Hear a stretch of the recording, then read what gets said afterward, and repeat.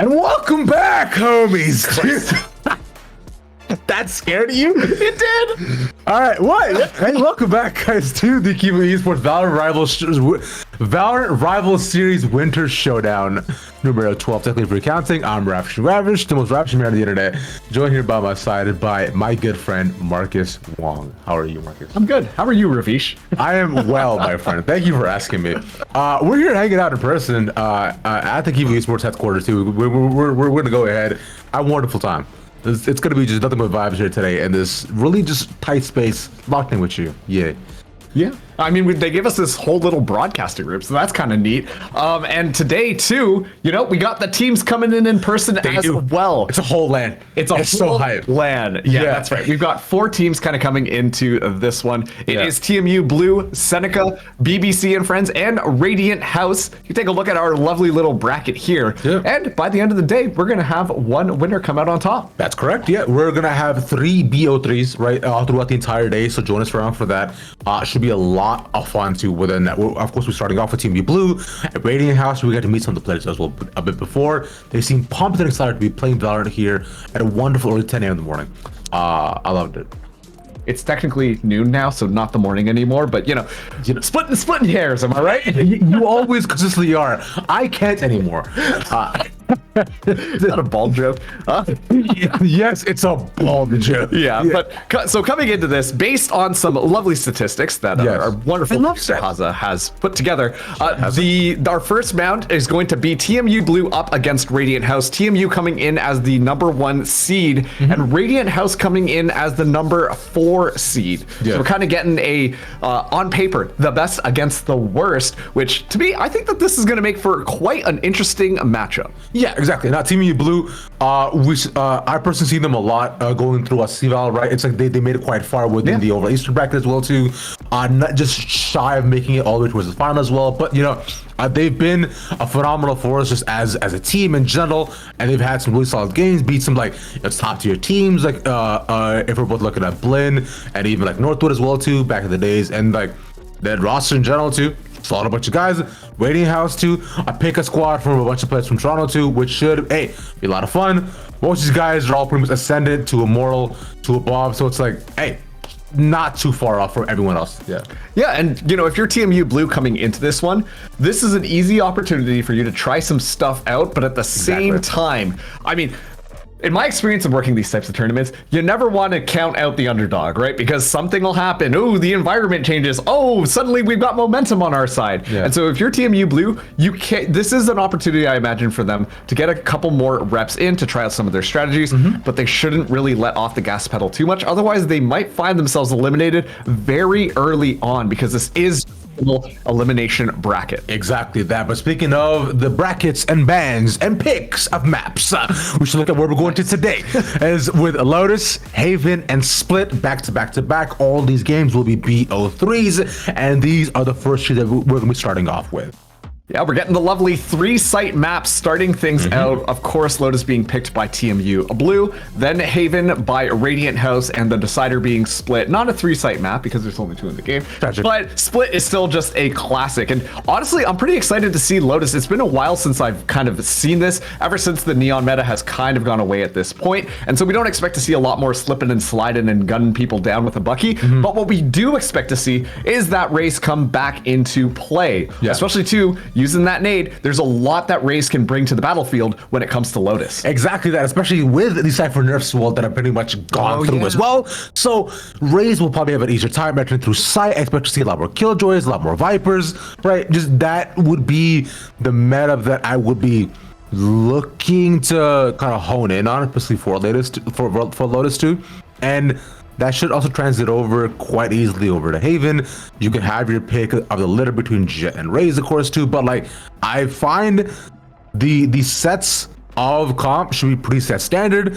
The only differentiation might be in initiators. Otherwise, those should be pretty similar compositions. Yeah, I was just about to say, I think that the initiators are going to be extremely telling in the different playstyle of what the teams are more ready for. Because, you know, something on Lotus, we've seen a little bit of Fade get brought into the action, especially too in some of those more closer quarter engagements. If you combo that with the Raze, you know, Raze and Fade, excellent combination of utility that you can kind of use there. We've seen some Chamber as well on Lotus, actually, to try and hold down some of those longer sight lines to counter that Fade Raze combo. But on Haven, I still think that Sova's your guy. You got to bring in Sova, especially to comboing with the Jet.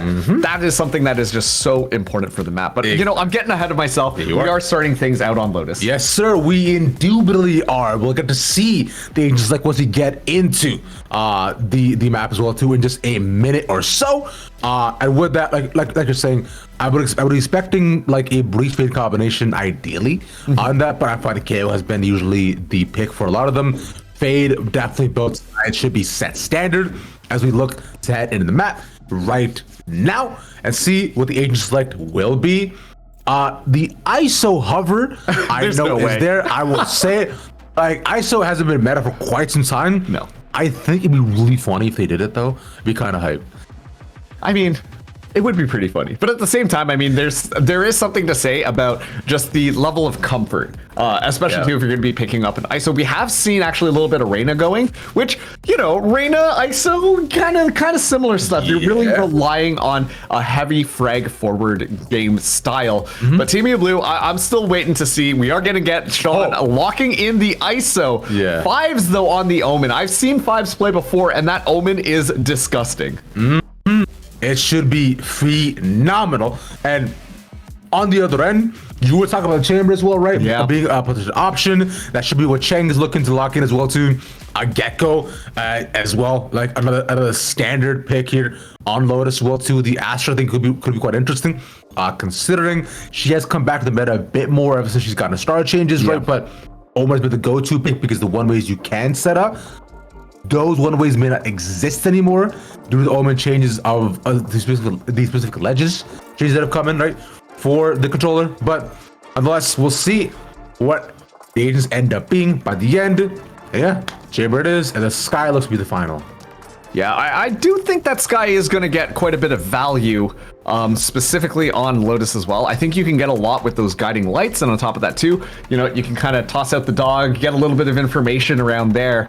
But still, it feels like the Radiant House's composition is locked a little bit more on being a little bit more patient, while TMU Blue is going to be, hey, let's slam that gas pedal and let's run them over. Well, considering that they're both starting on attack, on defense, based upon how they want to play, based on prediction, I think it should be perfectly fine considering where we're at with both these teams, man.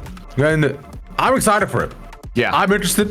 I'm vibing with this. And as we look ahead of the game in just about a minute or so, this should be interesting with what we do end up seeing here, Marcus. I know we do have TMU as national favorites in this game, but I do want to see what Radiant House can hold for us. As looked ahead for our pistol rounds, like. She needs to be at our stack, right around the mid side. Look to probably rush into B. Look for people there. Turret being set up. Can lean forward. And what's interesting too is I'm wondering how they're going to play around this chamber, because obviously you've got that Cypher to be a little bit more of an anchor sentinel, but does that mean that the chamber is still going to go for some of those more aggressive angles? Seems like the answer is yes. Ooh, you hate to see that one happen. That's a tough start off, but with the one already down, they can use this to move into C as well, with Nang just holding it down. Tripwire to the cage, but not actually going to notice that. I sort of been at the sights. You should be going face to face with the Sky, going one-on-one. Right click, Smoke Dope wins that.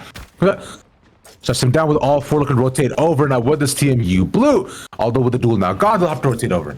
Yeah, and TMU Blue, they were able to get so much space because of Sean, but look at this, Infinity has already moved on to this B site. I'm not sure that Radiant House are aware of this. There could be an excellent timing for Infinity to strike, but the rest of the team for TMU Blue are slowly making their way towards A. Infinity strikes. The nade puts out right on time as well to allow the delay to happen, as there would be four people right around him. Then with the spike being puts out onto B, the delay just enough, but I put there 20 health. Infinity gets a second with the C4. The third, and I happen Hamza there for the support, and just Astra left as the final. And that was such an interesting pistol round coming out from TMU Blue. I mean, both of their duelists did their job. They took over so much space, and yet the reason that worked out was because Saigon Hero had the spike and was already running over to A side. An interesting little correction happens as well, where TMU Blue decide we're going to take the fight at B, and Radiant House were so confused. They were ready to fight at B, yet the spike goes down at A, and it was that level of confusion that allowed TMU Blue to kind of get the jump. An excellent little duel play coming in from Infinity as well as Huns in order to win that one out. But now it's going to be this next round. We are seeing Infinity actually buy up a Vandal while Chen Cheng is still moving in, looking for that headshot. Can't find it. Ooh, again, same angle, same start off from the previous round as well. And with Cheng going down once again, it is once again Ning left on their lonesome. You're going to be pelleted down. Oh, yeah. No health remaining yet. We'll just take all the pellet damage along with one more shot to the smoke. Hounds gets a second. Now with this is still left alive. And I believe if they are smart, which I know Radio House is, they'll probably look to find their exits and probably die to the spike. Yeah, and the Fool just right now hanging out inside of the smoke. Not much left to do. Huns is still able to find Nyx, and now they are simply hunting to get more ultimate orbs. Looks like they will be able to get that. Saigon finding the last one. But this is what I'm talking about. The momentum that we're seeing TMU Blue storm some of these sites. Radiant House are still trying to collect themselves while we see TMU Blue just completely bulldoze them over. But here's the thing, though, right? If we're looking at collegiate teams, and if I know anything about collegiate, which I'm sure you do as well, yep. This 2-1 start off is a must, right? That is the natural way the momentum goes in a lot of different games. With Valorant and with guns on their side, let's see if Radiant House can step up to the challenge. Someone set up. I'm really expecting to see a little bit more value out of this chamber. Look at this. They're also bringing in the Rays now. Kind of double up on this site. TMU Blue are not shying away, though. This time, 3 people to do it. Nyx is able to find one in all of this chaos. They might have just found it, and the number is simply just bodies. Yeah, with 2 not standing right in front of the C, looking to body block them for trying to get in. From here, TMU Blue, although only losing 1 being their ISO, they still have 1 point of entry. And B seems to be the lead as of right now. The door is opened up. And but 2 already there. They're gonna watch the emphasis to go in. Yeah, chamber to the sky. Some shots put down. The play inside the smoke and wait for the pack to go down. Fully commit, and a commit they do. This is tough. Smoked only has that judge. Has to rely on the rest of the team to be able to go in first. Doesn't even see the player down below, completely unaware. Saigon was able to get 1. Yeah, and the second order made as well, 3v3 as well. But Chen doing work with Tuna falling down. Oh, they're able to do it. Hans gets a nice shot out towards the backside. I'm gonna hold down here. It's a glass angle. It's not far alone. You can't do it. That one was close, but all things considered, TMU Blue, they did what they needed to get done. You see Radiant House be able to scoop up that first round. Nyx is slowly getting closer to that showstopper being on a line, but overall, hurting in the economy department. Taking a look at things here. I don't imagine that they will be able to buy up. They might be able to scrounge together a couple of rifles, but it's still going to be a little bit of a budget buy. On the other side of the story, though, TMU Blue, they are rolling in credits. Currently more than enough to be able to buy everything that they need. Once again, they've got the Thrash online as well. We've seen them kind of play a little bit more aggressive this time. They might fall right into Radiant House's defense, though. 3 agents right now coming out of this A site, and Trinity already going in. Yeah, let's see the match get a pick off here quickly enough. Cheng has cleared the round last time. We're getting 2 quick picks. Thrash to find 1. If they use the angle, but 2 doubled up, but they had no chance off that. But it's Radiant House in triple stack onto A. They're getting the full 5 points. No! Oh, I don't know if you can say for the show, but Hans gonna trade. Now with us, waiting on the side for anyone to peek in. Finds Ning, and it's just Fool left. Yeah, in this 1v4. Yeah. Sheriff in hand, could find some nasty headshots. Sean goes for the swing. We'll be able to find that one, but given the gun difference, once again, we expected TMU Blue to be able to win out that round. It still looks super coordinated every single time that we have TMU Blue go for one of these exits. Things are looking really good for them, and now they're able to carry over their weaponry that they need. Should be able to buy full rifles. This is going to be the redemption round for Radiant House. Ning only with that judge in hand. But still, across the board, it is not looking good. Cheng only able to find 2 kills thus far. 2 away from getting that Tour de Force online. And that could have been a little bit of a game changer, especially on more of these ecos. But they need to be able to win this round. Otherwise, everything is going bad. It's the util dump outside of A. A tail as old as time. No, nothing is going to be found. If it was caught in the star, couldn't move out. We're talking about outfits. Showstopper that's not gone as an option. So now where they still look to reposition themselves into B, but they've already moved over. They did with the judge, still they're chilling in the corner. They put out the spike. Now to the left on site. TMU Blue. I'd push it for going some options. It's so difficult as well, too. Look at that. Smoke Nova's going to be taking a little bit of an angle here. Looking for it. Straight transfer, not good enough. 1 left. Yeah, and with the spike now gone, like here to get 1 of his own.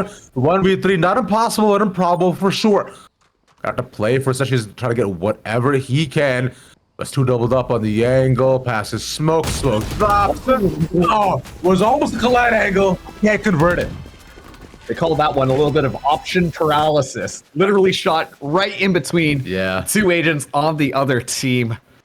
So close, but an excellent defense now coming out from Radiant House. And this is something that I think they need to rely a little bit more on. The defensive utility. Obviously, just stopping the problem before it escalates. They did an excellent job. You saw how impactful it was being able to find Infinity right off the bat. That was huge to slow down TMU Blue's pace, and then as a result, Radiant House were able to get everything. It looked like TMU Blue were scrambling a little bit that time around, but Infinity now showstopper available as Cheng in this nasty angle, ready for something, can't find anything. Oh, okay. Using the boom bot to actually bait out the corner and still managed to get Cheng once again, playing super far forward, not able to TP away. Showstopper now used to clear out A, nobody around. Astronaut there to go up. Why connects there? Shot connects, but he's alive with 2 health. That's a crime. Regen shield though. Yeah, we'll never get that back to 25. Nick's now falling. Nature delay once again as it goes down. And whoa, staying alive desperately. That Regen shield coming in clutch. That's peeking once again, but let's come around. Out to find Infinity. Last player standing. 4v2, just 5s. Looking up and smoke. In a 1v5 again. Allow TMU Blue to get their 4th. Man, I am loving watching Infinity just play around the map. The movement on this race is unreal. Able to take so much space. And Radiant House, like, understandably, they're scared. Yeah. On that round, the only defense that they really had against that was Cheng. And, you know, if you see one, you can expect the rest of TMU Blue to follow. And Cheng needed to at least find 1 kill. But like you said, an excellent little just bot to check him out of that angle. And as a result, got a TP away, not even able to escape in time. And well, TMU Blue at that point, they can have their cake and eat it too. Just run over that A site. Spike goes down, and Infinity absolutely decimates it with just utility. Do it a 4th time, but feel off. Yeah, and this, but you go with the ultimate. No, Tour de Force this time, and that's an ultimate now out of his hands. Cheng now punish, wonderfully set up. That's so sad. Cheng finally gets that Tour de Force online, gets 1 shot off, and then that ISO just says, "Ha, that's funny if you thought you had more bullets." Yeah. Right now, Radiant House are completely grouped up onto this B site. A thrash is going to be used, though, to check out this B site. Is able to at least attain 1. TMU Blue poised to go in on a speed. This could be a firefight and a half. I believe you saw more than one there as well too. So there's probably aware of all the aggression that's being set up. Blue waterfall, 3 now look to come in. Ning, and the rest fighting against them. There's wall bangs galore. Smoke gets one of his ults, 1 for 1 on the site as we go. 3 for 3. Reload still catches him some other shot there for the trade. A 3v2 left on site. Christopher not put out. Gets the pig. Next left alone. But pick up the gun, but sees one right in front of him. And Saigon hero comes out on top with just smoke. Flash connects, and Saigon saves the day. Stinger meta, man. I'm telling you, Stingers are really good guys. Yet again, yeah. Smoked almost got away with that one, too. Honestly, a pretty good effort coming in from Radiant House. I talked about how much I liked watching Infinity play around there. I think Nyx did an excellent job as well. Given the weaponry that they kind of came in with, made it a lot closer than we should have expected. Cheng probably a little bit frustrated right now. But once again, it's just, as soon as you see a couple of members, you have to just rotate people around as soon as possible. Because you know that they're going to be doing a stack either on the B site or whichever side you are going to be on. Looks like this time the util dump coming through. A little bit of a team flash here, but it's okay because the rest of TMU Blue, or sorry, the entirety of TMU Blue are now moving in onto the C site. Cheng only defender. They're trying to sell the fake here, but they couldn't find a Cheng able to track it. Choose using safer option to TP out again with this judge to try to find what a pixie can from the beginning, but all 5 of them stacked on site. Spike goes down. And it's so slow, the rotation has to come back. A couple of ultimates online. The Cosmic Divide could be pretty helpful. And actually, we're going to be seeing an offensive Killjoy ult to try and zone people out. This is an excellent stall tactic to really make Radiant House have to back up. Lockdown used. Now with this though, they should be looking to enter back in through the connector. Yeah, past the door. And they get shot down immediately. There were 2 watching that angle. And also on Cheng playing through the smoke to see what they're trying to get what they can, but I think a save might be the option if they want to try to use it, but currently, but on the ends. And now with this, Astro already going away. They know this. Let's check the angle though. Oh, still gets him. Okay. We're getting one of his own. They want to chase him down, but they're getting shot instead. Now with this, with 2 falling consecutively, they give it the chase. Yeah, I would too. Oh, Sean. Oh.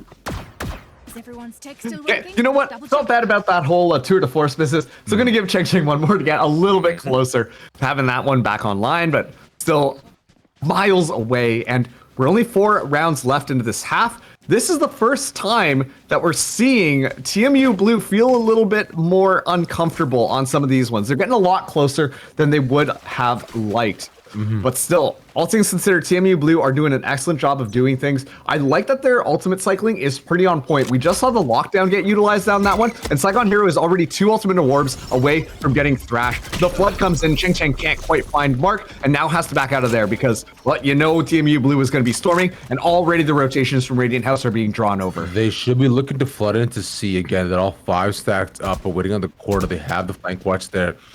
I think they don't want to still try to sell the fake to just position them, but currently with them looking to move on over, they've already sold a C being stabbed with a triple. And I'm seeing Radiant House, they're trying to go for a lot more closer angles because they realize that the long range battle is not something that they can win. TMU Blue have been very successful in winning that one out multiple times. But at the same time, the way that TMU Blue have been playing, they're really good at forcing those long range engagements. And well, at this point, the jig might be up. TMU Blue now executing on C. Yeah, this defect didn't happen. Get sprayed upon, and okay, yeah, that's enough for them to get one. Ning trying to peep around. Sean, meanwhile, tearing up the site with 3 of his own. Clear as everybody else, and just Nick's left. As they got judges galore. God, with 4. Oh my god. Yeah, I mean, this is one of those things when talking about just the storm on Sean. So good at just tapping heads. Currently the top in the leaderboard, 4 kills, and 10 kills on the board. You know, we were kind of joking about the ISO, but like I said, ISO thrives when you're able to find kills. And right now, Sean has been doing an excellent job at just finding those kills, making sure to maximize the utility in ISO's kit. That shield has been coming up time and time again. And Radiant House, once again, sure, they've got those one-shot potential things to happen, and then Sean just kind of dops out, takes a bullet for a teammate, jumps on the grenade, and nobody falls down in the middle of it. Ning, no, once again, same angle, but plays it safe. And just to get up pretty easily.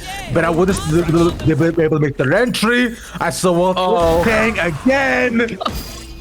Oh, goodbye, Jack. See you later. But with this, they make their entry in though. He once again to take it. They love this site. This shield still pops, but Nick gets one of his own. It's on a save, mind you, as well. The reload, smoke, he's in for my click. No, not able to find it. Man, Timmy will make quick work on the round. At this point, this is just demoralizing for Cheng Cheng. It almost feels like Sean is like, I see what you're doing. Except, imagine if you could play the game. That's just your imagination. I got you in the ult now. And just finds that one tap so clean. So tragic for Cheng Cheng, who wasn't honestly doing pretty bad for Radiant House. But at this point as well, you know, 2 rounds left. TMU Blue very clearly starting to walk away with this one. But as a reminder, this was their map pick. So we would expect them to be a little bit more dominant on it. I don't know whether or not this is the combination that they want to be really going into. We are seeing Cheng Cheng now move up with an operator. Already got flashed out, but this is going to allow for a lot more control on that C long. While meanwhile, TMU Blue, they threw some util and are immediately out. Yeah, they have a 2-2-1 setup. So as of right now, they actually haven't put any resources over into C just yet. Next, barely manages to get out, takes a lot of damage for the vulnerable, and look at that, 2 pop and easy wide peek from there. And with this, the shield though, also popping, exactly smoked up, puts out out of his own. The cabbage look to chase around the site. AT's with the take for now. Infinity watching the angle up top, nothing going over by drop. Spike goes down. Infinity, okay, Cosmic Divide is now going to get utilized as well. Makes it a little bit more uncomfortable. Right now, the number advantage to Radiant House if they storm. Smoked off, finds to find one of his own. Have to use the Doctor for the to win the hole, and Gecko shoots it out right away. And gets back into cover without the delay. Instantly, he gets caught out with 2 around him. There's no one there by tree. They're all holding off on the other side, and Cheng Cheng catches them as looking by the other angle on the wall. Oh, Cheng Cheng is back, baby! Able to find a couple of kills, but I really have to compliment the Cosmic Divide that Fool used there. Completely just splits the site in half, but more importantly, zones out so many of the TMU players. What that does is it accomplishes the spike onto one side, which as we know, no more sound going through that wall, even just a little bit. But that makes it so much easier for Radiant House to be able to re-clear onto the site. You saw they went for that 2-2 split to check both sides, and then it forces TMU Blue's hand to try and walk through that wall, try and find a pick in such weird angles while Radiant House were already onto the site. The denial of information was absolutely massive from that ultimate. Yeah, that working wonders. And now with this, the angle being checked again by C, this constant battle, the yacht finally in play. Chang not the first to fall. The third net going down, their main entry taken away. Looking at B. Okay, 2 to 4 is going to be utilized as well. Smoked, not able to find anything. This is the last round of the half, and so far it's looking pretty darn good for Radiant House. Sean, though, finds that trade. Sean with one. This will look to lean over towards B as all the resources from Radiant House are centered around there. See where they want to get down. Look at this. Saigon Hero so far away. A little bit of information, and look at that. Excellent utilization of the from the shadows, clear out the site, and now Wingman can walk in and do his thing to get that spike down. Yeah, the ability to from there with Sean finding one. And the shield that pops up too. Barely managed to last. It's the shot from there. Ning with the one that is huge as 2 cannot rotate over. Think about the timing here. Already that spike has been ticking for quite a bit of time. Not a lot of utility left, but nothing really good to retake besides potentially one flash. B2 gets out online once again. JJ wall bag through. Not to know that the two forces online. Last player standing. Also looking around, easy one tap. And now he's cornered from all 3 angles. He has 5 bullets and no time to reload. Chang gets his retribution. Is there enough time? Okay, there's enough time. I was about to say, if that 2 to 4 slowed it down and as a result they couldn't defuse in time, that would have been crazy to watch. 4-5. Oh but now, Radiant House, this is totally winnable. We're in this 8-4 half. We're going to be seeing them now move on to the attack. This is what I talked about. TMU Blue, very fast focus, but if they start to ease off that gas pedal a little bit, Radiant House might find a couple of spaces for them to be able to purchase in and find a couple rounds. And now Chang moving up to the top of the kill feed for Radiant House here. On this attack, I'm curious to see how this one is going to be going, as they do have all of the kit to move in onto the site, but to me, they have to play a little bit more patiently. They can't just go in willy-nilly because Nyx is going to get gunned down pretty easily. Yeah. Now, the last round, to be fair, was quite winnable. I would say from the side of TMU Blue, just one more pick might be able to do it. But nonetheless, for now, though, TMU Blue, right, their competition naturally suited more for the attack. And see how they play it. Early bird out, spots out Huns. Chang looking to move around, but the stack up by B is great. Yeah, they're just gonna gun them down. This is 3 down within seconds. Smoke gets one of his own, but they all just center around there. He gets a paranoia to peek off for that too. Is 2 left on 2v4. Yeah, they're gonna have to plant spike somehow. Oh, and actually they're backing out of here, so this might give an opportunity for Radiant House to go in. Keep in mind though, the Killjoy utility still there, so that alarm bot will get that information. As we're seeing them slowly make their way in. And yeah, as soon as that alarm bot goes off, they gotta just storm the site, get that spike down, and TMU Blue will set up for this retake. They should have heard that information, so they should know. Yeah, they rotated out thinking it was gonna be, but they sell the fake, they move out, haven't committed to the plan just yet. They can use this to move and double back in to see if they want to. They still have 40 seconds remaining. They use the door and run through. Kind of just storming down. Turret's still set up. We'll be able to find a little bit of information. Get a little bit of chip damage in as well, which we'll do a little bit more on that pistol round, but finally the spike goes down. And yeah, this is going to be TMU Blue getting ready to go in, and I don't know how much utility Radiant House have to defend. Right now, we'll see my speed guns, if anything, and the trade, but ooh, a close shot. But in the end, it's against Saigon here to get the final.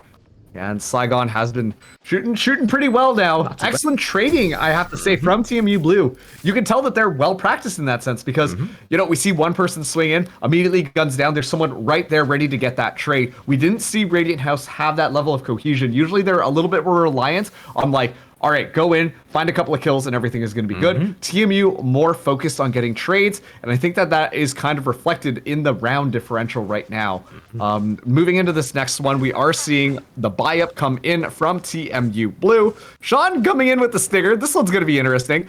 But Fives coming in with the Phantom, Infinity on that Vandal as well. So you know that this is a very confident round that they want to win. A lot of sheriffs on the other side. And to be fair, Radiant House have been doing a really good job with the sheriffs, finding those close range headshots to just take members down to scoop up some rifles. Yeah, where there's the nades to put out through close, but it's pushing towards Waterfall instead, so they don't actually manage to find much damage off of that. But Shaw now holding the upwards angle with the Stinger. They try to sell the fake with the door, but no one actually moves off of it.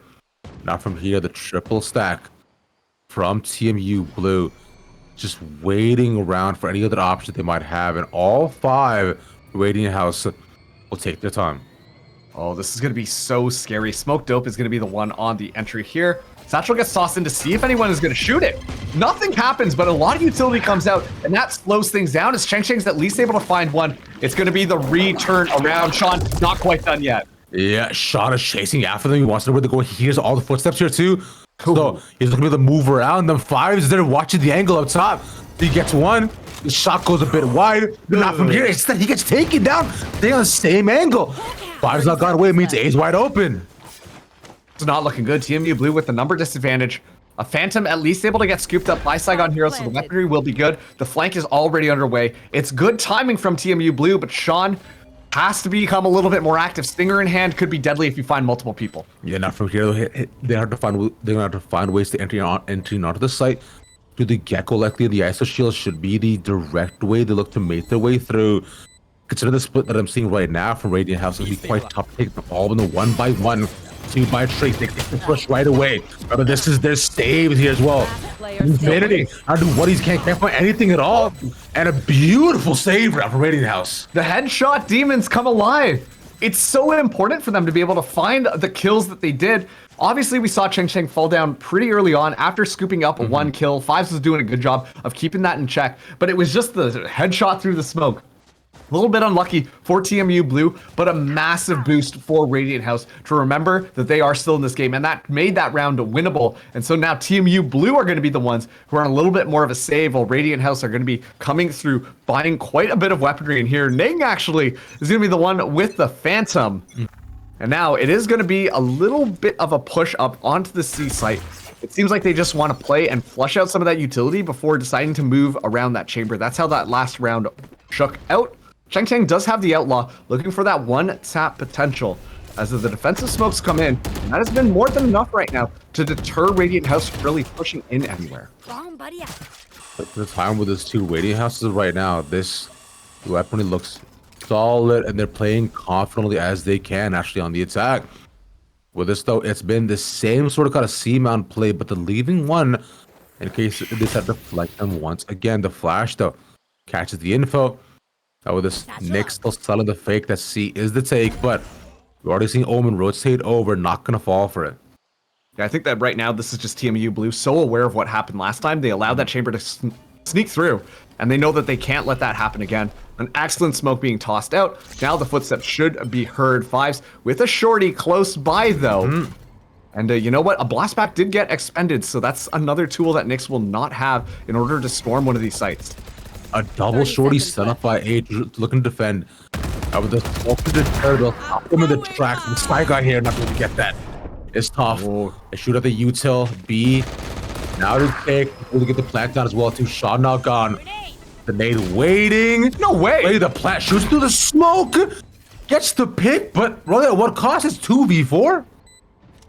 2 shorties in hand. Fives at least able to get a sheriff here.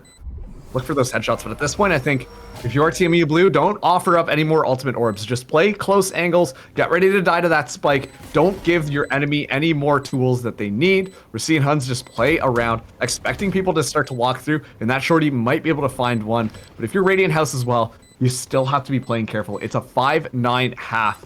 There are plenty of opportunities for TMU Blue to be able to walk away with this one. You gotta carry that rifle forwards. Okay, Fives goes down, and now this is just gonna be Huns dying to the spike. Yeah. Huns takes time. So the easy take that. Yeah, just Oh no! waiting. Oh, wait, no, it should be fine. Still alive? Okay. It's fine. See, look, kill feed. It's all good. He jumped away at the last second. Save as God. Yippee. Oh, I'm nervous. You're nervous. Oh my Yes, goodness me. We're getting flashbacks to playing Valorant last night, and like, I should be all right. Oh no. Yeah. Spatial awareness. Bro. It's tough times. It's tough. It's tough. But okay, take a look at this. Cheng Cheng still carrying that outlaw in, and right now, TMU Blue, we're seeing that two of them have that regen shield. Infinity only has the light shield, and so that outlaw is still a very valuable weapon as Radiant House just start to rack up the cash. This next one is going to be, yet again, a little bit of pressure forwards. Cheng Cheng not able to find that first kill. Doesn't even get a bullet off onto anybody and forced retreat. And so now we're seeing Radiant House, you know, play in that more predictable style, a little bit slower. Five's going to be the only person kind of watching things through. Engagement underway. Next finds him. Next, and the first is used right now for the momentum for Team Blue to actually come back to this game. If he can capitalize and put more on it. And he has to do an excellent job so far. Just stopping the back end round by round. As of now, though, TMU losing one off rip. But from here, they're looking to find a way to enter into the fight. They just even lost what option they can find. But all these are being put out. It's Radiant House. It's just pellet them. Dumps them outside. Player standing. That's it. Yeah, Saigon Hero at this point, you just got to take that rifle, run away, and stay alive. Wow. Okay, Tour de Force gets utilized as well. Saigon able to at least find one, get two away from that Thrash being online. But, you know, I got to talk about what happened on that round because Radiant House, it feels like they're taking a page out of TMU's book. Just overwhelming numbers. Five's not able to find one kill, caught completely out of position. No utility really to back that Omen up either. And so at that point, Radiant House can just walk in and completely dominate the site, especially with that chamber to have a little bit of faster mobility, just being able to teleport behind a wall type of deal. Yeah. You know, TMU Blue were just not ready for the storm. And when they had to play that retake, it just looked like they were a little bit more confused while Radiant House was just taking the fight to TMU Blue, playing very forwards on the site rather than kind of playing a little bit more passive. So it was just an excellent read on the attack from Radiant House. I wonder now, because now with Radiant House, right, 3 rounds in a row that they've gotten to, they've managed to flip around the entire game and now saved as well right now for TMU Blue. They should be able to move themselves over to an 8 as well, so 1 round away from being able to get the advantage, or being even in this game as well. And this game has been quite close. Remember, we even mentioned this is TMU Blue's map pick, in fact. So, Lotus being around, let's see what they managed to get done. The early poke, this usually been seized by. Use the dog to move in and find the info round. No one actually centered. It's a round B with look to rotate over 1 by 1. But they know the side is wide open. They can just walk it going out. It's still very slow, so this is giving ample opportunity for TMU Blue to do things. Excellent smokes, just to play around, get Fives into a little bit of a crafty angle here. Spike finally going to be going down, but already a little bit of a trade happening as Fives finds Cheng Cheng. So the Outlaw going to be in hand here. The next little flash, Sean. Not able to find any kills, but Fives does. And a save seems to be one that TMU wants to take here. I was just saying how Radiant House do a great job of pushing TMU back. And now suddenly, it's just... Oh, no. Don't go in the direction at all. Unfortunate whiff by Fool. TMU finally get the 10th. Yeah, and that was such an interesting retake that we kind of took. I mean, they kind of just stormed from behind and then were able to find the close range battles, which was so important there. Yeah. You know, when we talk about the importance of those smokes that were being placed up, you know, what? Sure, yeah, you're smoking people out so they can't see much, but what it also does is isolate a little part of the map, and that is absolutely massive. They were able to take the fight outside of Rebel, close to A main, and be able to just completely move in, dominate, find a couple of those kills. We see Radiant House go for it, but I've talked about how TMU are just a little bit better with trading. And as a result, Cheng Cheng falling off just allowed TMU to completely dominate Radiant House. Now on to this next round. We're seeing the rifles be bought up completely. Cheng Cheng does have that op in hand. Does, once again, feel like Radiant House are just feeling things out. See where the enemy are. Try and flesh out a little bit of their utility, but TMU are not biting. A lot more passive play coming in from Fives right now, and I actually quite like that because Fives has been dying so easily at some of these start of the rounds, trying to explore a little bit more, and that's kind of what Radiant House want to find. But if you don't even give up that opportunity, then Radiant House are going to be left scratching their heads. As of right now for Team U Blue, right, going off of the save win as well, they're finally back at even weaponry up against Radiant House. Now the biggest point being is that they've had trouble being able to hold them off sites because, like you mentioned before as well, Marcus, right? They've overwhelmed them with numbers, but again, they do right once more. A site being kind of just the least man site, they're able to find an opportunity and an entryway in, as the rest of them walking showstopper not used as well, but won't be able to likely find anybody's mark. But Nick's looking to walk right in. Shot towards Grin, barely mistiming on that. That would have been it, but still gets the one. But Sean on the other end gets the second. It's straight between the two of them. A 3v3 down towards the end. Second hero gets out of that. Have to move her towards the top. A spike as well. Look to finally be planted. 3v3. Double slash into the site. He's one immediate shots. And Nick's now with the second. Saigon, but the ultimate out in the open. Barely doesn't get that. I gotta say, it was just a little bit uncoordinated from TMU Blue. We saw immediately someone just hops in ready to take a gunfight, and then the Dizzy comes out. If the Dizzy came out first, it would have allowed for that opportunity to keep someone alive. And it just felt like that little bit of discombobulation led to the downfall on what should have been a very successful retake from TMU Blue. Radiant House keeping their cool, 2 rounds away right now from tying things up. This is completely turned around in the other half. Thankfully though, Saigon Hero able to carry forwards the thrash in this round, so the ultimate not lost. Yeah, that, like you're saying, it's these close rounds I find when it could have been easily in their favor, like off of just a bit of util and just them being like, yo, go after me. Like that. Either way, though, what matters now, see, as we would look to center down, Judge not caught at the corner. Wait to sneeze, yeah, as well, alongside the flash. And now with that, Nyx makes their way in. Yeah. Figures get utilized as well, so there's a bit of information. Nyx not quite done yet. This is just Radiant House dominating the site. Finding one of their own, TMU Blue. Before she caught off guard. Nothing just stands them either. What? Hans Infinity? Playing off one after the next, but it's 3. Rain advantages there. And up top, the angle better for Fool. Now stuck on 2. Sean taking his time through the site. He's off 3, still gets 1. As Saigon Hero. He's clutched rounds before, he has to do it again. I should be aware of where both of them are. He sees Cypher's hats, a jump up top, has 5 bullets. I will use the wingman to stall, playing off of it, beautiful, and he clutches the round for TMU Blue. No thrash in hand that time. That would have been so bad if you went for the thrash again and then just got gunned out. But once again, wingman into your pocket. Such an excellent use of utility there. Yeah. Of course, finding that first pick onto Ning and no follow-up coming in from Smoked. It just works out a little bit too easy for TMU Blue, but Radiant House still are looking really good on this attack. They've been pretty easily just able to move in onto the site, and I really have to commend them because they're getting more and more confident in doing that.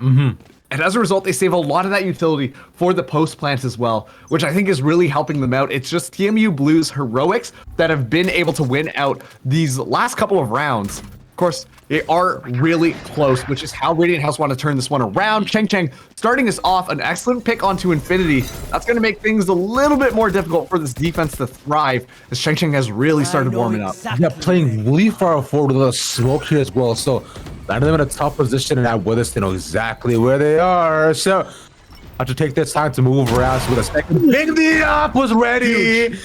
We're so far, I know exactly where they're walking into his sight lines. Finally using the shield for the bait. That Sean should be the first one in. Sean with the last one out to keeping it close, Radiant House. Yeah, it's these rounds are ping-ponging around, but Cheng just deadlifting Radiant House on that last round. Able to just pull them up. TMU Blue, like, they didn't even have a chance to get themselves coordinated or set up at all. It was just simply Cheng walking into their back line, operator in hand. It almost looked like Cheng was playing Jet on that round. How confident those plays were.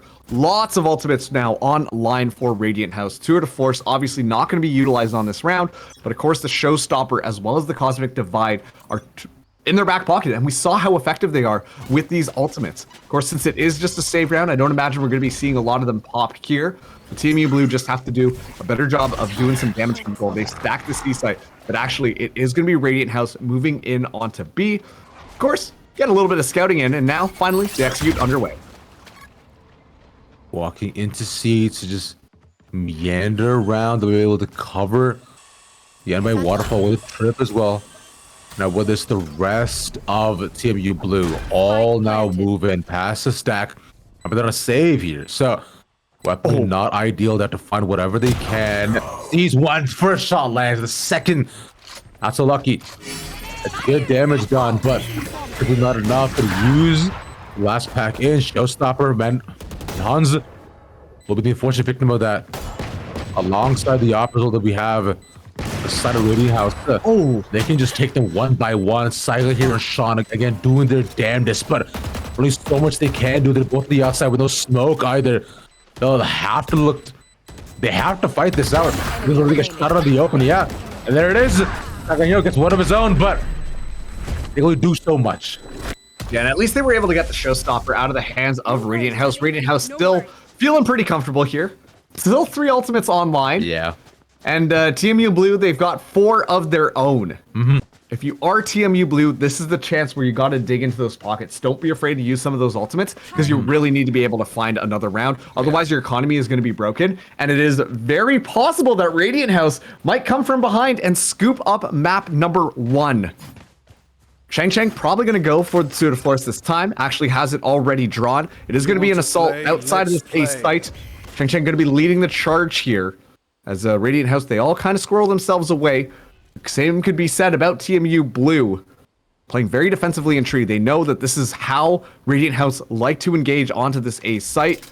They just got to give up that long sight lane. Chang has been on fire. You don't want to give that chamber additional opportunities. I think if you are Sean here, you do try to ult, but you are not perfectly aware as to where Chang is. If you did have an inkling as to where you could be positioned, then you take the op out again, right? And that punishes him for, you know, having not just removed as an option along with any of the weapons that he may potentially have. Look at this. Radiant House getting themselves set up onto this C site. Chang has taken a lot of room. I hope this isn't the wrong call. Chang a little bit so far deep. Calls for the rest of the team to start rotating themselves around. I'm wondering if that was more of just a flank check coming in to make sure that no one was going to push out of C. But this is the best case scenario for TMU Blue. The Seekers are now going to be activated, and now the rotation's coming around. Chang still holding these long angles. The nose after here with the couple steps round A, F all 5 in. What's making much 5 gets 1. Oh, but the real catches him on that. Also, they're not with the thrash too, so things on the outside. Waiting, peek the shield, and Sean to clean up. It's TMU on match point. And I don't want to say it like this, but really, Chang not being able to find that pick was the make or break for Radiant House on that round. And it feels like so many of these rounds, that's the story. If Chang can find a pick, then we see Radiant House playing with all sorts of confidence. If that first pick is missed, Chang goes down, then Radiant House look like they're just scrambling.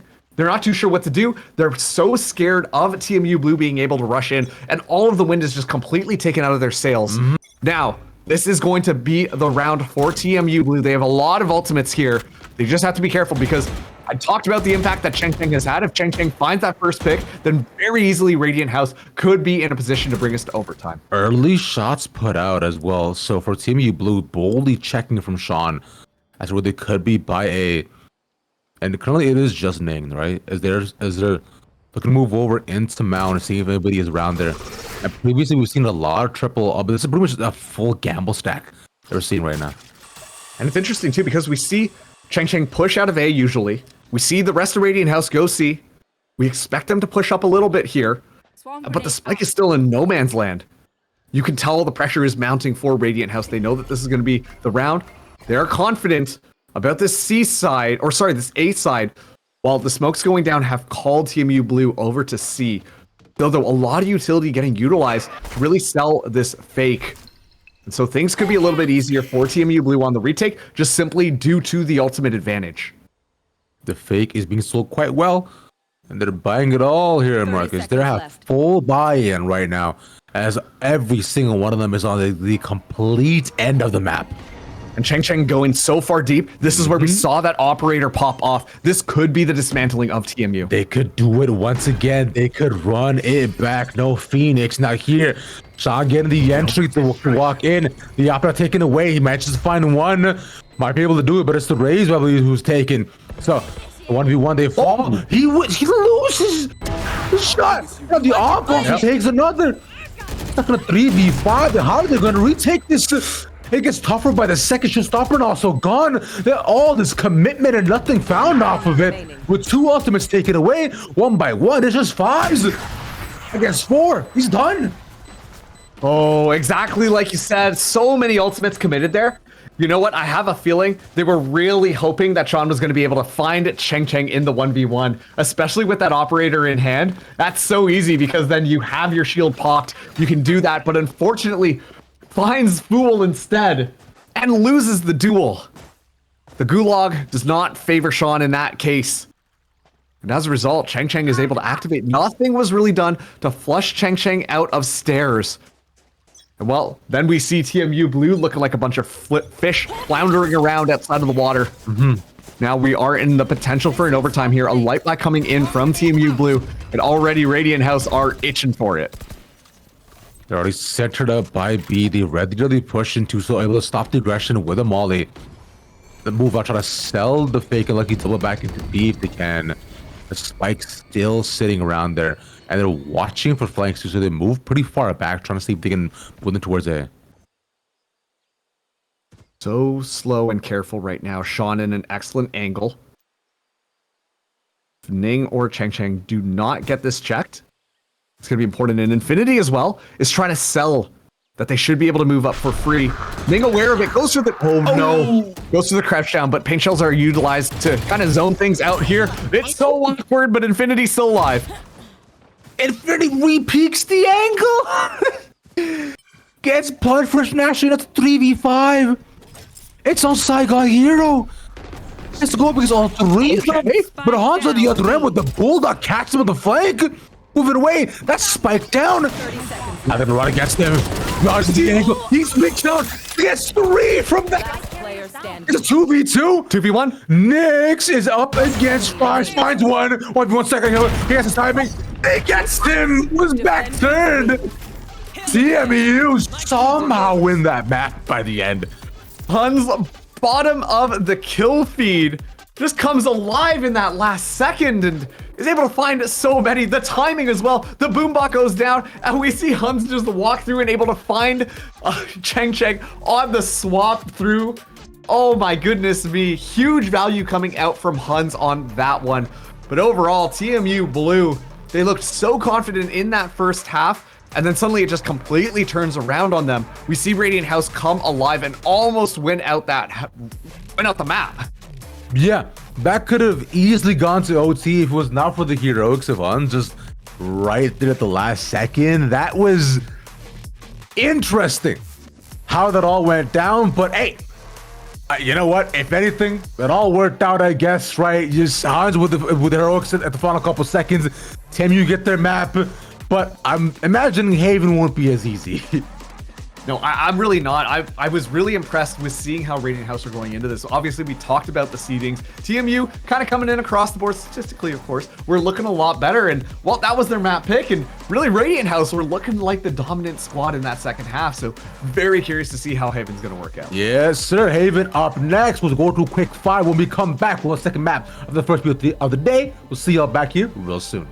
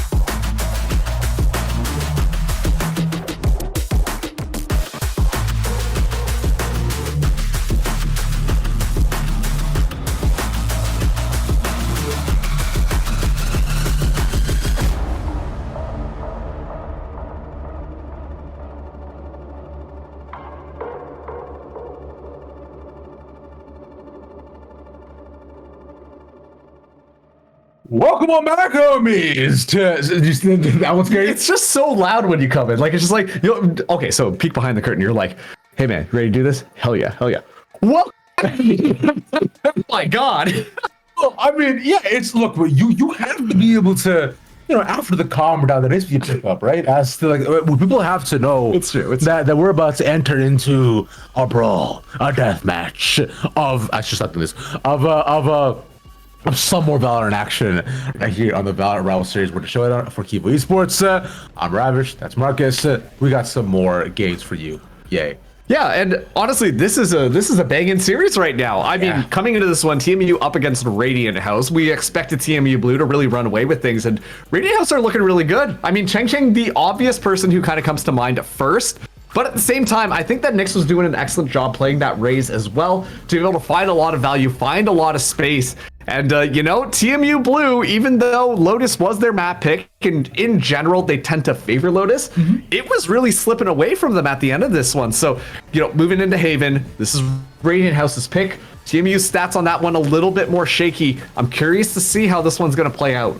Yeah, and as to how often they've even played the map too in the past a little bit, right? Like, it should be interesting. Yeah. From what I understand, in terms of the actual play style, not sure like Haven Lotus can play similarly, but with all the options that Lotus has to fake, and this very kind of fake heavy with the doors, right? Like, I imagine with Haven, they'll probably looking to just kind of bash it into one side over and over again, as it did on attack with Lotus and on C. It might be just that once again on Haven for TMU specifically. Yeah, I mean, like, it's going to come down to their compositions and how they want to play things. We know that TMU Blue a little bit more of an aggressive team. Yeah. A little bit more faster. I think that this was one of the foils of their defense on Lotus, because they were trying to be so aggressive, and it wasn't until they kind of, they put the leash on, roped you back in, let's settle our defense a little bit more. That's when we saw them be able to win more rounds. But on the other side, Radiant House, it's completely the opposite. They're a lot more patient. They like taking their time, being a lot more meticulous, which, it depends on which side you go and which agents you pick. And Haven allows for both of those play styles really to thrive. And in my opinion, it allows for the biggest variety of gameplay in all of the maps of Valorant. Yes, exactly. And like you're saying, like, Haven has been the most flexible map for quite some time within just the game in general. So I would be curious to see as to what does end up going on once you do get into the map in just a couple of minutes, right? For now, though, we'll be waiting for that, as TMU is going to be starting off with the defense this time. We have mentioned to be definitely more of an attacking favorite team. So the first half, though, could be definitely a toss-up in terms of how they do manage to play and how they manage to hold them off. Because on Lotus, Marcus, right, on some of those rounds of defense, they seemed disjointed, to say. Just a little bit disjointed, but I feel like you could make that argument for both of the teams. For sure. Because we saw these awkward moments where you expect something to go one way and then you just walk out and it's like, oh no, I missed my shot. And then your entire team gets gunned down. It is really tough to see. But once again, I think that Radiant House using Cheng kind of as the spearhead for the team, it's got its benefits and its doubts. If you're TMU Blue, based on how that map went, we have to just really capitalize on shutting Cheng down, shut the rest of the team down, make sure Cheng can't even play the game, and well, that's when we're going to thrive. If you look at the first half of Lotus, that was very true, and especially going to a map like Haven, where a lot of those long sight lines still exist. In my opinion, Haven is like Lotus, but more longer sight lines, not as much cover, personally speaking. That's really going to enable Cheng to play on those long angles with that sniper rifle. And if you're TMU Blue, there should be a coaching staff. There should be a little bit more cohesion because you are in the CVAL League, but you understand that Cheng is going to be your guy to take out first. Yeah, it should be definitely much more also post-plan heavy as well too, right? Yeah. Considering if we're talking about the difference between the two maps, right? Lotus played out very just scrap heavy, right? They kind of just walked in 4 to 5 stack every single time. Haven might be similar, but at least teams can plan their exits to be able to get out and be able, move through as they wish and play more so off the util and off of one another too, which is something that we praised TMU for about, right? Where they were constantly playing on their trades. Radiant House had their moments and options, but it's more so heroics of them taking 3 to 4 at a time to be able to make sure that TMU didn't have any options. I will say that continues to be the case once we get into the game. For a minute or so, as players are getting ready. For another, Marcus, I wanted to ask, do you like my sweater? I like it a lot. Your sweater is fantastic. I like how there's a little bit of like that's not a design, by the way. This actually exists on here. Yeah, but it does look like you got a little bit of coffee on here. You can't see it on the camera right now. Did I actually? Yeah, it looks like it, man. I'm sorry to break it to you. No. Oh, gotta throw that one in the washing machine. Gotta Old water, wash low it. tumble. That's the key. No, I like this sweater. Oh man. It's okay. Yeah, it is. It is, and at the same time too, like it is really awesome that we're able to broadcast this in the same room right now because Kivo Esports for the end of the year, they're putting together this tournament. The players are just in the other room, like just down there. We walked by the setup earlier, and this is honestly really cool because it's been a while since we've been able to work in an environment where you can also interact with the players. Yeah, man, exactly. Like local lands like these in Toronto, I find are really fun to be around. Like the environment's usually really cool, right? Like, we kind of just coming through, hanging out, trying to play at a land to like earn some money and just chill for a bit and like play some good Valorant. Especially too considering this isn't too far from the other two, and like this place is still being like built up and like exposed to like pushed. Right, so it's like there's a lot of potential here too. It's like, and especially with them growing like a local esports scene here in Toronto with Valorant Masters coming up. Oh yeah, in just a couple of months, man. So I think that's gonna be the clutch too for this place to be up and running. I'm very, very excited for it. Yeah, 100%. I mean, we already know that T-Val, like that community, the Toronto Valorant community is so strong. And so being able to see a lot of these players just kind of come in person and, sit down and actually be able to throw together a LAN like this is pretty awesome if you ask me. I agree wholeheartedly, my friend, because and hoping for more of these, right? Where although this is number 12 of the Rival Series, the first one we've been able to see in person, right? And also many of them done by many different other people as well too. So big shout out to all of them for pulling through, because they've been doing these for weeks now on end. As I'm getting word that players are finally ready, right? We're all good to go as well too. So we should be heading into the Agent Select in like a minute. So I appreciate it hanging out. Timer now. Oh, never mind. We have a little bit of a forward screen here, so we know that the Agent Selects are going to be on the way. And look at that. They are going to be live. Let's take a look at what people are going to be locking in here. Neon was the favorite in recent time, simply just because of how broken Neon was, but not the case anymore. Interesting pick. Huns now is going to be onto the Chamber. Given these Cypher nerfs, we're still seeing quite a bit of Cypher coming in. I have to admit, I am a little surprised. Yeah, he was on the KJ last one. I would expect him to do the same. So Chamber here again wanted to play much more frag heavy on Haven, which I can respect. Probably pay more for your comfort. Right? Otherwise, though, the Clove as well to a new one instead of the Omen. And I expect to see more of this. With the Omen nerfs, right, you can't set up as many one-ways, which was his massive strength, especially holding on sights on Haven all by himself. So, Clove, I'm unsurprised by. And again, on the other end for Radiant House for Fool, the Astra is another option that we saw already once again from their end. So, I would be unsurprised to see it again. Otherwise, though, I think that's pretty set standard, right? Playing the Breach and Cypher for info. And of course, Sova on both these ends for post plans. Makes sense. I'm a little surprised that we're not seeing an Omen come into play. Okay, all right. Don't talk down to my emo boy. Look, bro, look. Ever since the one ways got nerfed, people I find people like overreact to certain nerfs more often than not until they see it being put into practice once again. Yeah. So I think it's bound to happen realistically.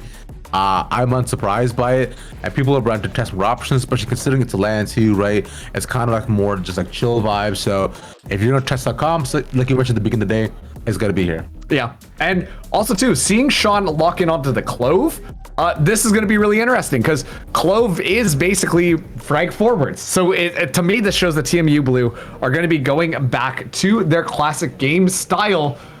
But the biggest difference to me is the lack of flashes that TMU Blue are going to be bringing in. That is going to be really interesting to see because, see, this is why you would bring in an Omen alongside a Breach, but instead they've opted to go for that Chamber for that Clove. So they're not really going to have any flash potential, which could allow Radiant House to really run amok on them. Yeah, going double. Oh yeah. Double Senti is an interesting strat in 2024 for TMU on Haven. So a single initiator. I mean, I understand it is a solo, right, where you just need the info agent. So that makes sense. But from there, they'll look to poke around C with just one there, looking to anchor the site. A pretty like standard hold from TMU in terms of 3-1-1, right? And I imagine we'll see this consistently throughout the next couple of rounds.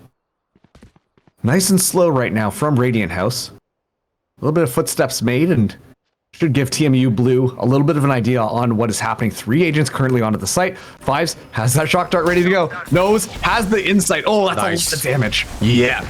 Managed to tag all 3 of them there too, but has to play his own life too. Is hit towards the back.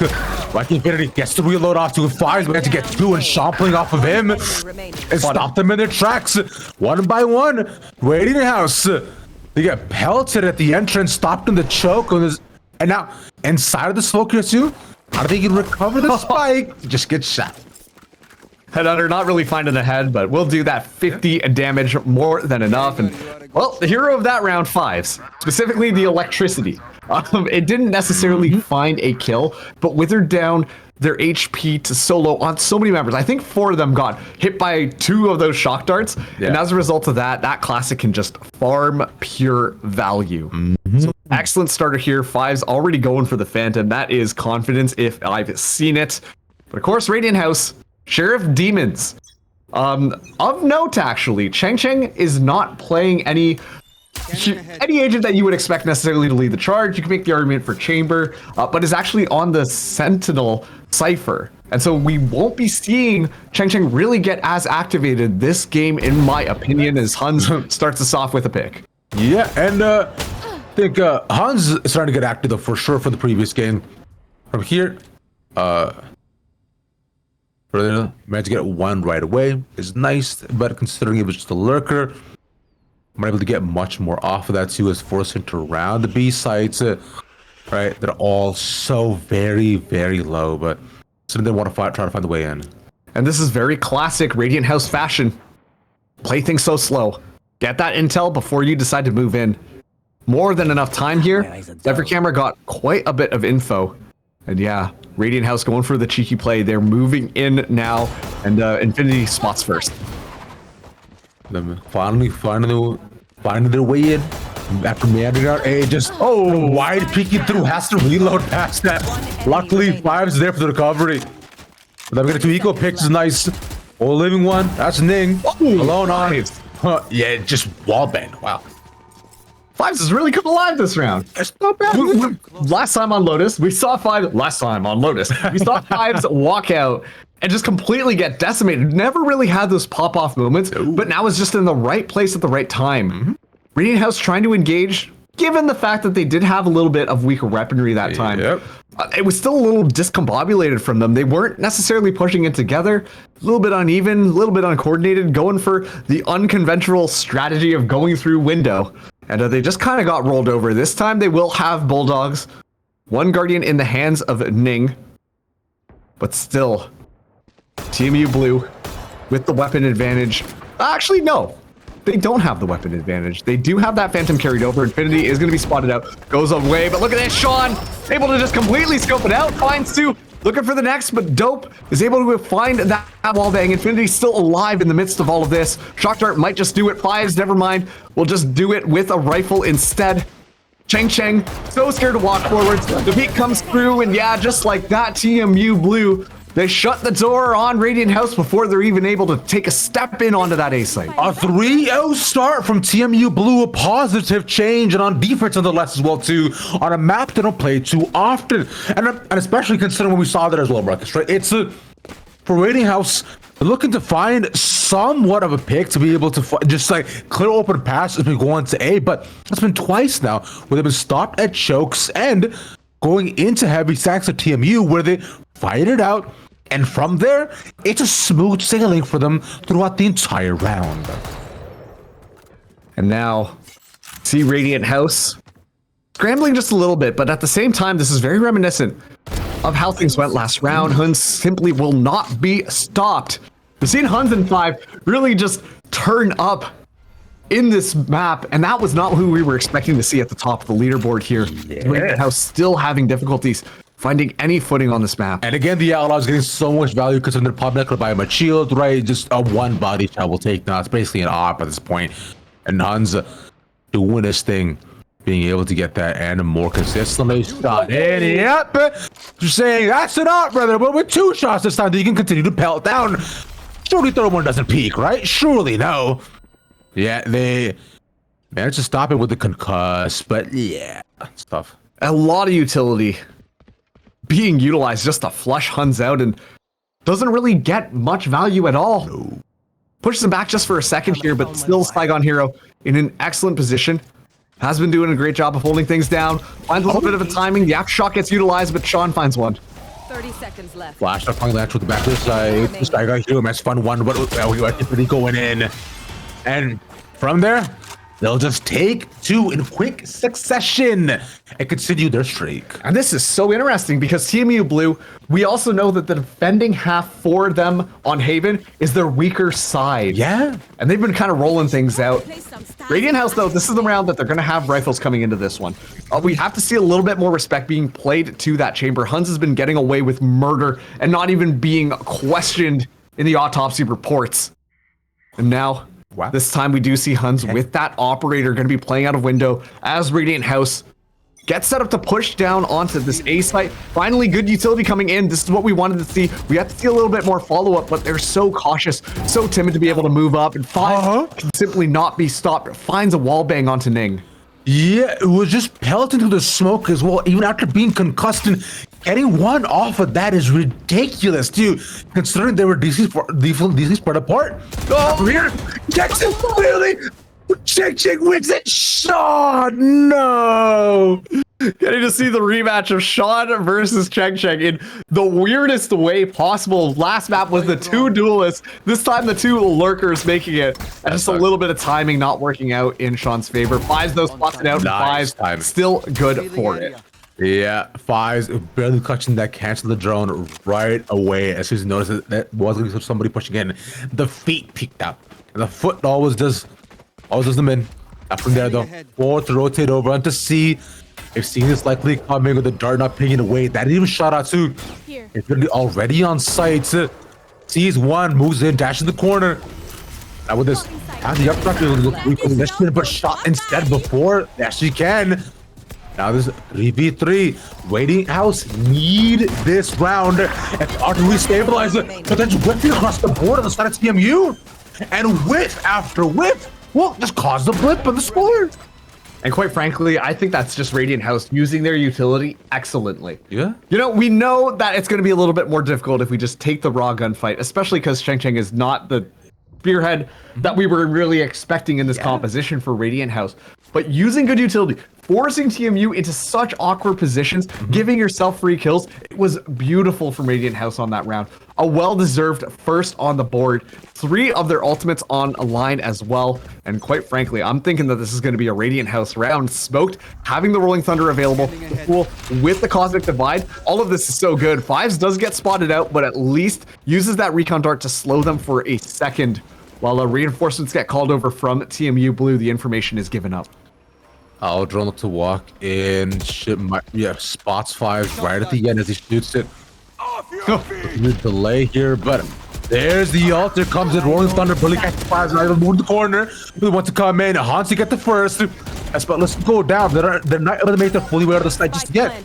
Have control in their favor, like you're saying. All the ults being invested one by one. Even the actual divide to cut off the window up top. So now they jump through and they want to move in and look to get the site back. One else below the dash it by himself, starting to get back. The rest to come in, not there yet. Might be able to do it. Shot a 3 peek past the wall with not full up top, and they managed to push him down. Jesus Christ! Ultimates ultimately used by Radiant House. That was so good. Oh man, good stuff coming in from Radiant House. We saw 3 of them get utilized on that last round, but this also speaks to the TMU Blue composition. The fault that I saw, no flashes available. They're just standing on the other side of the smoke, so no one wants to push in. The only person we see go in is Infinity, just dashes onto site, immediately wings clipped off of the jet. Nothing available to be used for them to re-enter. They're so reliant on being able to find those first picks that if it doesn't go their way, that's where Radiant House will be able to get the jump on them. And now, Radiant House starting to make their way up C. Retakes are going to be a massive question for TMU Blue once he's at his side commons. So right now, it's just holding off site. And hold they cannot right now. Second Hero gives that up. Sean gets the first. Somehow, some way. So them still be good on the first block conversions, if anything. But now from here, again, they have to beg the question. How do you get into the site? Passes pure gunfights, right? Like not going down just yet. Then watching the flank. They managed to find one. Takes it for its both. That was crazy. Illegal even as they were watching him walk in. Still 3v3 somehow. TMU Blue is sent around Wacky Infinity. Found the time to get one more, playing off of fives. As they go around neutral one after the next, he's crouched down against him. They're both playing the same game. After the 2v1, Nix, there's diffusing. Shoots him. Oh my god. A little bit of a blunder there onto Chang. Chang able to walk away with a couple of kills that probably should not have happened. Caught in the reload as well. The judge misses its first shot, and then, well, thankfully they're able to damage control pretty quickly. Heroics coming in from Infinity that round. I think that Infinity made sure that that was going to be winnable. Finds that first pick, and then just an excellent 2-stack onto the site. Utility being utilized perfectly from TMU Blue in that 2v1 scenario, but they shouldn't have to fight that hard to get down to it. Meanwhile, Radiant House, I'm still really liking their engagements onto the site. I think that they're just taking a bit too much time to get themselves set up on that post plant. If they can tighten that up a little bit, TMU Blue are going to be under a lot of pressure. Tour de force utilized, watching down C long. This is the correct way, but look at this. It's going to be the flashes that might make the difference. Almost a collat there. Okay, Hun's almost done. Is done. Yeah, gets out, and it gets quite far back here too. So leaving Silent Hero alone on the site, so not aware as to them being more people around there too. Won't expect the chamber. The British take the angle. Looks like goes down. They're also catching both of them too, but expects it. Like recoverable. But Holmes comes back in one by one. Holmes takes a triple, leaving just the chamber on the lurk. Spike is abandoned on C. Chang, what are you gonna do here, brother? I mean, this is possible for Chang. We have seen Chang do unbelievable stuff, but the information gets given up at this point. Taking a look at the economy, it might just be a save. Yeah. Chang not done yet, actually. Think they can take it, but Vice has been on fire. He's able to find that final kill, and honestly, that round is simply just because Radiant House didn't do their due diligence to clear out the back of the site. Yeah, especially with Hans dodging the fault line too, expecting them to be on a different angle and easily up top. So now from there, for TMU Blue, things look up. But I mean, if my bets are good, which they usually are, I'm thinking 8-4 half. Oh, okay, that's what you're putting your money on. Yes, sir. that's my betting horse. Didn't realize you were a Valorant bettor. Well, hey, Riot is allowing betting companies to come in again, so might as well, man. You're not wrong there. You're not wrong there. Something we got to fix esports. But this time around, we're seeing that push up come in onto the C site yet again. Excellent job just clearing out that site for utility, but okay, excellent fault line. Saigon is under pressure here. Yeah. Lens is completely flashed off, and this breach is getting valued. Opting out the flash though, 100 to get the 8th now. With the op now there being an option, but taken out with a classic nonetheless. It's like they're almost losing that again. Almost getting a 3 with the classic would have been illegal. But who lets a live right click through this? Leaves them in a 2v2, an insane round to be able to take almost, with the weaponry being desolate and decrepit. Radiant House pulling off miracles. Oh boy, yeah, TMU Blue coming forwards, and I have to say, Sean, I think the mid-range rifling is unbelievable. Yeah. Just raw gun mechanics. Sean mid-range with a rifle in hand, Solid. give him a Vandal. Going to be good for it. Able to find so many picks. Yeah. It's when you kind of find those, you know, oh, there's a little bit more utility. Oh, there's a little bit longer range. That's when we see Sean start to fall off. But especially too playing that Clove, I'm understanding why you go for the Clove take now. You want Sean to be a little bit more aggressive. You want Sean to take those fights and be able to clutch up the rounds like that. And, you know, you talked about Potentially teams just bashing their heads against the wall. Looks like that is Radiant House right now. They're going in onto the C site yet again. This time, TMU Blue expecting a little bit of difference. A lot of smokes get popped up onto the site, but Radiant House will be able to take it for free. They're playing retake this time completely unseen. They have the effort, but I don't say they don't have much to retake with. They just have knives here if they want as an option. Astral Divide not put out. Moto takes some damage to from the guns, just spraying at the smoke, but not from here. Like they don't have the info as to where they could be holding, right? So we have the Sova to try to find it with the dart, but even with that shot out, they find two. That could be huge as well. They wait for the wall to drop. That shit up top, and three falls so quickly. This is what we were saying. Retake power is just not there. And this makes me so worried to see what they're going to be like on the attack. Yeah. Are they planning on just using their smokes to be able to take these small corridors and be able to push in and take that win? Because without those flashes, without anything really to necessarily stun people, I mean, Clove can only really vulnerable people, not necessarily a stun. It's so much more difficult for TMU Blue. It's like they want to play Counter-Strike right now, you know? Hey, let's just go guns out. Let's see if we can find a couple of kills and play off of it. Radiant House have been using their utility perfectly. It's crazy to me how much value those Cosmic Divides have gotten both times that they've been utilized. They have secured a round single-handedly for Radiant House, and I think that really is just the top diff is, well, being not able to play the game here, next at least able to punish. Yeah, because if you are TMU Blue, you can never truly be in a position where you're giving up one side. Exactly You've seen it happen over and over again. It's just not able to go in your favor. YK, the knives dashes into repositions exactly where they are. The fool's ready. The second pin got him. He had to stay still, but the op is now down. Radiant House doing it again off of excellent timings and good uses of their ultimates. I like this. Fives is pushed up pretty far. The rest of the team not necessarily there. If Fives can find a couple here, could completely turn things around. That breach pick could be huge, especially against the Rolling Thunder. Yeah, that's the spike as well, info. One more. He knows the big answer. One is shooting at him. Let's be down the punch again. Stagger here for the trade. Just 2v1. You know. That's kind of what I was hoping for. Buy just enough time. Watch the rest of your members be able to play off the trade, because as soon as they see one, they're all going to hyper-focus there. And now this is definitely a winnable scenario. Nick's the last person left standing, does have the Hunter's Fury online, looking to go into the back door.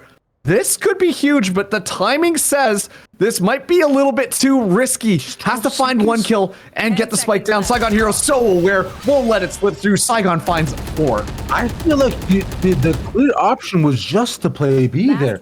Like, I think that made the most sense, because the timing specifically, but instead, you know, choosing to move away, I think you could have easily played post plant with the ultimate, if anything, but nonetheless, we're going to save it for the final round of the half. Should be able to recover pretty easily. TMU Blue, let's see if my prediction comes true. All right, well, this is going to be the round to see whether or not your predictions come true. My mortgage is on this. Yeah, oh boy. Hey, you should put that crystal ball away, buddy. Yeah. We do see that it is a bit of a light buy coming in from Radiant House.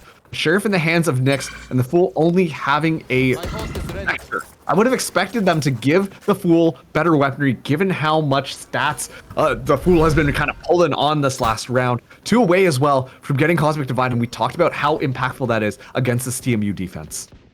Rolling Thunder also available for Radiant House too. That's been a game changer for the Red Blue. The Saigon again. On the second 2. Take it away. Okay. For Saigon Hero. The spike now dropped. Ridiculous play. And round ends just like that. There's 2 left, Marcus. They can't do anything.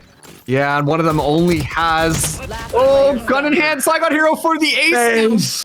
Just has to chase down Nyx, and the rest of the team are going to be ready for it. Ace. Doesn't give it to him. Takes 2 of his own. Okay. And that'll be it. At 9-3, I've lost my house, my mortgage. I can't have anything anymore, man. Wow, that's crazy. I just won a mortgage and a house. Yippee for you. Hey, man, are you looking to rent anytime soon? Or? You know what, for you, buddy? You can live there for free. Hey, appreciate it, bro. In this economy, I got you, fam. Yay. Oh, man. Okay, 9-3 into this half. TMU Blue. Saigon Hero really being the hero for TMU Blue. able to find 4 kills so early on in the round. And once again, we were watching Smoked completely just walk in multiple times and get taken down. Last time by 5s, that last round by Saigon Hero. And now we swap sides, 9-3. Radiant House, they've showed us amazing things when they've swapped sides on Lotus. They got to show us the exact same thing if they want to stay alive in this series. Once again, because it is single a limb, whichever team loses this is out of the tournament completely. Facing elimination, you imagine the pressure has to be mounting for Radiant House a bit. Most definitely, it should be TMU Blue, though, after a shaky start. Now, once again, the second half, let's see what they can show to us. Right, they're doing a good job so far, and a lot of like players from the previous tournament stepping up one by one. We've talked about Hun, we talked about Sean, right? Both games in a row, they've shown such fantastic looks, but this is the half we were worried for. Right after Radiant House, though, let's take it. Okay, yeah, this is what I was thinking. I'm like, hey, if you're TMU Blue, you should spread yourselves out, though. Make them take the bait, flush out their utility, because that's what's going to slow you down. Yeah, and right now, and they matched by that. They actually weigh in, right? Smoke also now gone too. Radar wide open, Ning pinged, one taken. Nice flick, but only one by the end of it. Unfortunately, no collapse to be had. Lay them in a 4v1.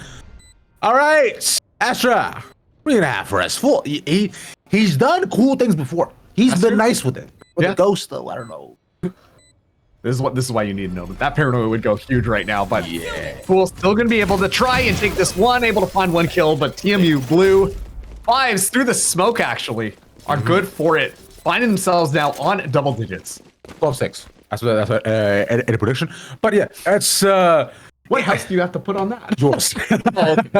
Dang, wait a second. I'm taking it back, man. But nonetheless, from there, right? It's TMU Blue right now, the savior once again. And last half, it was Radiant House to take a actually pretty convincing save round for themselves. But sorry, in the previous map, I should say. But as right now, for TMU, I would just to see how they play out their attacks, right? Without any flashes, they have been able to just find ways to move into sites that with the gamble stack being put out from Radiant House, let it be. They can reposition pretty easily to slow down the entry. Chang now waiting in the corner, not smoked out. A spike looks like go down quite soon. The Dehada coming onto Ling. As they wait for the spike goes in. They find one. That is one for YK. And he starts off the round, and the rest of them 3 flooding in one after the next. It's a 3v3. Smoke some more. YK to clean up. But is Brody surviving on that, just leaving Cheng? And Cheng does have a sheriff. We've seen how this one plays out before. Could go either way, but actually looks like Cheng is just going to go for the reposition, die to the spike, take the money, and go forwards. I'm going to be looking forwards to this next round as well. Radiant House, if they want to have a little bit more success, they have to be just a little bit better about using their utility. Not necessarily here on the, like, to slow them down or anything. I think they purely have to play for that post-plant positioning because their utility works out so much better for them.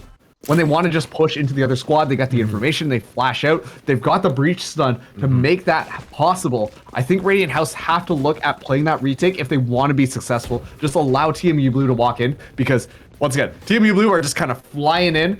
Let them fly in. All they've got are smokes to really cover. Exactly.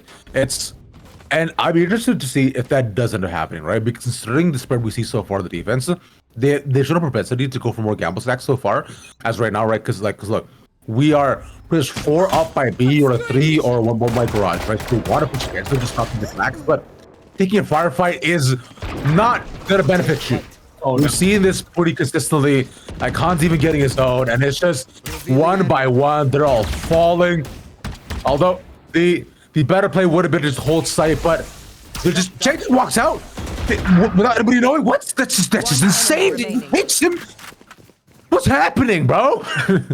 They just completely moved on. Look at that. They got C-Site for free. And because they moved into that area with Garage and we're expecting to move out, like you said, find a couple of cheeky kills. Not the case at all. They just completely get flanked by Garage. And now this is just Ning holding this rifle, looking for something, and Han's not even going to allow that. That is a tough round because Radiant House also bought up on that one. And well, they do not have a lot of money left in the bank, and they have to make sure that they win now 9 in a row. Not impossible. I've seen it before. If Fnatic can do it, why can't they? But it's 2.5. that was 10-2 with the half, and they also had Alpha here and Durka and Leo and Chronicle. Just all of them, you know. Yeah, I mean, both just there. Yeah. Oh yeah, I'll play. But yeah, it's just it's off right now for what they're looking to face up against, right? For right as of the setup is, there's a nice put out, they get spotted. He had this great look to open up the sights. Gets it, he walks back into it. No shot, man. It Taking that back. leaves them Planted. with a sight wide open. Oh boy, 4v5 onto this retake. Not best weaponry. Sean makes sure, hey, that mid-range rifle in pretty good, but Pool Yeah. finds one. I would even see that's a bit close. If anything, catches him on the switching weapons. Last player standing. They're just pelting them, tossing rocks at them, and getting headshots each time. Nick Slack's one left alive. He just did running and gunning. As they should. It's TMU Blue to take the first game. So how's it feel like losing my house as well? 13-3. TMU Blue completely flipping the script on their usual Haven play. Yeah. Fantastic stuff coming out there. And of course, Saigon Hero and Fives, the two people who absolutely shined on that one. And I gotta say, it really just felt like they were in the right position at the right time. Just playing such rattier angles, just not getting cleared out as well. Radiant House have the utility, which is the hardest part about all of this, because they had the utility to clear out so many of those angles, but it just simply were not doing that. And well, you know, the rats are gonna rat. They're gonna find so much value.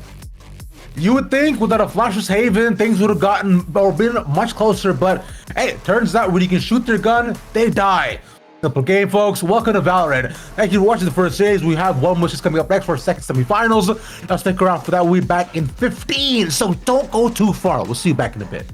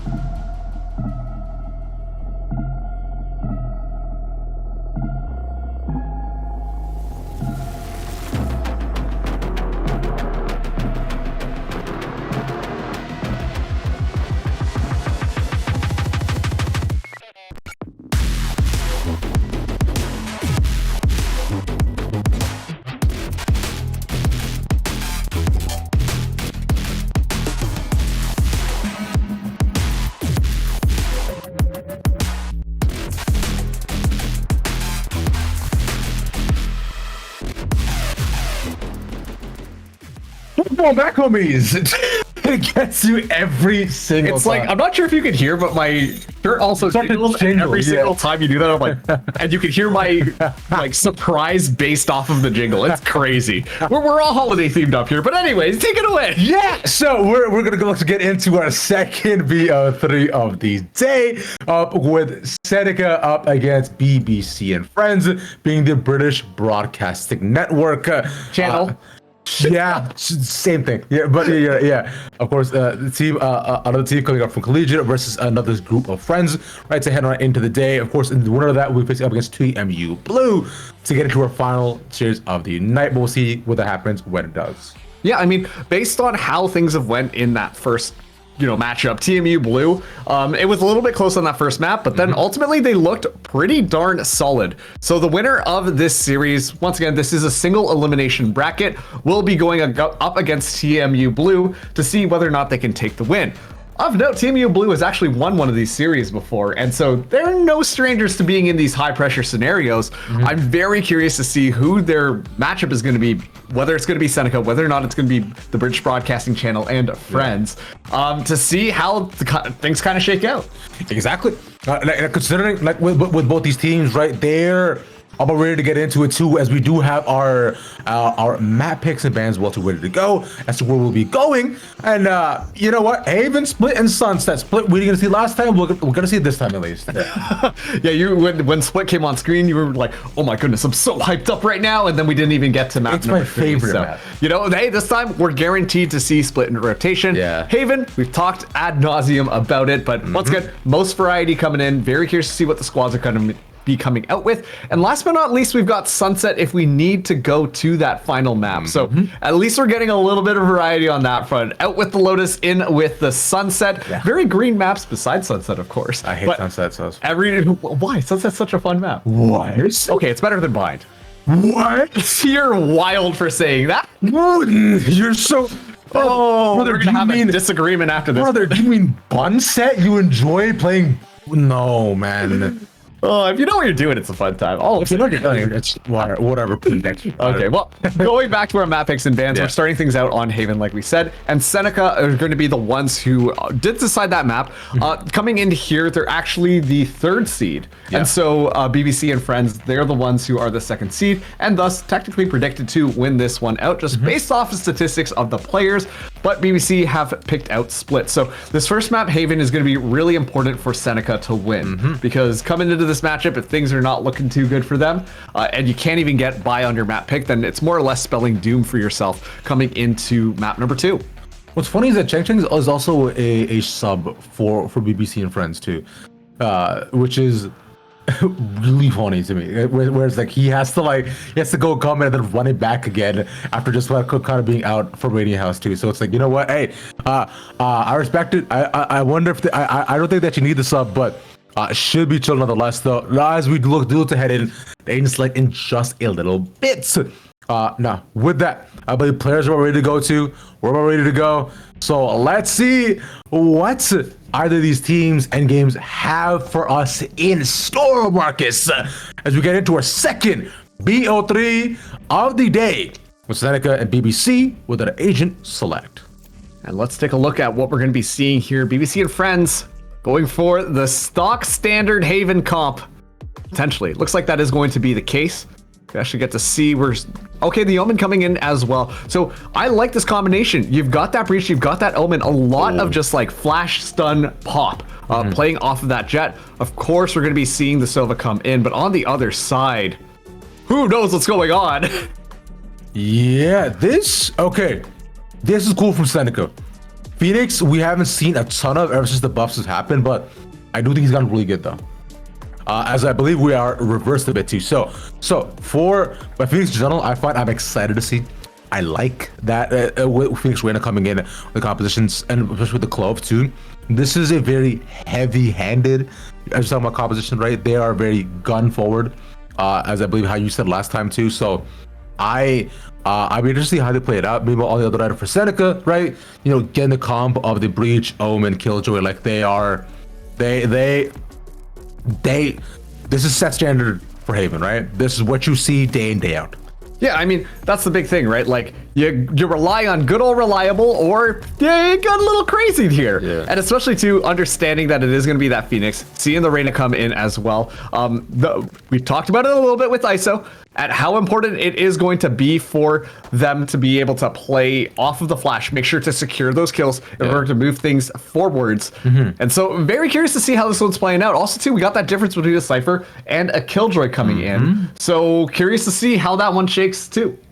Exactly. Now, as we look to pop in for the next couple of seconds, I believe we do have a small remake as well. So they refine. Yeah, we do have to remake again because I believe we're supposed to be on opposite sides. So hey, all good. We'll get that fixed up in just a couple of seconds. Should be fine. No worries at all. We're okay. Yeah, it's supposed to be because it's supposed to be the BBC on attack and Seneca on defense. So gotta switch that around. Yeah.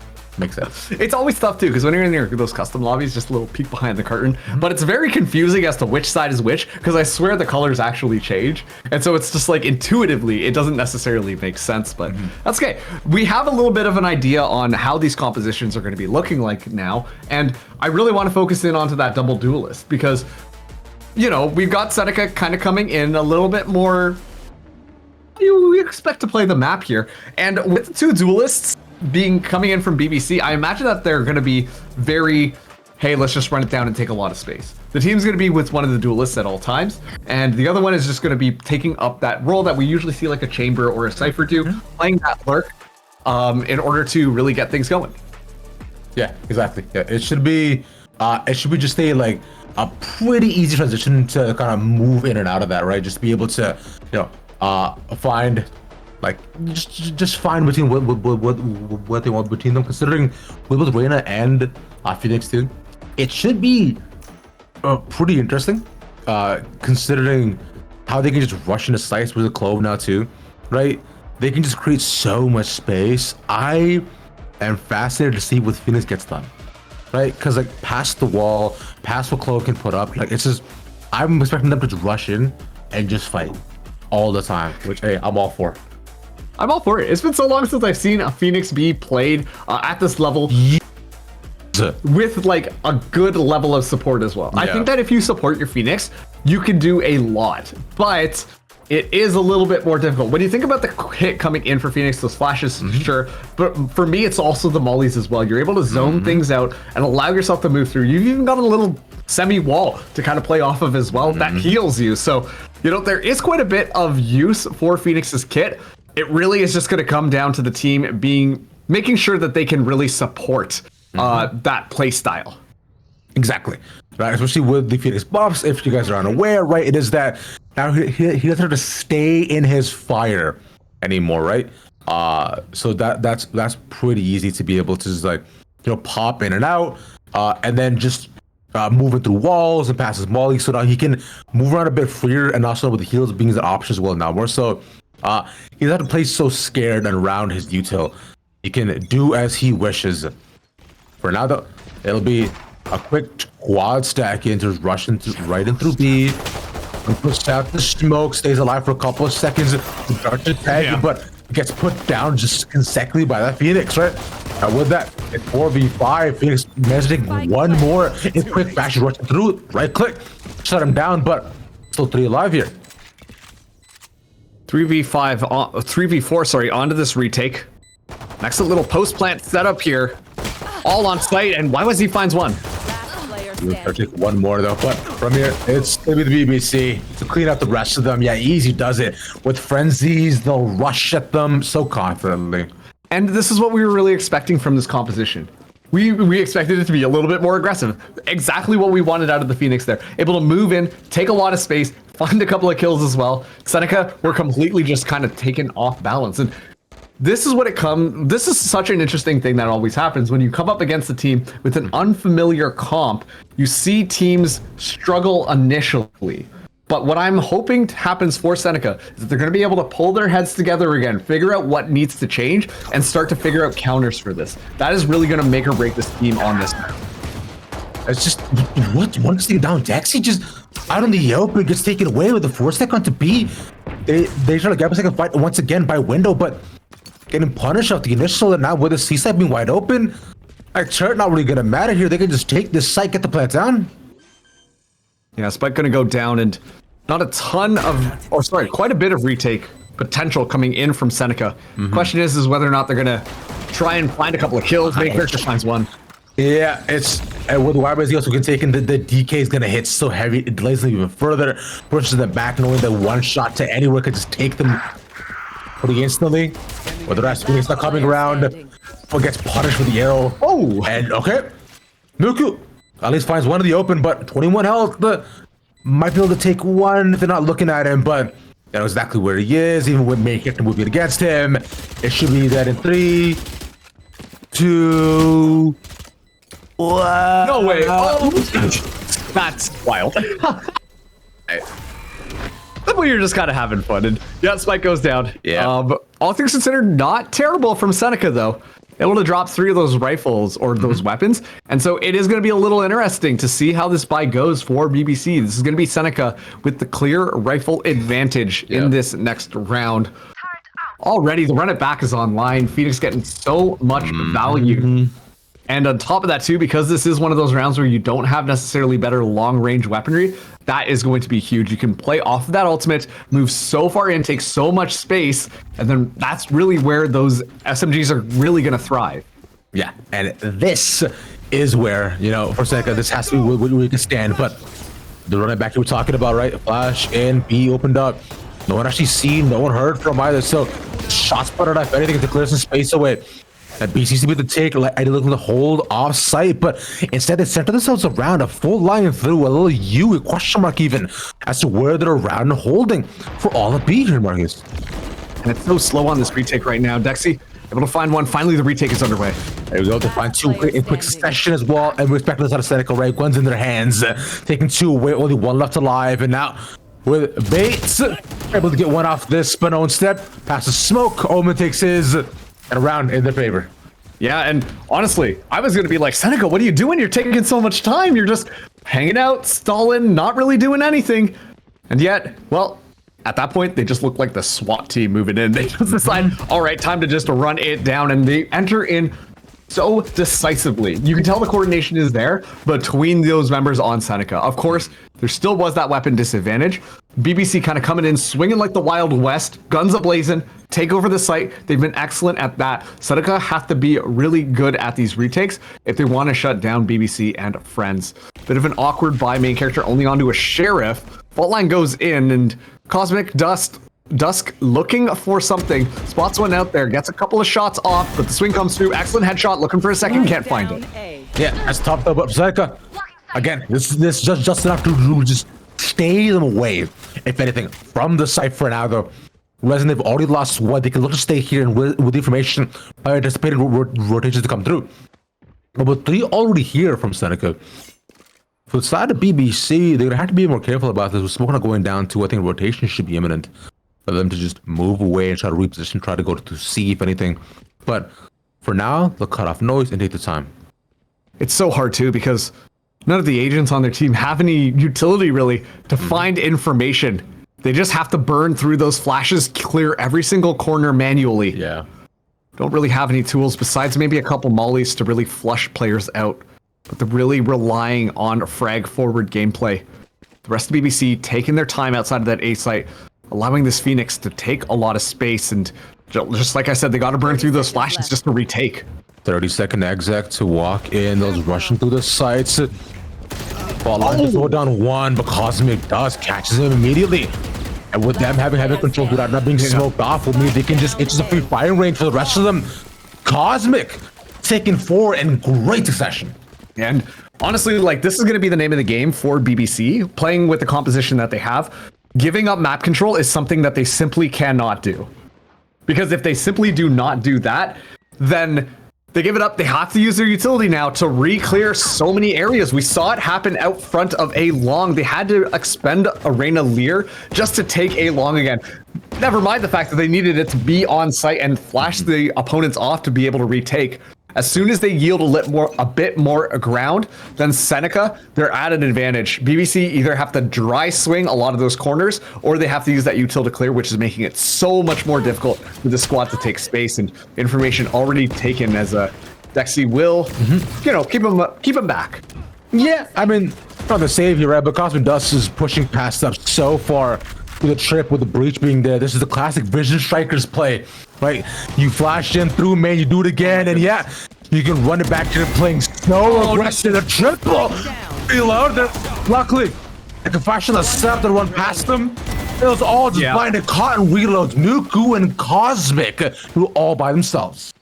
Yeah, speaking of map control, another example of that. Seneca were able to flank them so hard because there's no information for BBC about that flank. They hard committed and immediately get kept at arm's length. And being kept at arm's length, that was so much easier for Seneca to be able to play that retake. They had them boxed in C long, nothing really to do. And well, Seneca is really starting to storm ahead here. BBC will have the rifles bought up this time. They do have that Cypher ultimate, but I don't know how much value the Neural Theft will get unless you're able to find an easy kill and then have a better idea on what that you want to storm. And now instead of playing on A off, just Sova. You're able to take the space onto A lobby here too, not rushing peek because it is smoked off at the entrance. Signaling that perhaps C might be the take to look move to garage. KG Util is shot out. We'll call for rotation from Sova. Already the breach already moving here through. But now with this, I think they've done their job, right?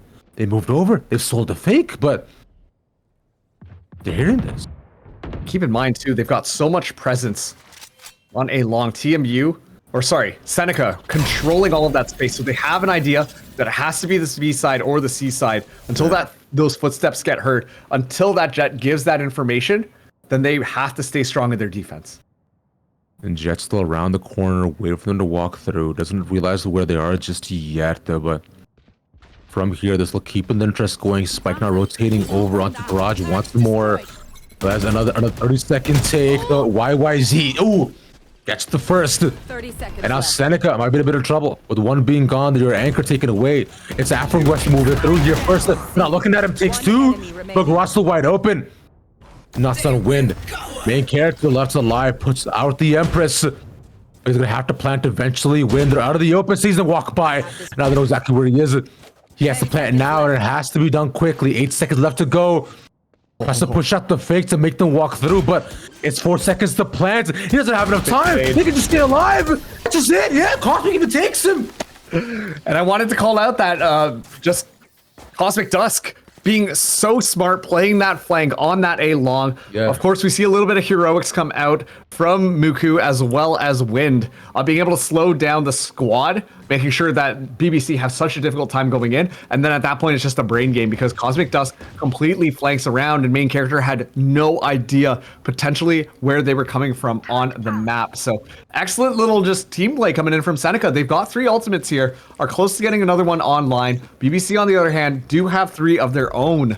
Hunter's Fury is well available. Could be an excellent tool, but I'm curious to see how they want to use it. We haven't been seeing the aggressive play that we would have expected from the squad.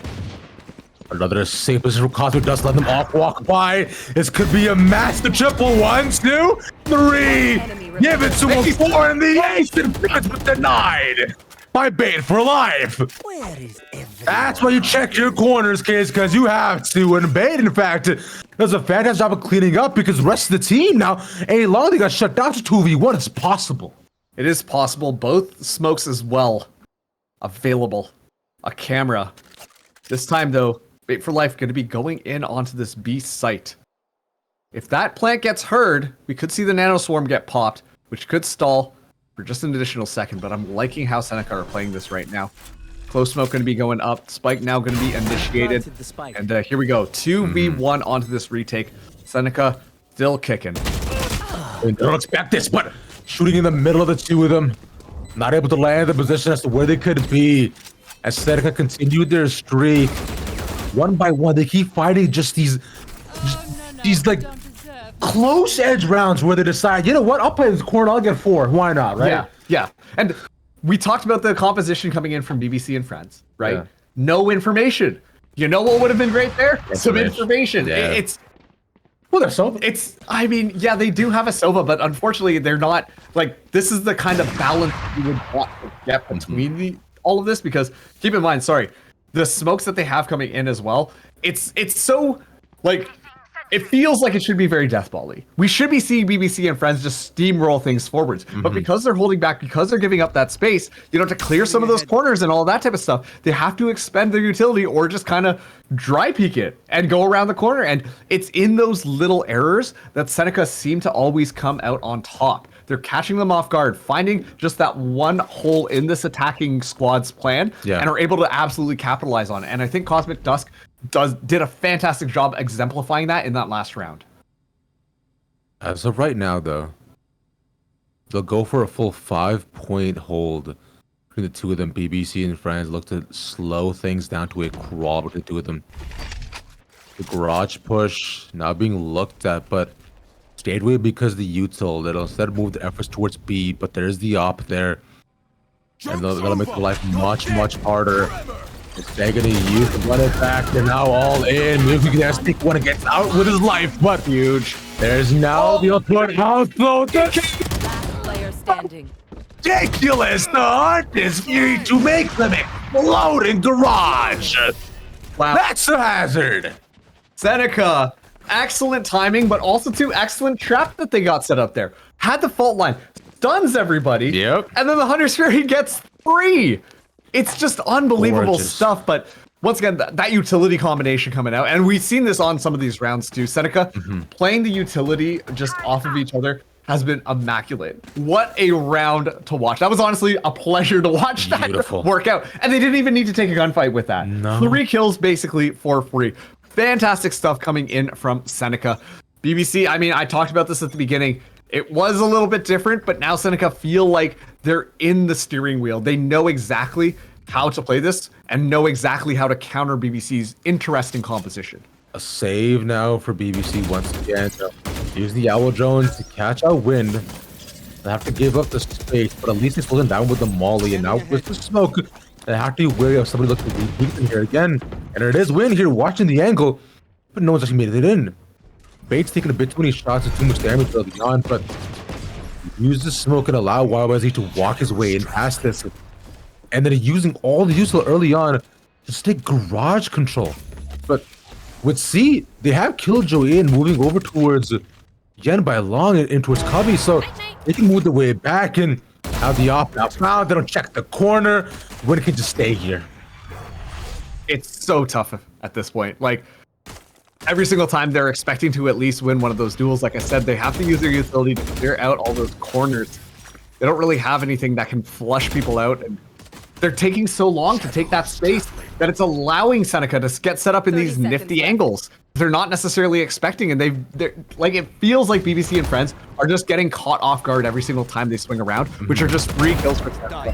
And After 6 able to get yet another one. A paranoia comes through. After 6 not done, looking for that last one. Oh, at least able to get 1. 5 HP, but gets gunned down. Seneca, I mean, they look dominant on this defending half so far. Yeah, off the flash too that was taken for the breach. Previously, Muku just sets him up, but interesting choice by main character 2 who looks to jump in when he's full flash too. But nonetheless, for now, Seneca looking comfortable, looking good, and momentum most definitely behind them. Most definitely. I mean, 7-2. I'd ask you for what your bet is, but I don't want to know because based on the last, maybe we don't want that piece of information anymore. I've lost too much. I've lost it all, in fact. That's a good allegory for things. And well, this time around, we're going to be a little bit more aggressive. Oh no. If Texan got caught there, that would have been the door wide open, but a lot of information given. They're going for the 5-man rush. Yes, sir, but retake is a definite option considering they do have the Rolling Thunder, which is to be set up here on the other side. So as soon as that plank goes down, that should be their goats. Their ghost time once that does get here. So once they get around to it, like this should be the way they make the way back in. Now 2 playing offside, 3 on though. Rolling Thunder should be now looking to walk in for them to allow to walk in past the site. There it is. There we go. That's 2 now caught. 1 was back to the side. Main character is the first, second. Nearby mid side, but Billy managed to get out though. But they're playing 4 off, so they can just spam this. What to do? Artistry baited out. And now tags 2. They're so big. And 1's taken as well too. But that's where they got fighting out. And fight they do. Smoke dissipates. Nothing to cover them. They'll get the plant in time. I gotta say, I feel like that's just game awareness. You know, The spray through the smokes, getting so much damage onto BBC and Friends. You see that they have to like reposition themselves around. Yeah. Even with the Hunter's Fury being able to find a kill, doesn't make enough of a difference. BBC and Friends, they're so scared to kind of poke around the angle because the spam just did so much impact on that post plant. And Seneca walk away with yet another 8-2 now. A lot of ultimates on the board for Seneca. While BBC, I mean, they really try to make that one work. The Hunter's Fury got used up. The closest that they can get right now is going to be the Neural Theft off of the Cypher. Yeah. And I don't know how good information that is. Hey, I mean, let's see. It does depend on the situation with the match to find, of course, right? But all info is good info right now. Just 5 stacked up. Now this time, looking for the gambling to be. Let's all lock into this smoke. They'll have to reposition and see what they can get. Past the drone and through the wall. Is the later. The flash is massive. He can repeat with it too. Just barely catches him. Muku and Afro cleaning up again. Past one, past the other. Disgusting, man. And I gotta say, unbelievable map awareness from Seneca on that one. Yeah. What we saw there was actually Dexy and Cosmic moved out of C side and A side. So they were holding that down, not seeing a single soul. Okay, we know at this point they're going for that 5-man rush. Must be going B. You see the reposition from Muku just into the back of the site. Already the reinforcements are coming in from Seneca to pinching off of the sides. And like you said, just the flash timing perfect. The reinforcements swing in.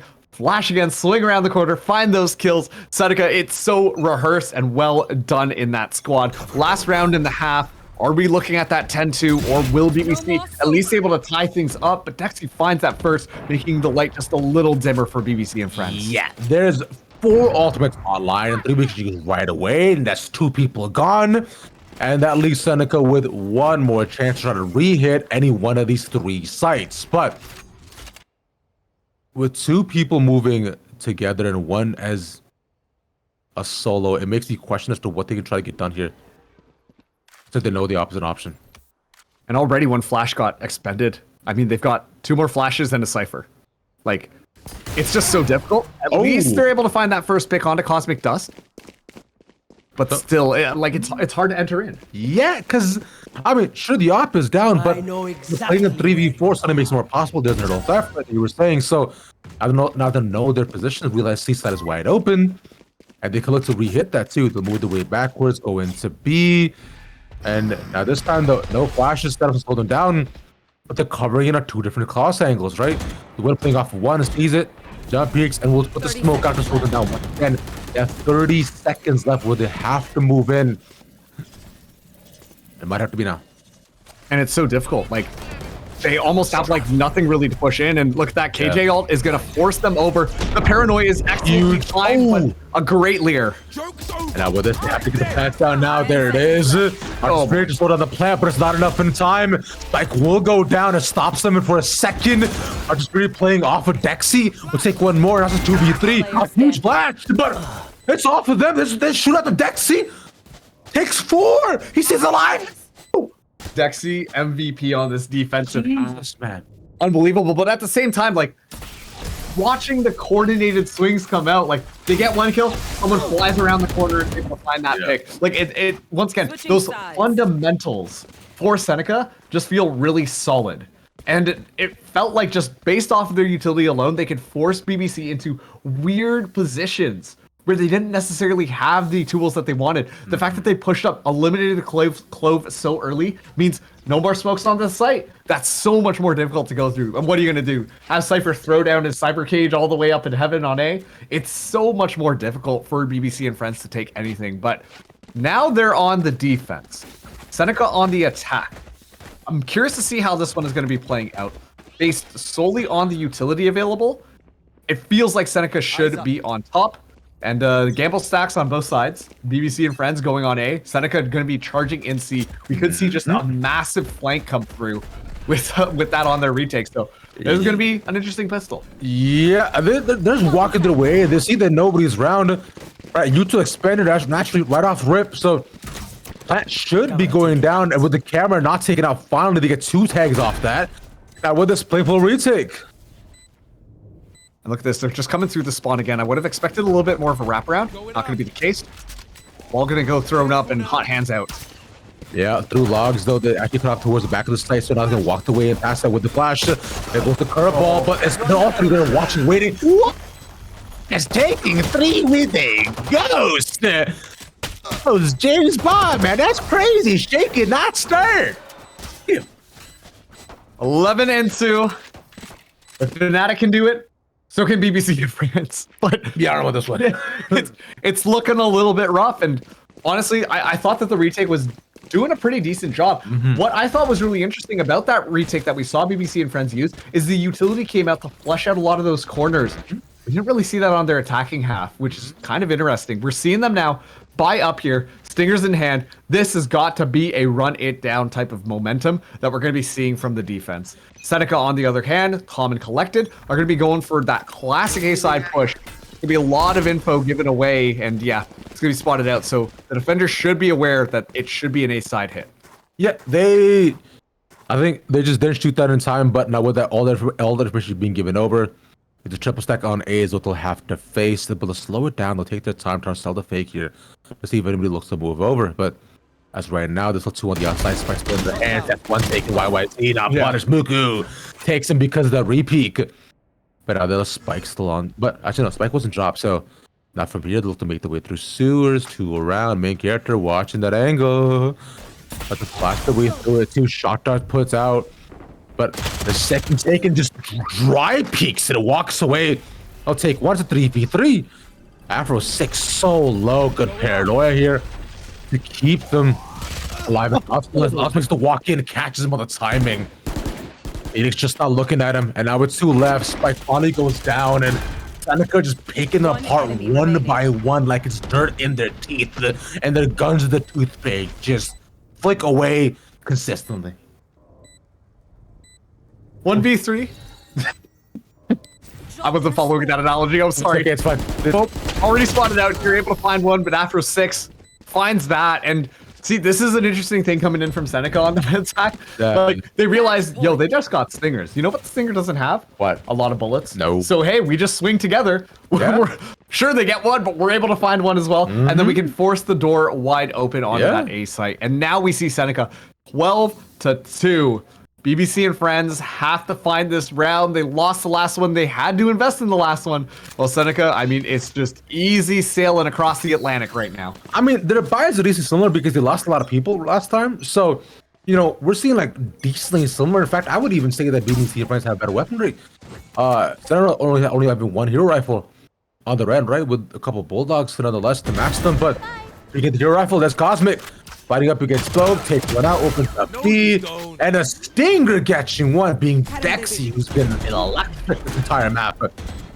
So that's a Cosmic to get the trade. Oh my! Catching the whiff of him, easy pixel angle. He is shooting. Oh, it's awkward. Cosmic Tusk wins that one out. Curveball gets utilized, caught with the fire out. 1v4 this retake, and just like that, that's Seneca. 13 to 2 against BBC and Friends. A very dominant game after, you know, what was just the pistol and the bonus. It did not look close. A gun round taken, and on not even their map pick, in fact. Yeah. So it looked good. Split is what they're more comfortable at. So I'd be fascinated to see where they managed to actually get more dominant somehow. Yeah, absolutely. And it honestly just came down on that map specifically to a utility difference and coordination difference from Seneca. Yeah.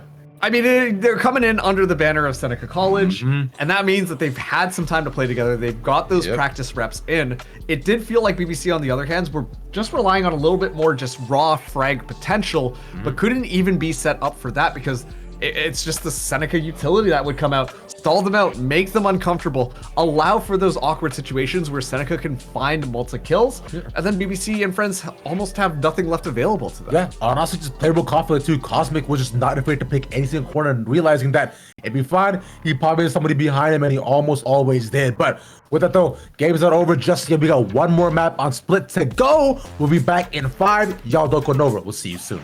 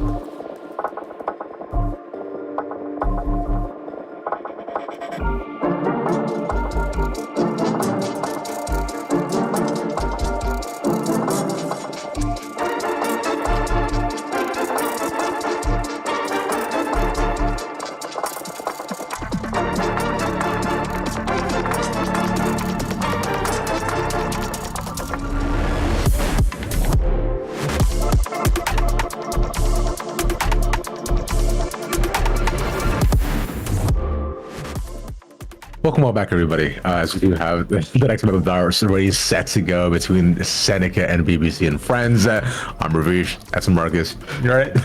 I didn't realize we were getting sultry on the cast. Well, right, dude. Yeah. I mean, like, look, Okay, man, all right. Well, I'm good to go. yeah, I mean, Ravish, let's talk about that last map that we just saw there, because Seneca and BBC, I was really impressed with how Seneca were playing the map. The utility usage, amazing. But of course, that was Seneca's map pick. And so I'm curious to see how your favorite map split, as map number 2 is going to be going down, because that is BBC and Friends' map choice. Exactly. I mean, look, they looked as comfortable as ever. Their combos were standard. And for split, I find it is very like either could be very snowballing or very, very close to be seen in a lot of different games. Now for BBC, right? They didn't get a chance to snowball, considering they got rolled, if being honest, right?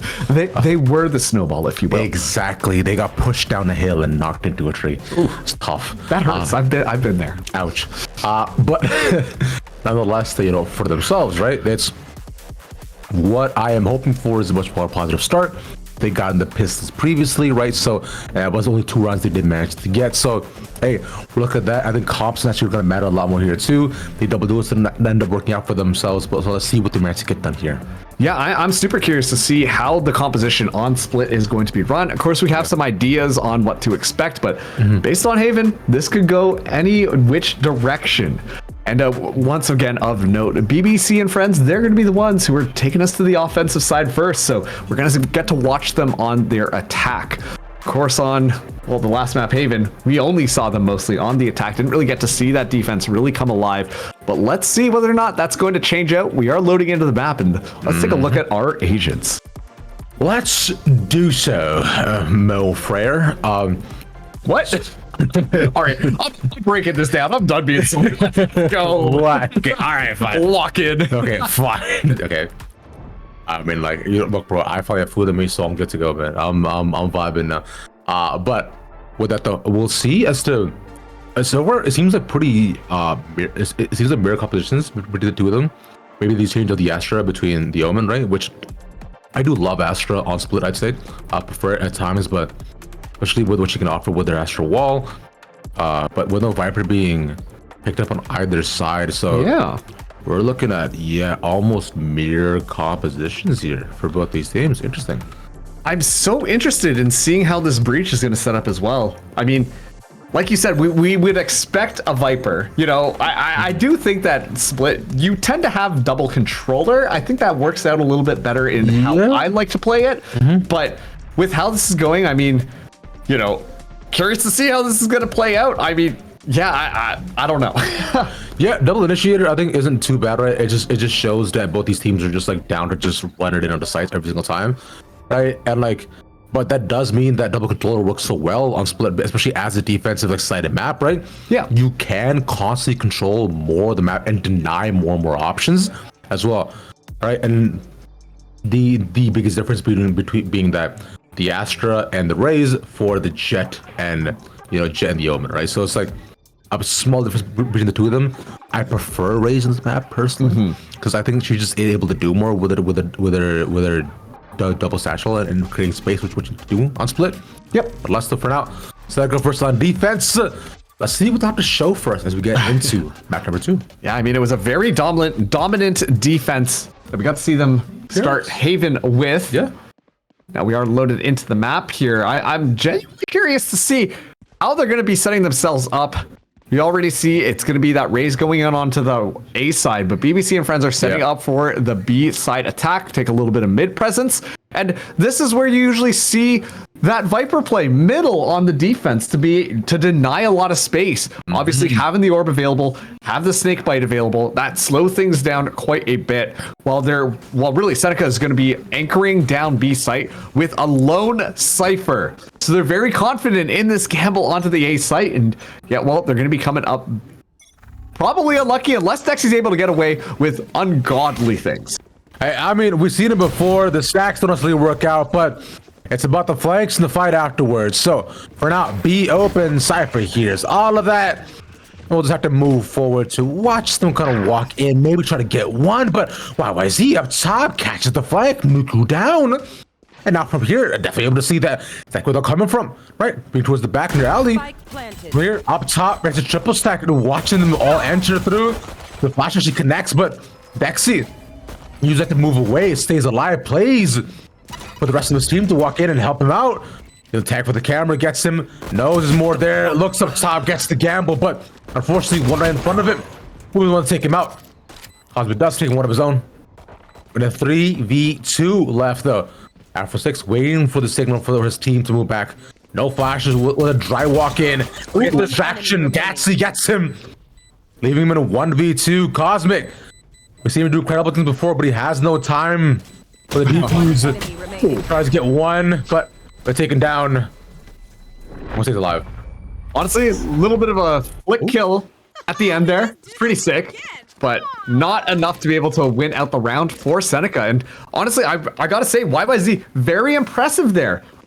The biggest avenue for Seneca on that retake was for them to just move up into B heaven because, well, there were simply no pieces of information there. The entirety of mid was left open based on where those trap wires got set up. Yeah. And on top of, so all they really had was YYZ just flying around his jet, able to take over that space, make sure that no one walked through. And that was more than enough, despite the fact that Seneca had the numbers. So excellent play from YYZ. And this is already looking a little bit better than that last round. I don't want to speak too soon. The Y-up is going to be coming through for BBC and friends. They're getting ready once again to go onto this B site. And Dexy at least gets that single tag. See the ball follows to walk in. That's the one. That's the quick shots from BBC. Both taking two in a fantastic succession. And now from here, make it, yeah, well, we'll reclaim one, but not much more to that. And again, it's Cosmic by himself. They know exactly where he is. So 1v4, you know, not impossible, but tough. Okay, yeah, there we go. That's basically how we expected that one to go. Yep. At that point, it felt like Seneca were just kind of hopping in one after another. And well, we also know based on that last patch, movement and shooting even worse than it was before. Yep. So looking for those bolts to connect was a wish in itself. And well, BBC and friends at that point, I noticed they like to play their post plant, just dominating onto the actual site itself. And so if Seneca do want to retake those sites, obviously they've got the weaponry to do that now, then they just got to be flashing their way in and meticulously clear out all of those corners. Because chances are a majority of BBC and friends are just going to be hanging out on the site, not really backing off or trying to play off any lineups or anything. They're ready to take the gunfight as soon as Seneca walks in. Yeah, exactly that. And after Seneca, this is where they did look to come back and make their full run through 13, but considering how comfortable BBC look on this map, I don't think it'll be as easy, actually. But so we'll see what look to go here. Currently, right now, the setup more so right around mid, but two just watching that too. It's one anchoring each side, and even BBC is like spread apart too. They're playing it real slow. This one, YYZ gets the first. That's big. Yeah, the opener is huge now. Will take so much more space up here after 6 up top. This is the guiding light. Nice YYZ completely off guard. Ooh, a good trade as well for about, but for not from here though. Havens seems to be taking Dexy now there for get one back. Make sure to try to control the site for as long as they can. A continued delay here. Main character pushing out all the util. I guess the timing. Breach sees it. Battlegun wins. Last one unknown. Look at this. Completely catches it off guard. A 1v1 scenario now. Guiding light in hand. Muku so aware where this guy is hanging out. Still another flash available while Muku has to do it all. One guiding light expended, doesn't realize that there's another, turns away just for a second, but it's just simply so annoying. Fault line available in 19 seconds, but at least has to get it to halfway here in action. Gets shot out. BBC and friends 3 in a row. That was really no other way you can play that, especially in that plant position, right? When you're the one, you either have to spam that, but considering like you holding it means like more often than not, there's gonna peek off of it and you run out of time, right? So it's either you're brave enough to just hold off the first click, or you decide, hey, you know what? I'm not gonna defuse at all. I'll just wait, get the headshot, and then take my chances. It's just there's no winning there. It's tough. Yeah, I mean at that point too, like could have gone either way. Wind getting a little bit aggressive here. YYZ on the entry and able to back out of there at least, but the engagement clearly underway. Yep, the match is fine one though. Wind barely managed to get out of that too, considered to stay right now for a second, looking to take as many possible as he can. Dexy also caught hit with the tripper. Muku gets in. That's a nice little shot to start off though, but it's both to take him. He walks past his team who's full flashed. And now from here they get to play off site and just put the shoot at the rest of them. Coming around, Cosmic here with a flank. They'll take two and clear out back. Showstopper also committed to. Gets the shot off. It's a 1v1, but yes, he gets the gun. Cosmic Dusk, you animal! Oh my goodness me. I was about to say, Bope right now has just been absolutely lighting it up, but the awareness from Cosmic Dust pops the showstopper. Thinks it's doable in this 1v2 scenario. Already taken a lot of damage, going up against the top two on the other team. Still though, finds the important pick onto Bope with the showstopper, and then just goes for the 1v1 engagement against a YYZ and wins that one out as well. A big momentum round for Seneca to remind themselves we're still in this off of pure heroics from Cosmic Dusk.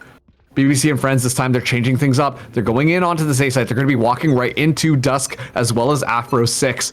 Well, the stack 4, Seneca is going to be a little bit more cautious on mid, but big information should be given away. The rotation should be fast here. YYZ has to get it. We'll do that. Afro 6 playing an open angle like that, really confident. I wasn't too sure about that, considering he has his ult, so he could have just played a bit outside, maybe given up having control. Not exactly the ideal situation, but he's able to take back in. Flash land in time. Cosmic again. His team repeats the angle, sees 2, and knows he has moved as well. What's that play?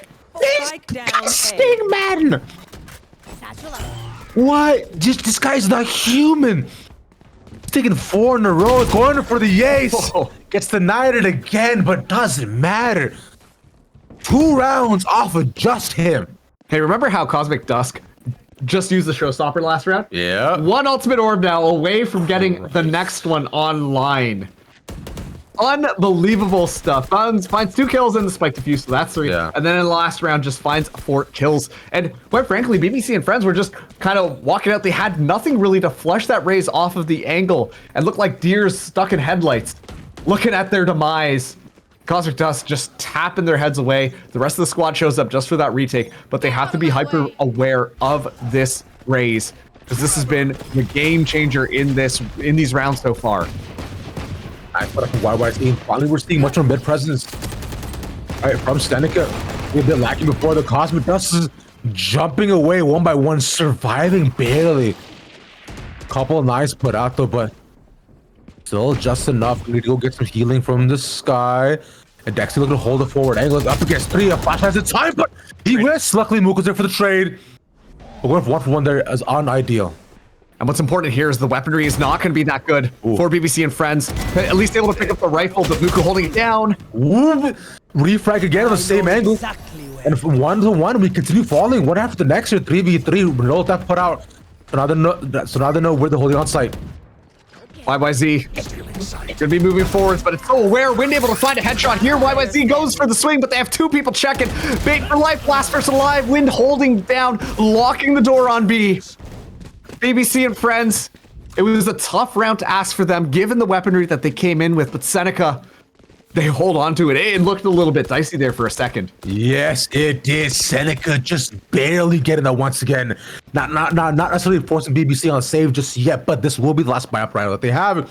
And momentum, right, once again swinging in their favor too. Considering with the rounds have been just so close here, Marcus, I'm not sure whether we can honestly call it either way. But what to watch out for: Showstopper, Rolling Thunder again, Cosmic Dust, and Muku. It's gonna get explosive. There it is. That's 1. Yeah, right off the bat, they pop that showstopper. Good respect being paid. BBC and friends completely just back off here. Rocket goes through, but thankfully the dash was activated. YYZ able to escape out of that one, but what it does secure is a lot of information. At this point, they know that this is going to be coming in onto this B site. It's going to be up to Afro 6 and Dexy to really lock things down as BBC. They slow down for just a second. Red first unlock was taken away from them, but then they find the secondary once again, though Dexy's holding it up top and has Afro 6 for the trade, so not able to surmise where he's holding just yet. Still trades position into garage when one towards the outside, watching through mid. Does a spot, and we're just trading bullets here. But in the 2 of them, meanwhile, mid as well. It's a situation. Finally, one taken, and no clear pan of attack right now from BBC and friends. Muku has that flashpoint ready to go. At this point, BBC and friends have to reconfig themselves. Ready to push up mid instead. Oof. Trapwire still there. Finally gets shut down. An excellent flash to deter them even further. At what point do we have to start asking how many bullets are they going to have left in their rifles? Right now, the flash was being set up, though. With Not again. with this, Muku and Afro take 1 for 1 here now, which leaves 1 left alive. And he come around for the flank, knows he's up against 4. Right, and them playing that close cross angles perfectly as well. Off the flash straight, but no time. It's gonna cost to walk into it. And that's it. Seneca continue the streak. They really do, and they've completely come back around. Now they are in the lead with 4 rounds, and I gotta ask some questions about how BBC were going to that. Ask them. Like, straight up, they just walked in onto the site. Yeah. We see the breach completely caught off guard. Main character just walks in, no smokes, no flashes, really on that entry. It's like they expected to be able to walk onto B site for free. Meanwhile, Seneca have really cleaned up their game. They're not over-rotating. They're playing a lot more cautiously, playing off the utility available to them. And as a result of that, they're finding free kills. It looks almost easy with just, they don't even have to move. They're just kind of holding angles and BBC are just walking in front of them. Yeah, they're holding me forward angles too, and like trying to play off their next move as well too often. They're not looking to get picks one after the next, and do exactly that, right? Finding the info off the dog to seeing 3 chilling over by B. Are. And not from here though. They'll allow themselves at least to reposition and move their way past like in the sewers, but we'll see it to stay instead.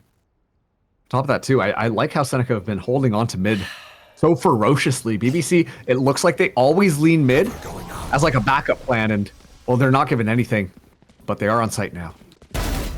Win, not spotted, takes 2, a triple imminence, and a quadra pop off. We've been denied aces constantly, but Win, just such incredible controlled shooting.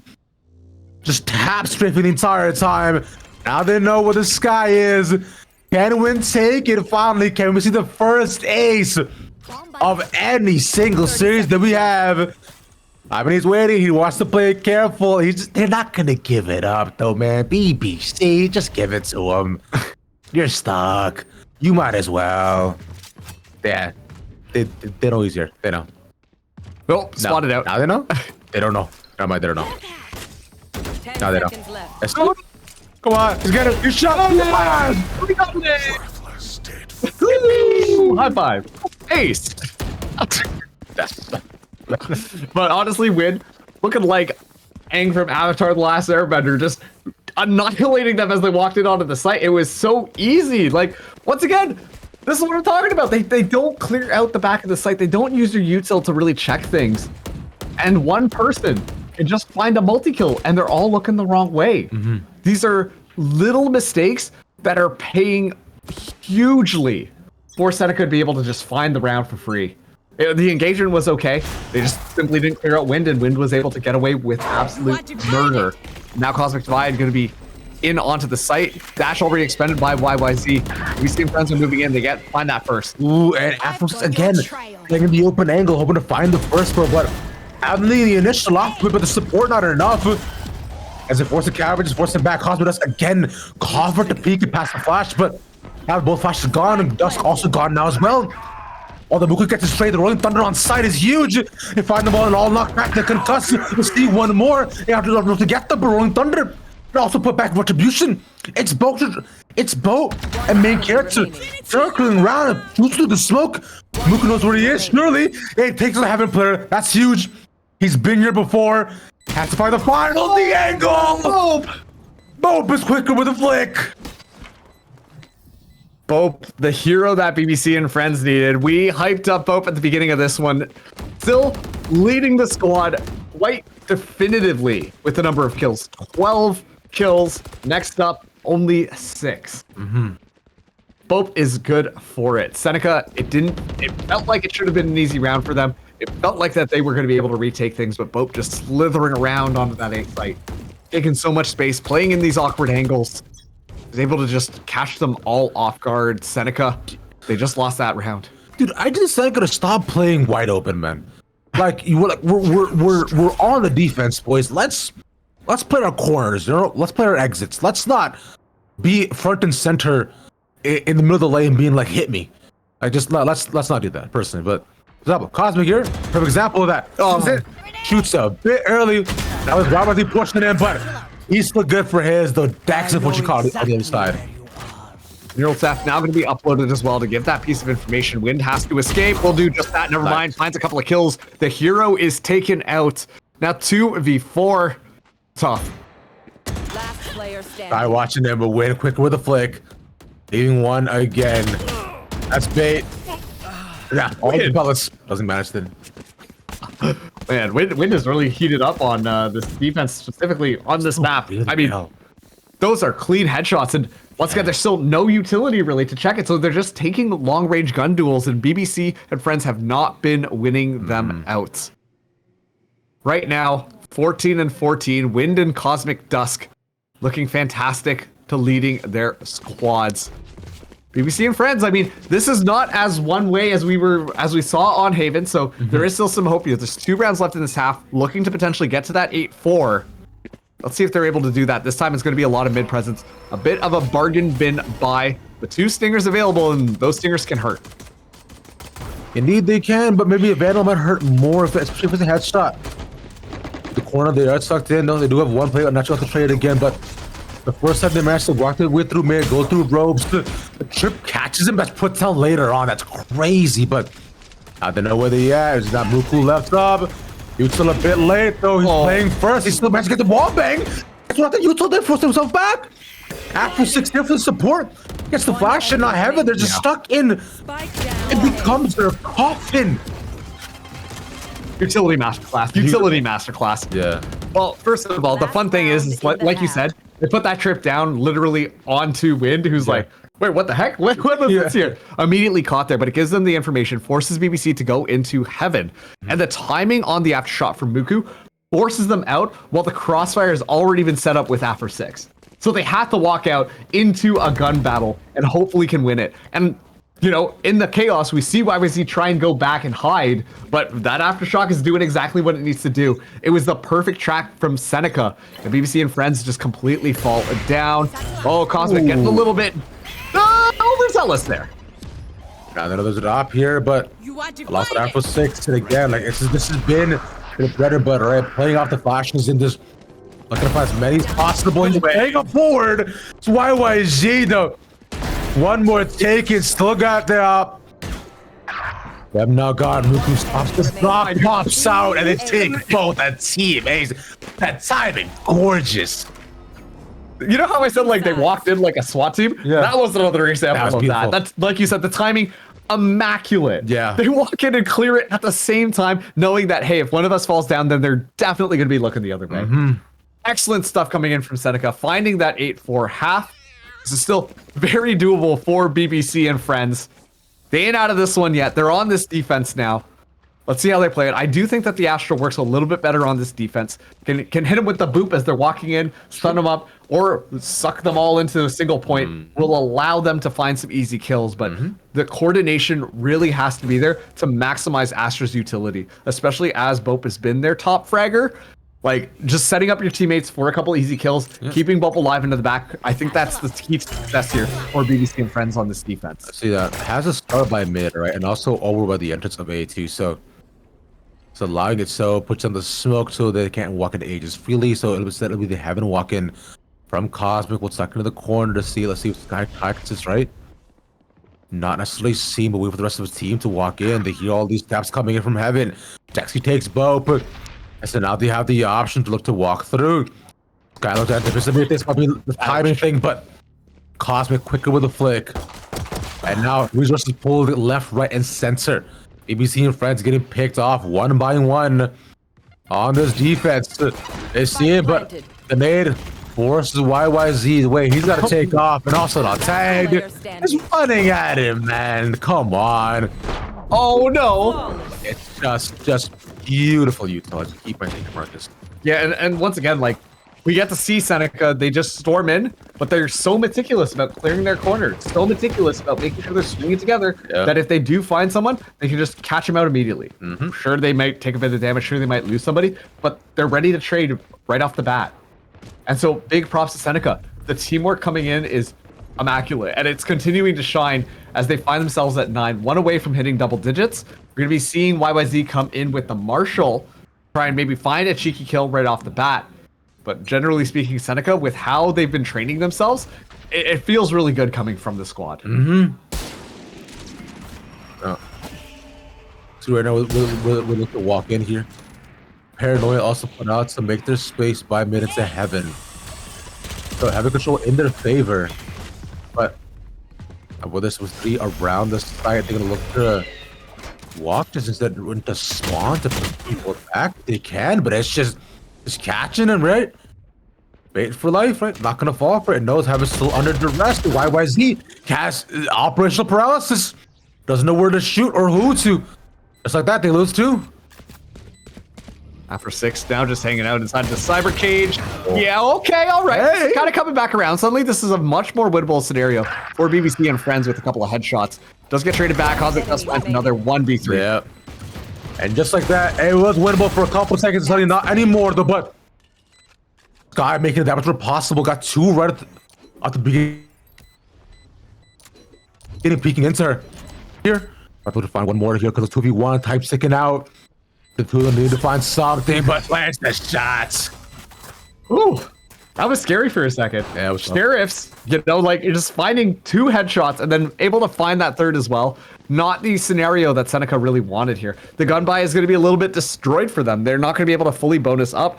They might just commit to buying that rifle. At least Afro 6 is kind of teasing that right now. While BBC and friends, based on how that went, they should be able to purchase rifles across the board. Yeah. We are seeing some half shields.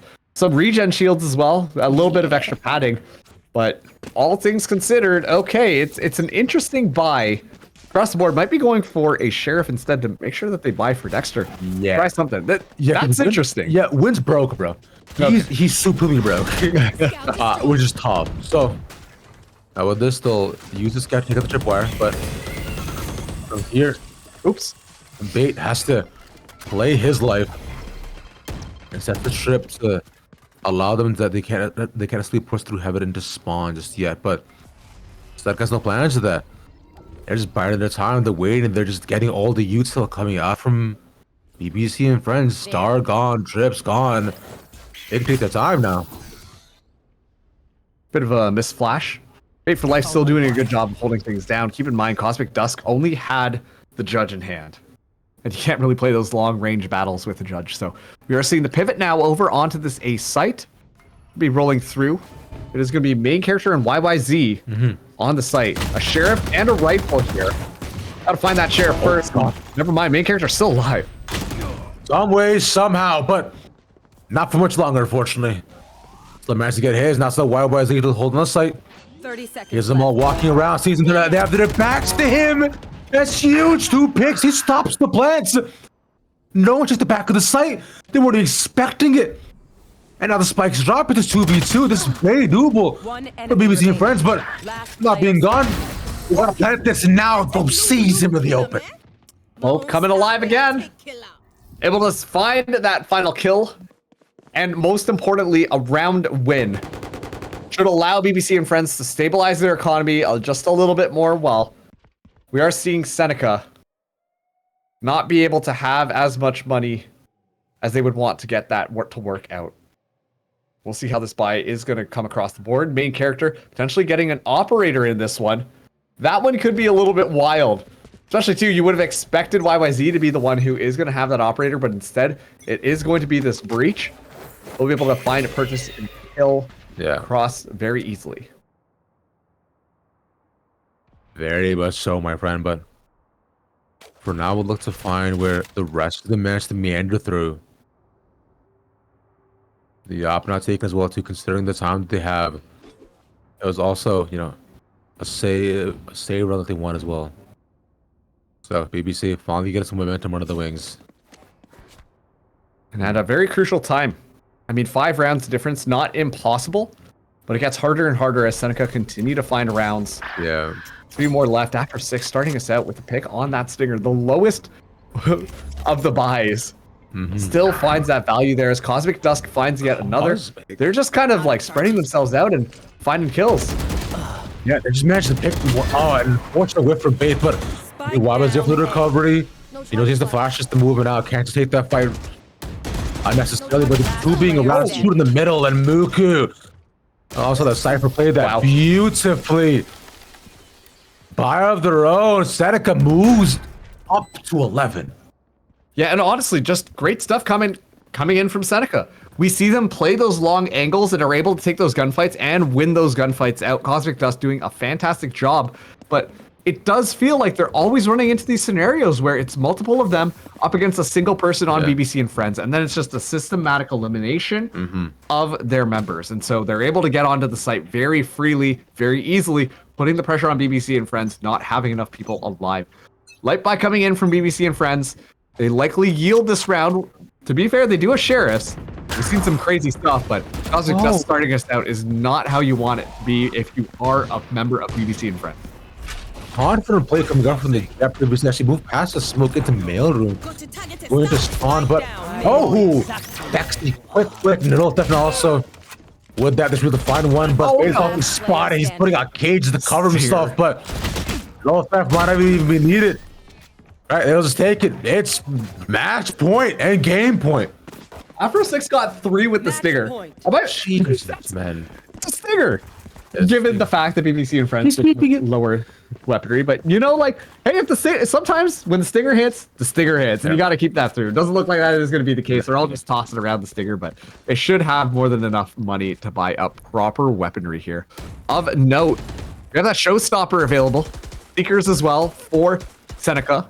On the other side, the Cosmic Divide and Seekers might be key to success. This has to be flawless from BBC and Friends. 7 rounds. Single elimination bracket means they gotta do this. Ooh. Well, those names are finally coming up clutch for themselves. All right, they'll take one handily, but good for a shot coverage to go out. Let's stop them in the tracks for now, as considering that they gotta stay alive past this, right? Astral also available alongside for the shadows. Good cut comes in right on time. And BBC and Friends not out of this just yet. This is interesting. From the shadows play onto the other side, trying to bait out main character to walk around the side. When able to find that pick, might just make this actually a winnable scenario. 2v3. Cosmic Divide still available in the hands of Bope right now. The MVP of that first half for that squad, and it's down to a 1v3 win. Gets shut down. All right, Smoke Play was confident to move up, but not expecting Bope to beat it right away. And as also losing that duel by mailroom is unfortunate suit. Makes that round not so possible, but still gives BBC one more hope and one more round to stay in this game one after the next. And also not using any ults off of it either. So hey, that's possible. Yeah, they get to keep that one into the next, and on top of that too, they got the Cypher ultimate available. 6 more chances for Seneca to have BBC and Friends pack their bags and head home. See YYZ go with the stinger, probably gonna pop the knives as soon as the round starts.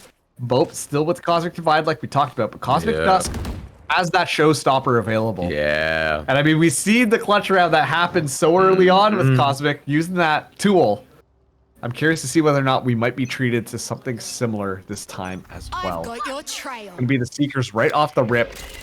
Try and get a little bit more information before they make a commitment to one of these sites, or at least try and sell the fake. But it is gonna be on the other side. Is Dexy able to find 1 kill right off rip, and Bope taken out of the equation. Okay, at least YYZ gets the trade back though, but Spike in a non-committal position, considering where they were headed. So I don't think they know that it's actually not where the showstopper before she whiffs, but YYZ caught, but knives do too. Both of them can't find anything. Backsides are cleared off. Smoke gets distracted, kill. Let's go for this guy, taking 2. They gotta clear this. It costs enough to get one of his own, but they don't have the spike. They gotta run back and get this. We're just waiting around. Who gets his? 2v1. This is doable. This is hard. No theft not available. They've got to look to actually probably get that off, but made for life now. Spot. I just see he's able to move his way around up through heaven. Not finally Cosmic Dash. Moves around, takes it, and Seneca takes it in clean tool fashion, moves on to finals. Yeah, amazing stuff from Seneca coming in there. I mean, I complimented them a lot. I think their foundations were so strong. It was looking so good when they were trading off the utility, clearing things out that way that you would expect them. And BBC and Friends, we saw some of their ideas, both really trying so hard to be able to pull it back, lift the team up, find a couple of kills, and yet simply was not enough. Seneca walk away with the win and will be facing TMU Blue in the finals now. Live here, just in the other room, actually. Yeah, it'll be right there, exactly. So, I mean, considering it was back, remember, it's been 2 wins across the board, so it's going to be 2 colleges facing off against one another for the final, right? Now, The first game, we had a lot closer maps, but this time though, it seems like we're running away with it. We'll see if that does end up being the case as you go in to the final game of the night. Of course, a BO3, and what ends up happening from there though. But considering for now, we will have a bit of time before we get into that here, friends, right? So what we're gonna do is a couple things, right? Because with what we have, right, we're going to take a little chill pill, right? We're gonna scroll it back a bit. We're gonna take a decent long break, allow Marcus to, you know, like drink some water, yoga a bit too. He's really stressed out, you know, just like really getting. So you're yelling when we start these projects. Because I'm mad at you. Oh, okay, my bad. I'm sorry. Nah, no, but not bad. So we'll be back in about an hour. All right, so y'all stick around, get some food, and when you come back, hang out with us for a bit longer. Does that sound good? I hope it does. Cool. So we'll see y'all back in a bit. All right, see you soon.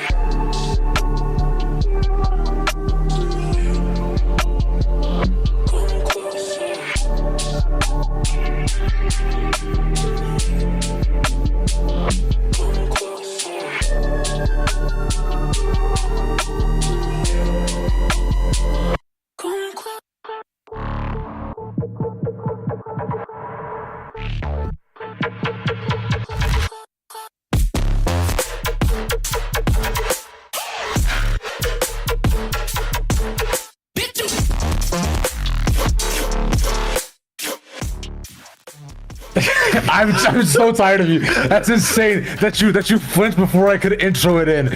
Oh my god. Once again, you go from so quiet to... Welcome back, homies, to the finals of the Kivo Esports Valorant LAN. Right here, I'm Rapture. Grab and join here by Marcus. Well, guys, we'll get into our finals of the day between Seneca and TMU. Two collegiate game, our houses even going at it.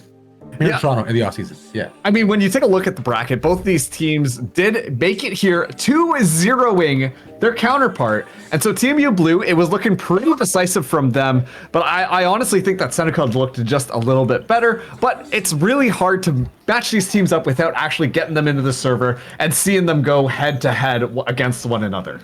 Exactly that. Now, considering both of them, I find one was able to smash their games and the other had a bit more trouble than one. So I would be interested to see, what does end up happening as we get into today. I do imagine, though, considering they live and reside in the same sort of area, right? They're likely have scrimmed together quite a decent bit too. So I imagine they're decent familiar with one another too. They're also around the same skill rating, and those lobbies get pretty repetitive. Once you play them often enough too. So I'm thinking, hey, you know what? Both these guys, this should be a fun game. And considering it's TMU versus, Seneca 2, our map bans here, Marcus, I find are a tale as old as time. Oh, is this where we're supposed to break out into song based on that Disney thing? But a song as old as rhyme. Okay, all right. We're gonna get DMCA'd. We can't do that one. But just like you said, it's the Valorant classic. We've got Haven, Bind, and Splits. Like you said, we're so familiar with all of these different maps. Out of the three, Bind has had a couple of changes since it was launched, but otherwise these three maps have been in Valorant pretty much since the beta, and so everybody has an idea on how to play them. Yeah, and I find, even with some of the changes that have come in, and based on how long you were a team and what your map pool was, you probably scrimmed one more than the other, as considering, clearly Seneca seems very favored and very about, playing Haven right on the other end.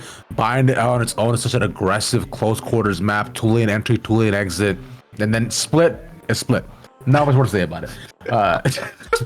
About Split. It's fine, man. It's good fun. Dude, I find that the Split we saw, was so unorthodox. Even the Haven from Seneca was very unorthodox on just how they managed to play, what they get done, right? It was very strange, I'd say. So I would be interested if they run back to the same composition, because the Flashless Haven, I find worked against the previous opponents. I don't know if it'll work here. Honestly, that's going to be the big question. And I'm glad that you brought that up, because we saw these teams go up against more unconventional compositions and start to figure themselves out. Specifically Seneca, it really felt like that was going to be the case. Yeah. But now that we're going into something a little bit more typical, a little bit more expected, a little bit more orthodox, if you will, then well, it's going to be really interesting, because it comes down a lot more to those fundamentals, which obviously I talked about a lot. TMU were showing us really good signs of life, but it might come down to that comp differential with some of the weak spots there that Seneca might be able to pull ahead with and be able to take the win. Yeah, exactly. Because we know, but both these teams have fraggers, right? We know both these guys can shoot. But one thing we praised TMU for was hero plays. Hero plays from players like Saigon, Hansa, Sean, right? It's and also even Fives at certain points too. All of them had very explosive rounds to save games. On the other end, Seneca, every single one of these players played together so wonderfully. Yeah. And and you mentioned constantly util usage, getting the trades, it really does seem like a much more of a cohesive unit. So I'm hoping to see that come out from TMU. And keep in mind, TMU Blue, Haven was one of their weaker maps. So I think Seneca picking Haven first in the series is a real big confidence play to say, hey, we should be able to get this one in the bag. Yeah. If TMU Blue win this, then that's going to flip the script a little bit. But we're seeing the same composition that we saw them play Haven last time. A little bit of the lack of flashes. They're going to be really relying on Huns to play that chamber, play that long range, and just lock down one of those avenues, while the rest of the team can kind of just move up and play around each other over there. Yeah, because if you remember, they played very close quarters, very either off angles or very out of the open, just to be able to go for fights, essentially their goal was to stop their opponents from getting on site.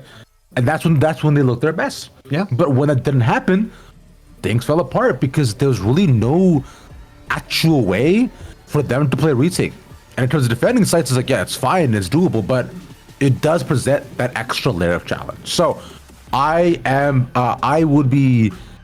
walking into this with bated breath, I'd say, for Team U Blue. But for Seneca, we know what they can done. We know what they can do. They are the most recent players, of course, too. So it should be good. Yeah, and on top of that too, I really liked the way that we saw that kind of util combo come in from Seneca, and it's the exact same composition that we saw on that last map. The Breach Omen comboed with, well, I mean, we were seeing Cosmic Dusk fly around, but also two Afro 6. Like, a lot of those fundamentals you said were really good. They were trading off of each other consistently, and the utility 100% supports that play style. So I really like Seneca coming into this, and you know, if I had to take a gamble, which I personally don't do, I'm a very safe person, but I think that Seneca should have the upper hand here, given TMU's history and the way that Seneca like playing their comp. Entirely possible, my friend, but all we can do is wait and see as to what goes on. Seneca first on the defense, as let's walk in.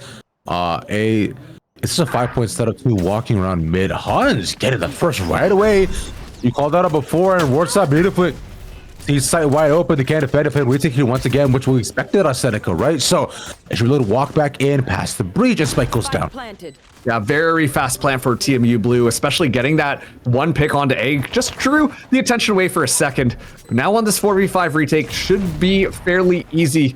On the back, we've got Cosmic Dusk starting to move up. Is going to be challenged by Saigon Hero. Saigon wins it. Exactly. Now it's a big startup as well, too. Not down to just 3. It's the issue.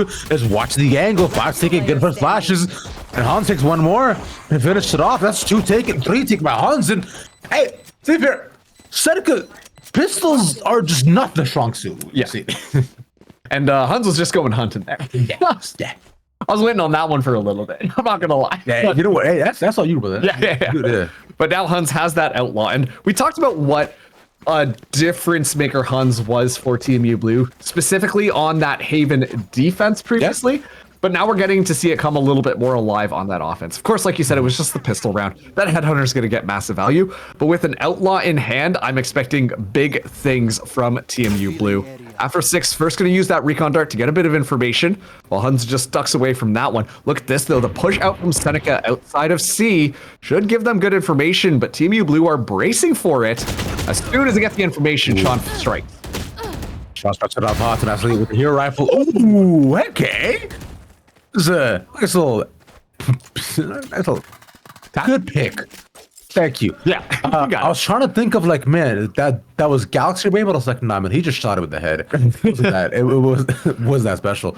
But nonetheless, still just one taken, one hero rifle gone down the drain. But see now, if they continue to defend this, like, does he check his corners? He should ideally.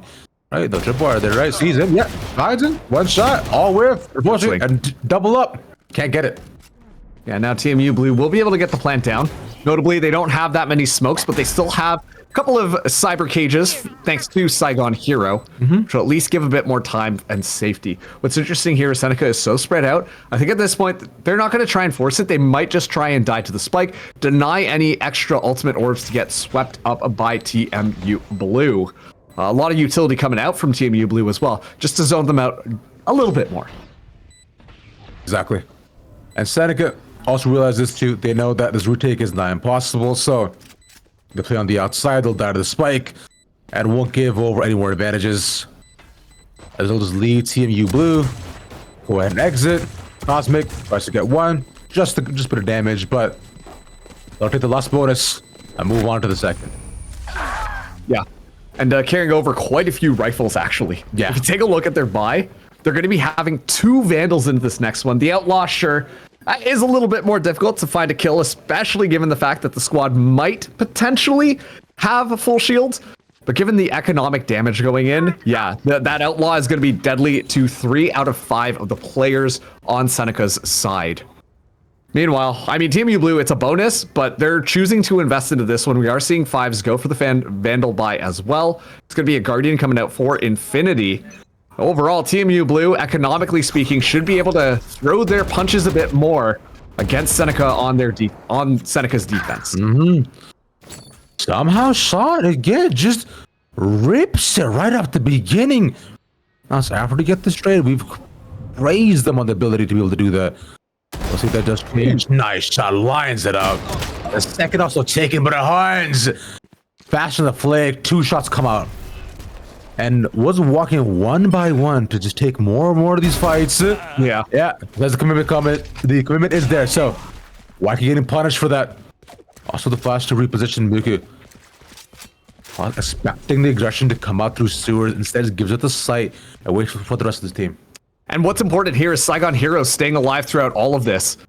That made Seneca just double question themselves on whether or not this was going to be an A-side plan. And so we see Muku get out of sight. Now the rest of TMU Blue should have more than enough time to get themselves set up appropriately. It's going to be up to Seneca to play this retake, and they should have the initiation to do so. Fine to hear though. But the flash looks to walk in. Hell has to be cleared first, but a way for them to walk past the 5s, ready for shots. And now with that, Saigon here to clear up the next 2.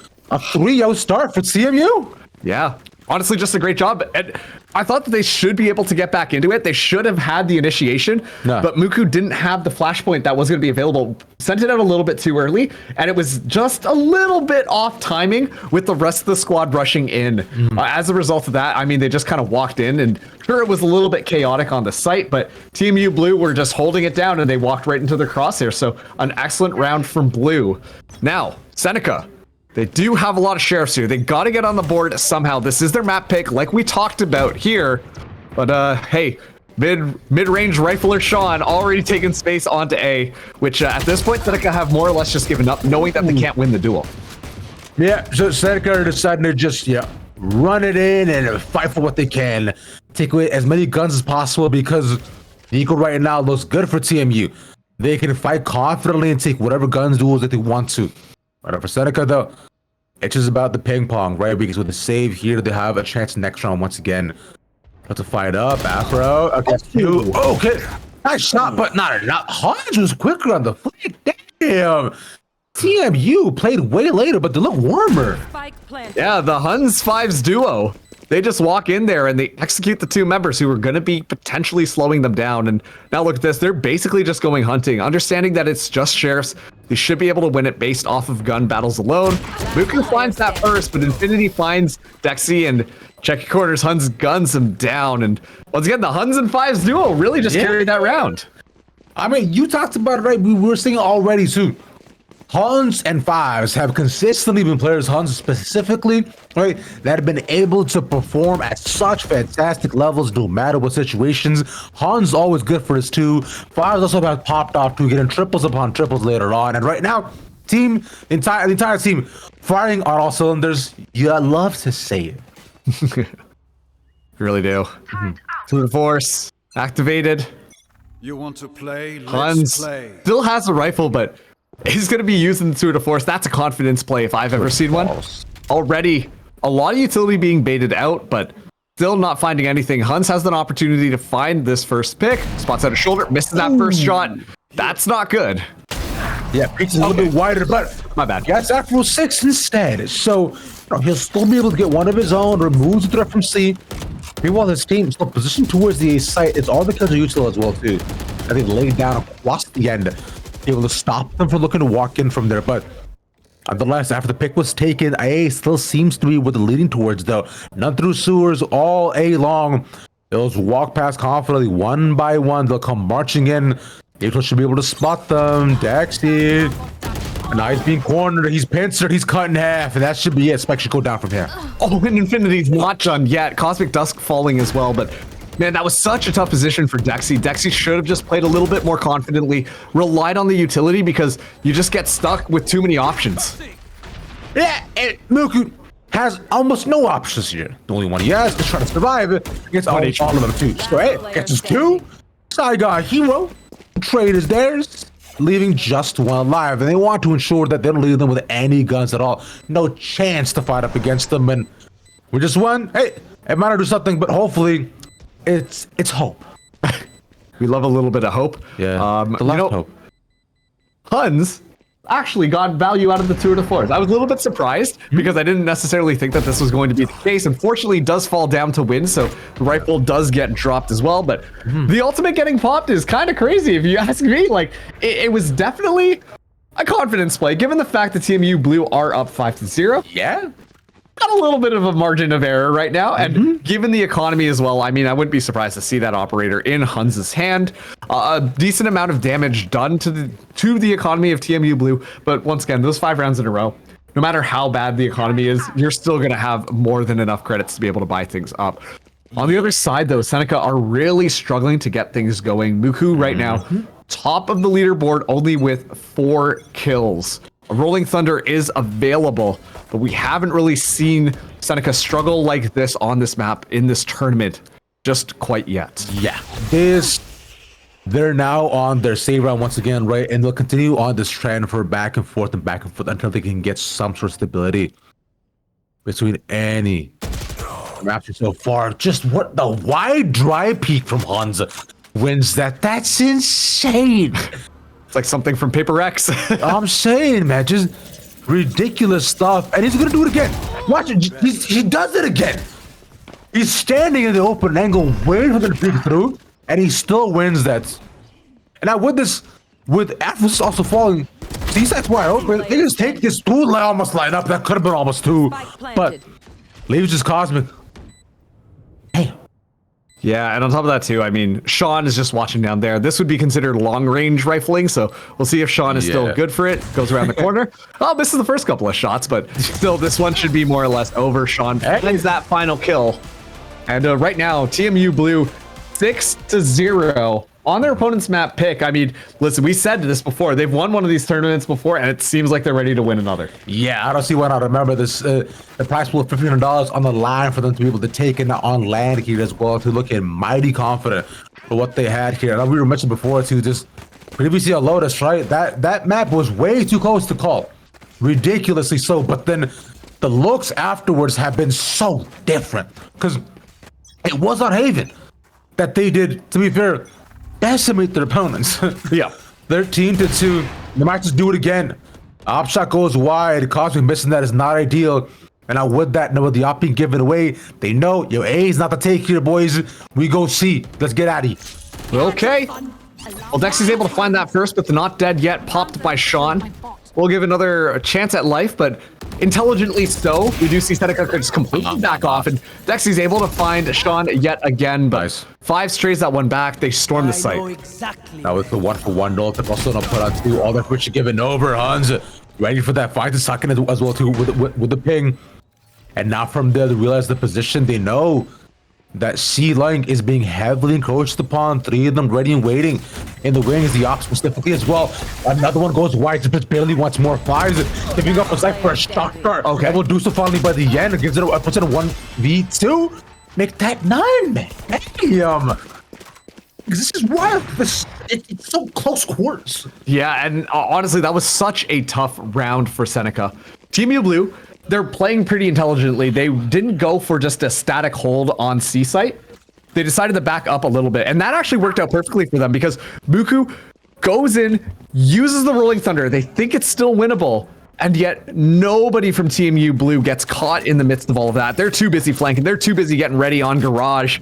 And yeah, they just decide to go in, drop the operator as well. Cosmic not finding the value expected. And this time it's going to be fast and furious onto the C site. Well, it's not Tokyo Drift because no one's going in. That might be the drift we want to see here, though. That might be Han because he died. But that's who the tripling lines up the collateral. It's the collide way. Leads in a 2v3. Hunter's not available for the post plant, though. Ike now all the way to the site. Hunter's Fury? Yeah, he's pings him at least with 1 second. He might be able to get another here. He's looking, he's watching it. We can't find another here. Those spikes should go down. This is actually looking pretty good for Seneca right now. They've got the numbers available. Huns misses a very important shot. Operator ready to go again. Is able to shut down Cosmic. He shoots into him. He right sessions like the shorty ends. They win the round off of that. What? You know what? Hey, gets the job done. That's what's important there. After we're gonna get that defuse. It was a very early Hunter's Fury, so they're gonna try to get that one back online, but at the very least, Seneca It's a scramble and a half. They find themselves on the board. I guess if you're Seneca, you take those, right? Considering being down 7, of course, not the most ideal situation, but nonetheless, from there, a round taken is a round earned. 100%. Ravish, I need to point your attention to something. Look at the kill feed right now. Sorry, the kills. 116. The next highest in the entire lobby amongst all of the other players is 5 kills. He's more than tripled that. That boy is Want to play? frightening. Let's Huns has play. been unstoppable, and that's not even just with the operator play as well. A lot of those kills being attributed to the headhunter or the phantom. So Huns is just a menace in this lobby right now. Yeah, and right now he wants to play once again with the Tour de Force. Once again online and well. Had to pick up the spike to watch for the rest of his team. See now, up, he's up, up. Traded. Manages to find one, traded though, but they come out on top Last the actual- player standing. of the whole firefight, man. That all goes down so quickly. The rest of them, the Hansa from 1v3, he's got an op of his own that he can fire off. Yeah, finally we're starting to see Cosmic come online. That is an instrumental one. If Huns was able to find that kill, I think that would have been a very winnable round for TMU Blue. And out of all of the people to stay alive, the fact that it was Huns would have been crazy. Man, the energy amongst TMU Blue right now must be something else, given the fact that like Huns is doing just a deadlift with the rest of the 4 members of their team. 7-2. Still got 3 more rounds left in this half. Dual operators coming out onto both sides. Right now, Seneca, they're starting to get back into it. TMU's economy, not broken yet, but on the verge of breaking if this round doesn't go into their favor. Because advantage stands with Cosmic Dust, depending on where he shoots the fire first, and either one of them, it could be a pixel angle. The nose! Important. As soon as the peacock comes in, yeah. Quicker on the trigger from there. Op now got as well from their side. A second taken in quick succession. Seneca finally get the picks they need, not losing out on 2 or 3 right away. Not CMU Blue playing on the back foot for once. And right now, it really is Cosmic. That was the leader of the team, just in making them feel like they have that momentum and can do things. And the fact that Cosmic is starting to turn up now could be disastrous for TMU. Last player standing. Oh, dashes away right on time. Gets one more. 1v3, but there's one more Oh there. my goodness. Almost manages to get that. Raku. Ooh, clutching that. I just barely. 2 more rounds to go. Seneca can make this a 7-5. Not too bad at all. Yeah, and so, yeah, on one half, you know, if you're Seneca, you're like, hey, we got to shut down that Huns guy. He's kind of doing a little bit too much killing right now, making sure we can't do much. But if you're on the other side, if you're TMU Blue, you have to be taking a look at Cosmic Dusk, starting to heat up as well. We've seen what Cosmic can do when activated, and at first, I mean, a lot of these rounds, Cosmic was very quiet.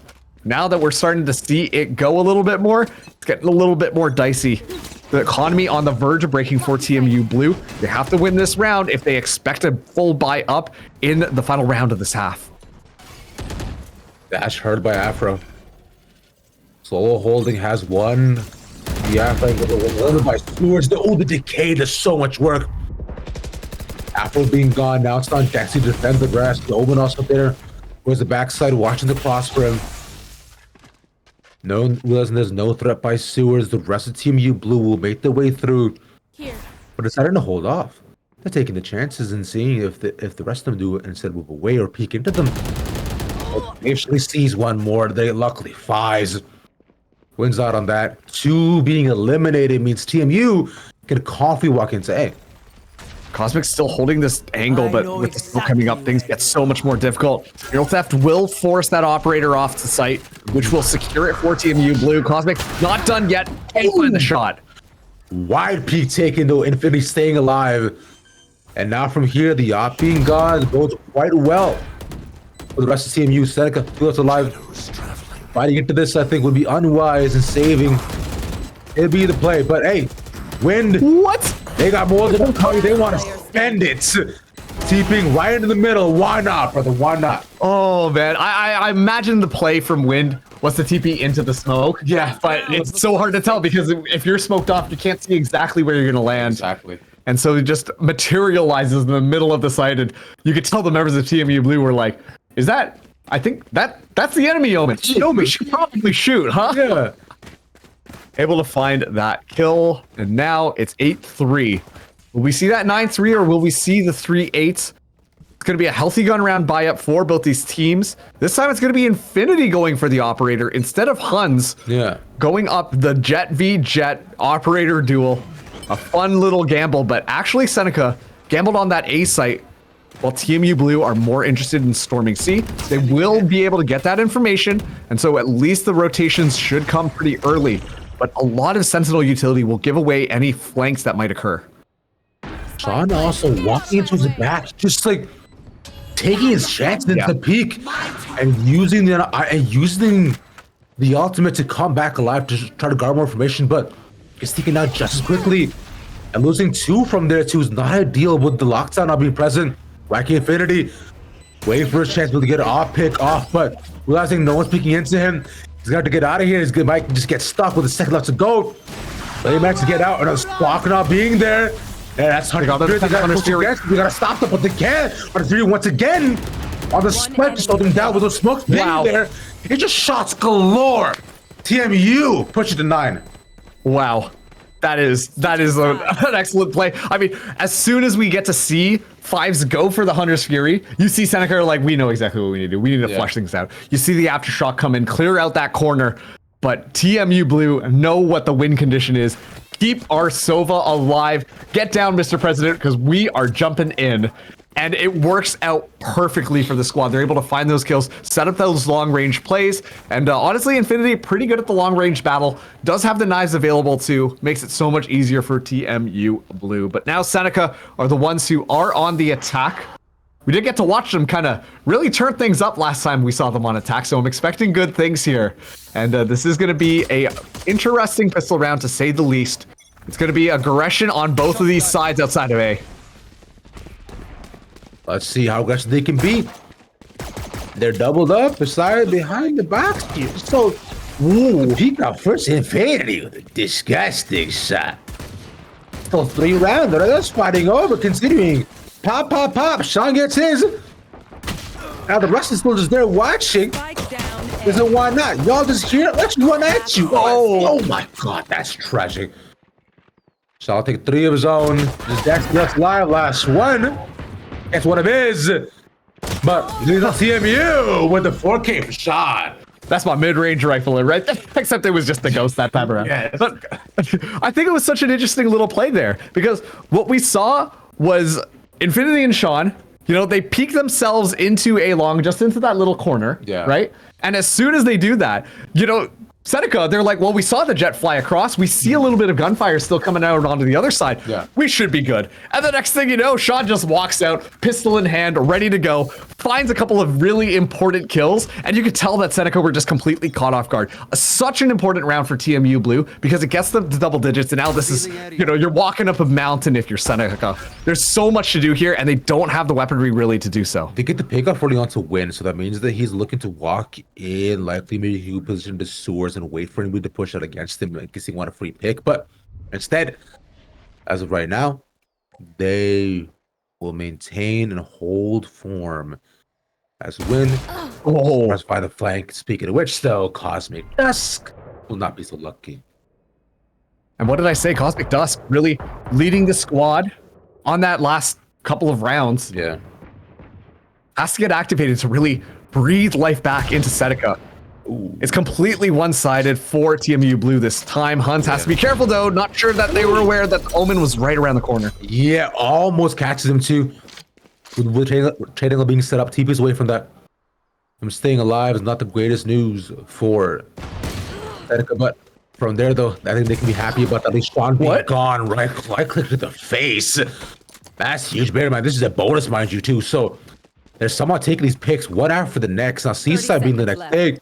Saigon Hero watching, waiting, hears the footsteps, and is ready to get active as soon as he looks to walk in the site. Oh my goodness.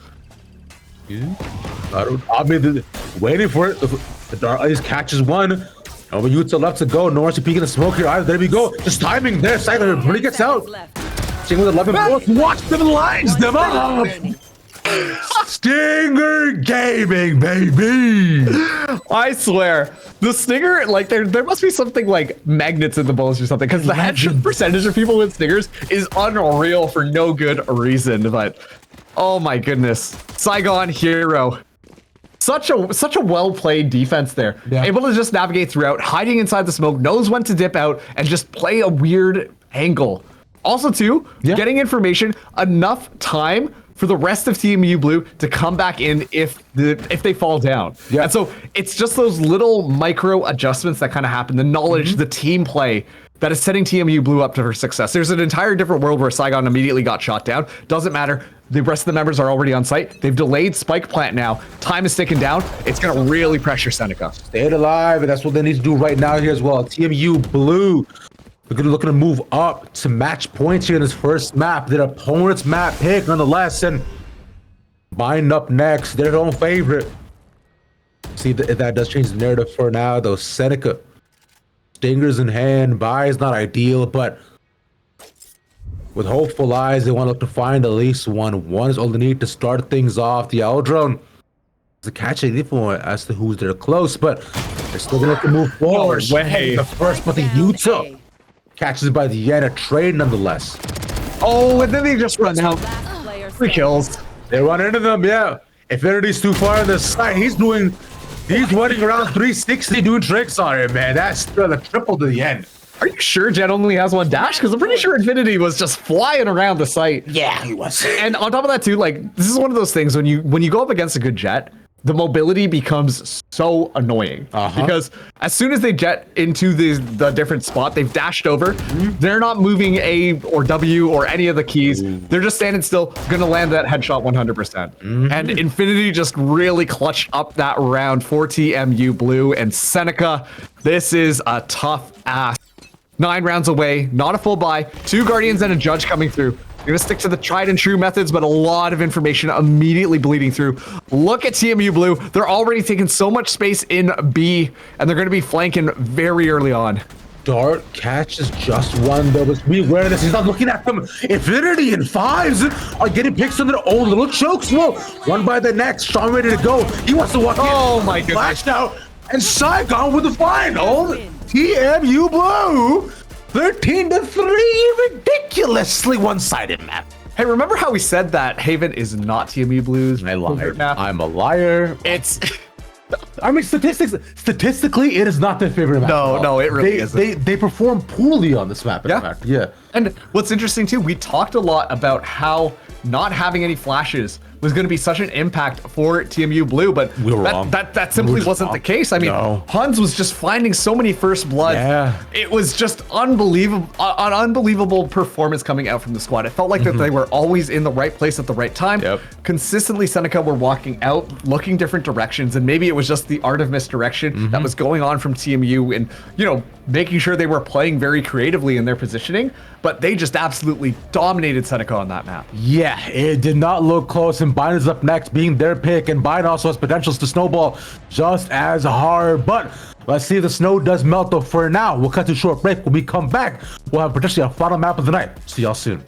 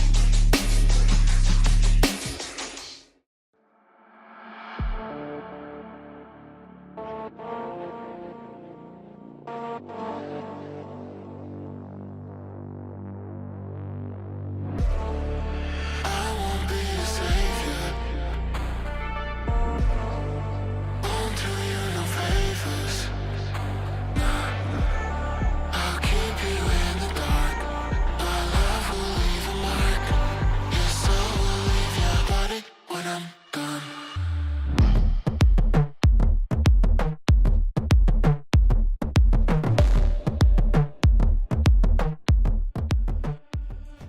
on back, homies, for the potential final round that we have here for Seneca versus TMU right here on the Valorant Rival Series with the Showdown. I'm Ravage, joined here by Marcus Wong as we get into Bind. Bind, your favorite map, I hear. Yeah, that's what I've said You for love sure. Bind. Yep. With a burning passion, you love Bind. Yeah, 2-lane entry, 2-lane exit. Wowee, how will I even understand the chances? What goes on? It's wondrous map. Hey, you know what? There's teleporters. That makes it a little bit nifty and fun, right? You look like you're about to kill me, so I'm going to move on here. TMU versus Seneca. Right now, we've got a $1,500 prize pool, and one of them is going to be taking the biggest share away. Potentially TMU, based off of how Haven went, TMU looked really darn good. And with Bind here, TMU have the opportunity to just win it all 2-0 throughout the entire tournament. It's entirely possible, TMU. I mean, they've had the closest maps we've had seen so far, and they've also now, taken around a fairly parallel path for the blowouts that we've seen as well throughout the entire day.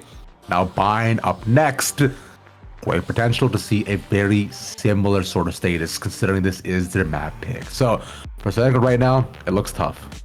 I mean, it does look tough, but at the same time, we're going into Bind. This, pretty much everything that we studied about these teams and their play style, it doesn't really work necessarily on Bind. And so it's going to be really interesting to see what these teams decide to go forwards with. To be fair, we haven't really seen quote unquote meta compositions really being run. We've seen compositions that we know that these teams are very comfortable playing off of. Well, obviously, we know that Seneca, we praised them previously for being really coordinated, moving in, just being able to take their fights and trade effectively, use their util effectively.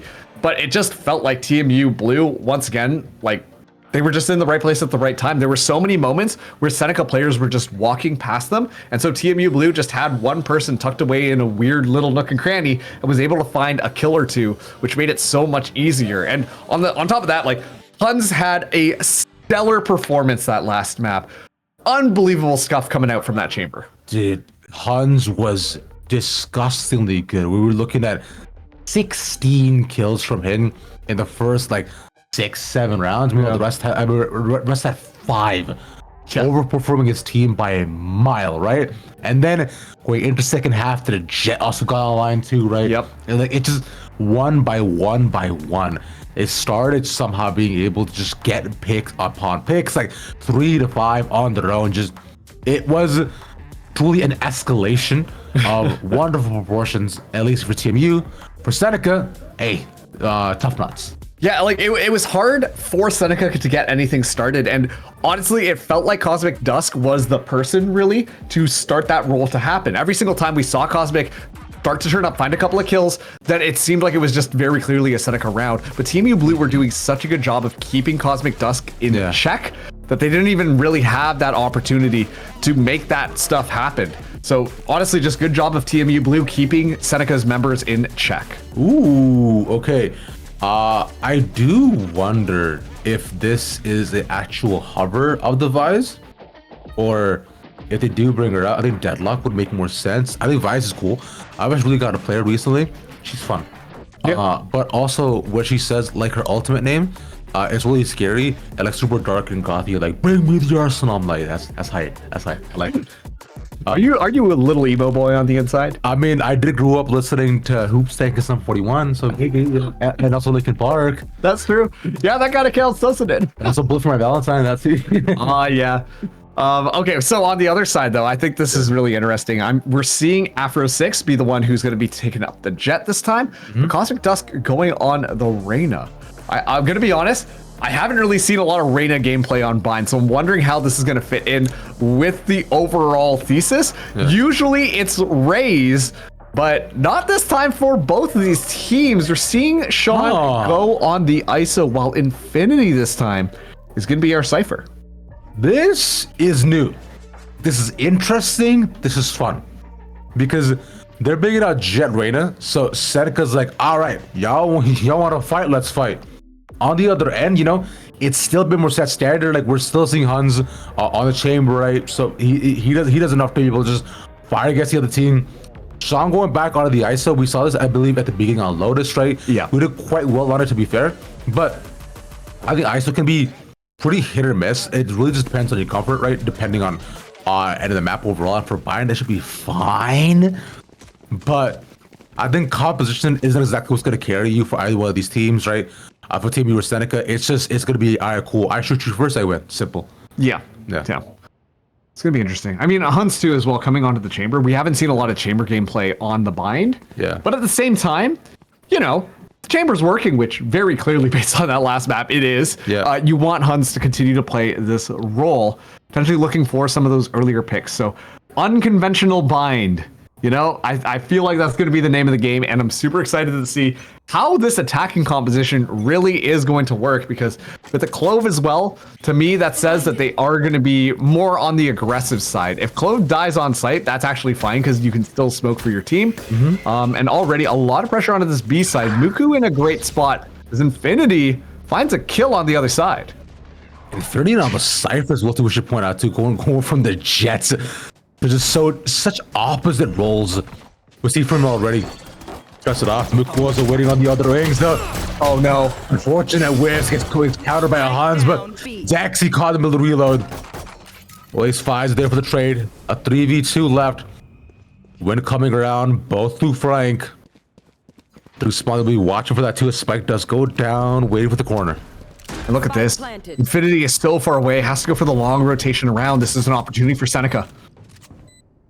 Lots of walking past this station. Know that one's by neutral, one's over by guard, and one's in the corner. They check. Yes, they do. 5's not gone. 2 left alive. The shot's going. Infinity gets his, leaving just win more than healthy, but just the gap in the smoke does him in. That's so unlucky with what's happening there. It looks like Fives was caught listening to their iPod or something like that. Utility out and an excellent swing from Cosmic Dusk, but not enough for Seneca to get across the finish line. TMU Blue find that pistol round, and we did talk about this. Seneca generally not good on the pistol round. It's not until they start to get weaponry that we get to see them start rolling. Didn't really see that last map, but I'm hoping that we see a little bit more signs of life from them this time around and force out that potential map 3. Ideally so. I think if you are Seneca, right, this is where you start to make a stand. Bird catching one. Hans just so quick with the flick. Catching them by mid, nonetheless. 2 Dexy. That's unfortunately going wide. Oh, goodness. And 2 take it in quick succession to open up the site again. It's the Omen and the Reyna. Late walking over onto A. Yeah, Wind. Good luck, brother. Could be turning the corner here. Wind gonna try to do their best, but Sean finds that headshot. Now Cosmic just on the other side tries to find that headshot, but yeah, you're up against an LMG. That's not really gonna work out in your favor. Okay, you're a go technically. I'm more of a stinger guy myself. Yeah. However, I really liked the entry that we saw come in from TME Blue there. Sean pops the shield, goes in, looks left, and at the same time, Fives looks right. The shield provides just enough of a buffer that Fives is able to sweep up the kill onto Muku, allowing for Sean to find the kill onto Dexy as well. It's one of those things where it's like, sure, the defense should have had to jump on it, but just that shield being popped is just enough time to allow the execution from TME Blue to just take over the site. And so honestly, just well played by TMU. And hey, this is greatly played for Seneca. Heavy handed, aggressive right away. The push through showers, and them taking 2 as well. It's very nice. And who else but Sean and Hans? So they removed some of the biggest threats they have on the team. And now from here, with 5 also not gone too. This is the run we're looking for Seneca. Right, no runaway games this time. Right, matching them right away after aggression, ready to fire each time, leaving just Saigon Hero. Takes 2. That was so clean. The reaction speed is disgusting there. Now 2 away as well from getting the Seekers online, even if this isn't a very successful round.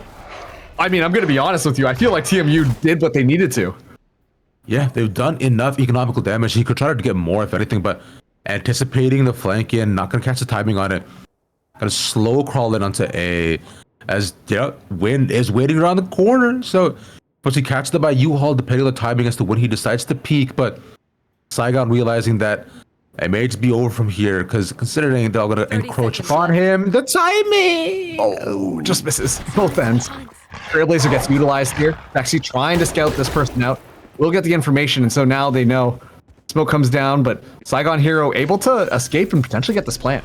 Yeah, and as soon as the pass goes down, Winch will be able to catch him right away, depending on where he looks. And yeah, went through U-Haul, gets the pick, and Seneca get there first. Hey, a lot earlier on than that last map, so good stuff coming in from Seneca onto this defense, and really it just started with that aggression coming through from Cosmic and Afro 6. They just completely went through, and it was just like, okay, you got the one on the left, I got the one on the right. If you've ever played the game Army of Two, when you can like sync up the shots, you're like, Yes. 3, 2, 1, boop. Yeah. It literally looked like that, which is crazy because this is actually Valorant, and there's no timing system like that built into the game. So honestly, just excellent reflexes and knowledge to play off of each other like that. And just like that, Seneca, they're still surviving into things. Their economy should be more than enough to be able to pull them through this round. We're seeing a couple of those regen shields, but given the circumstances, not terrible. As well, the Empress online for Cosmic Dusk, so an opportunity if necessary. Meanwhile, Saigon Hero does have the Seekers available as well. Important to note, no raise means this Cypher utility a lot easier to use. I mean, there's a little dry walking in past B, so that's, not exactly ideal, especially with Dexy now watching the angle. Can's easy take this with the dog not being shot out. So he tries to wide swing it, but yeah, TMU Blue just playing with utter confidence, but unnecessarily so. They can't use the flash to go past into B, but them walking with no cover means their lives are for ire. And look at this, Afro 6 up top, watching for it. Oh, almost got a timing there, but just misses the headshot. So the Guardian is just going to do a little bit of damage. Cyber Cage allows for a bit of reprieve, but Wind is watching on the other side. Went with the cleanup and leaving them and with just 2 left for TMU Blue. They'll. That's that's crazy. Saigon again somehow. He's pulling these kills out of nowhere. Saigon now pulls out the cabbage as well too. Not taking this was not the timing is huge. Huns in a 2v5 somehow they managed to pull this out. There's Dexy left. They have 18 seconds. He doesn't have the spike though. He needs to get it. They're watching it. No way! With the timing, Huns, you disgusting animal. How do you do that, bro? I could do that in my ranked games. The awareness is just unreal, and I don't really know what Seneca's plan was there. They pushed the Reyna up so far that Dexy couldn't even watch the angle.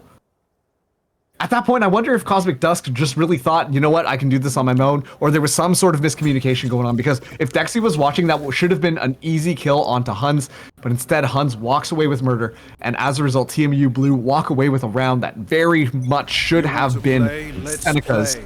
Tour de Force now online, the operator in the hand of Huns. Win just on the other side, spotted out by the Trailblazer, excellent timing of five. Yeah. It's gonna cost, it gets one more pick off of that, 2 Afro 6 watching from up top. But instead it's picks on 2 different sites. And now Afro 2, very vulnerable. Do they check the stops down? Gets the shot. Shot is better. Leaves them wondering, waiting, and guessing as to where it all went wrong. Because from here, it's 2-0 left for Seneca. A round that seemed to be in their control for just a couple of seconds. Goes away. Infinity gets caught. Finally knows how Seneca feels. That's not Cosmic. Okay. 6 is. But now they know where both of them are. So now from here, it's a game of delaying and walking through one by one. Muku could possibly catch one. And honestly, aware of his presence, but the shot goes in a bit too close. They know exactly where they're walking through. Asmodasi Muku wants to clear out the site. It's just Sean left alone. He has the ultimate because they're expert at them, but he misses shots. And Cosmic delivers some justice of his own. Oh my goodness, Cosmic with the clutch there. Muku as well. Did you see that running headshot? That was crazy. Sometimes Nuts. the Valorant gods do favor you. Craziness coming out. And this is after the nerf of walking and shooting at the same time. Oh my goodness, Seneca, they're not done yet. 3 ultimates now onto the board. They do have the Seekers, an excellent tool from Dexy. While on the other side, I mean, TMU Blue, they were rolling in riches, and this is going to be the round where they're not going to be able to do that. Huns might be able to buy a rifle here. I assume we're going to be seeing that happen as we go into this one. Actually, Hun's going for the hard save. Might just try and go for the operator soon. We're seeing already pulling into the gulag Cosmic. Oh, Cosmic straight submit to the corner. Oh, no way. Big pickoff, but does get taken by Infinity if anything, so there was insurance there. Still leaves them down by 1. No stuff available for Seneca. If Muku can't get this, but it should be aware that they're all pretty much just here, so doesn't really need it. It was all TP, yeah, it's all the fake. Over to A we go.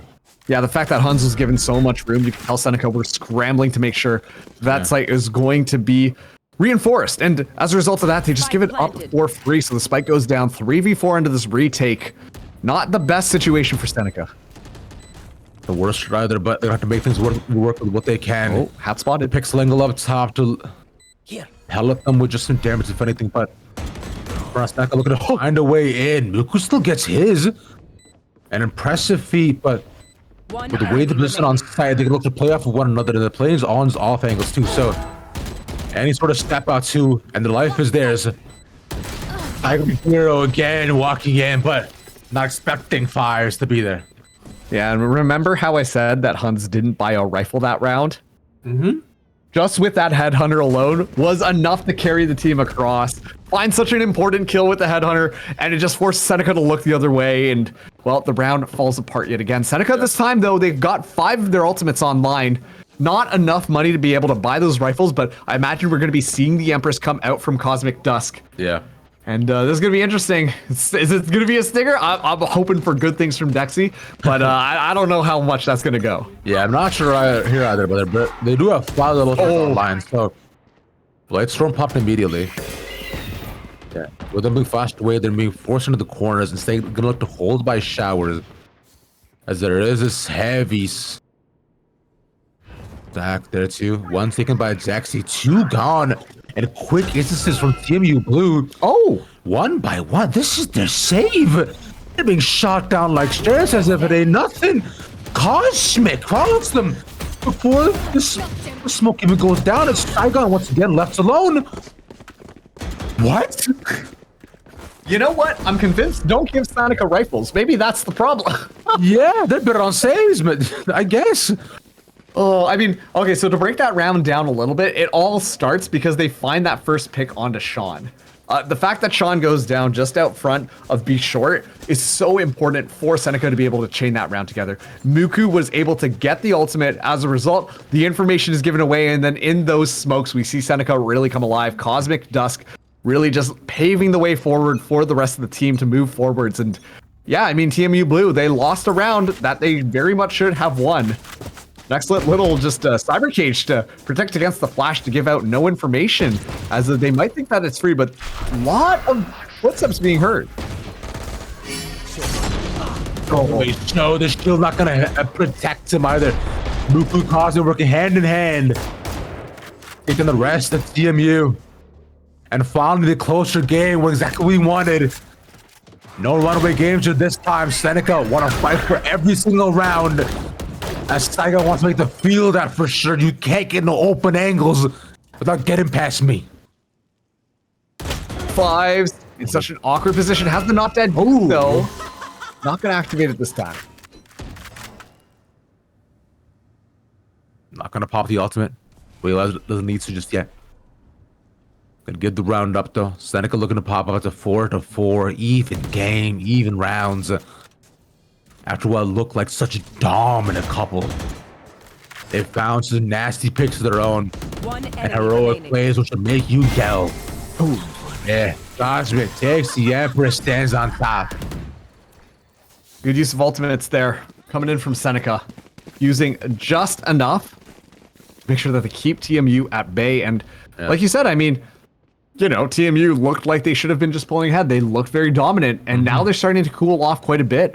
We're seeing Seneca just be a little bit more dominant on the battlefield, and this is going to be the save round coming in from TMU Blue. I think the first one that we've seen in this entire series of these teams going up against one another. After 6 going to be buying the operator here, so feels pretty confident. Looking to pad the stats just a smidge more. Misses that initial shot, which gives up the information that operator does exist. So now with this, Team U Blue should be looking to reposition instead, but they want to just force their way in. But Amuku, aware of this, shoots that one of the corners before the smoke can fall once again. Too early, too antsy on the peak. Our TMU costing them their lives, and now from here, the center round showers with a spike in hand. Saigon taking lead nonetheless. And now they opt to face, and they just die Rebels right away. But a quick peek saves them, and Infinity takes one more. Saigon with the flick. The shot just whips it. Nuku managed to get it, but Dexy does to save the day. Luckily, no theft allows him to live for another day. Tripwire looking to catch one, but Five's watching him. Pass the smoke. It's a 2v2. They're doing it somehow, some way here, Marcus. I'm telling you, it's all about the saves, and now the Seeker's going to be online too for both of these teams. Only one more guiding light available, and they don't recharge anymore. Catch them with the cabbages.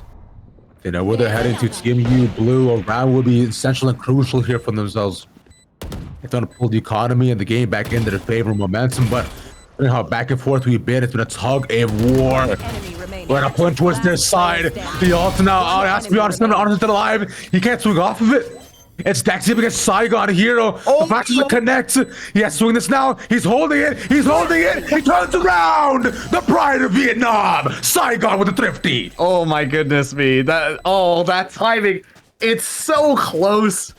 Oh my goodness. And the fact too that the flash didn't make its way all the way around the corner. Yeah. It's so tough, but Saigon clutching up yet again. And you know what? I have to point something out very early in that round that I saw that really stuck with me. What? Sean just walked in onto the site. Saigon did not flash for him or anything like that. No. And as a result, it was just an easy crossfire for Seneca to go in. So I'm wondering if there's a bit of miscommunication for that execute. Just out of showers, because Sean very unnecessarily died, and that's that duelist already going down. Cosmic Dusk getting a little bit crafty, but Sean, that's my mid-range rifler, finds that first pick. You love calling it that. I'm working on some branding here, Sean. I like it. Yeah. Hey, I'm all for it, man. But otherwise, though, we're seeing that playing off the dog, Cosmic with the confident peek, and Sean picking two off that, and he felt real confident there. But unfortunately, going to 3 more. Able to find another. Kill them. They're still watching out the smoke. The no theft. They should be able to see it. They get back. That decay not gonna land, but it will force them away if anything. Those double pings. We realize that we're standing on the sights. And now from here, Seneca has to make the way through one by one. Win gets one right off rip. But Huns and Win playing side by side, and just Win left. And where will the wind blow? Where will it stop? Currently nobody knows. 1v2. Towards the eastern end, they continue to fire off. So he's popping in the shorty, and Infinity's not even going to give him the chance. Oh man, and honestly, that's just a smart play. You know, you've traded enough bullets. Yeah. Surely the other person has to reload soon, so just go for the shorty. You've probably done enough damage. You can find that kill, but it was a really good idea from TMU Blue. Pushing up so far into the spawn, not even allowing Seneca to have that opportunity to set themselves up. So that was a much more cleaner round coming in from TMU Blue. We see Sean be able to find a kill onto Cosmic Dusk right off the bat. And that, once again, is the win condition for TMU Blue. A full gamble step right now. We're seeing right now from A as well. As they're pulling up a very similar strat that we saw last round from TMU. Oh. They're pushing up against them, but this time it's all for naught. But they know the B is wide open. So, hey, guess what? I guess we can just continue on going forward. Side taken easily, Spike should go down. Yeah, the ISO ult gets utilized and nothing for it. Oh boy, this is awkward. He peeks, still managed to get him. 40 there. Cosmic somehow wins that. He was chambered already, just didn't shoot the gun.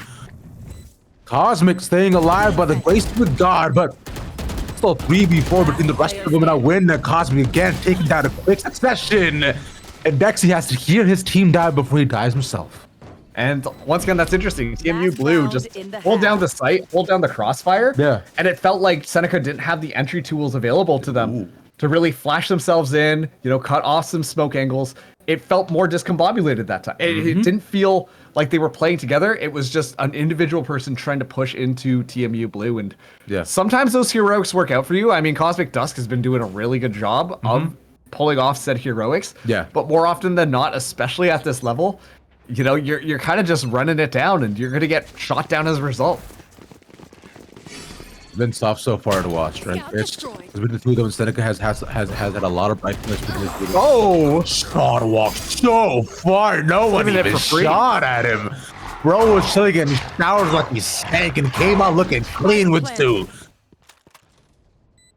now the spike goes down. This is such an awkward split for Seneca. Yeah, it is even more awkward now. Cosmic Dusk goes down. Muku and Dexy just so far apart from one another, and Dexy gets vulnerable as well. Yeah, Dex takes the wall bang.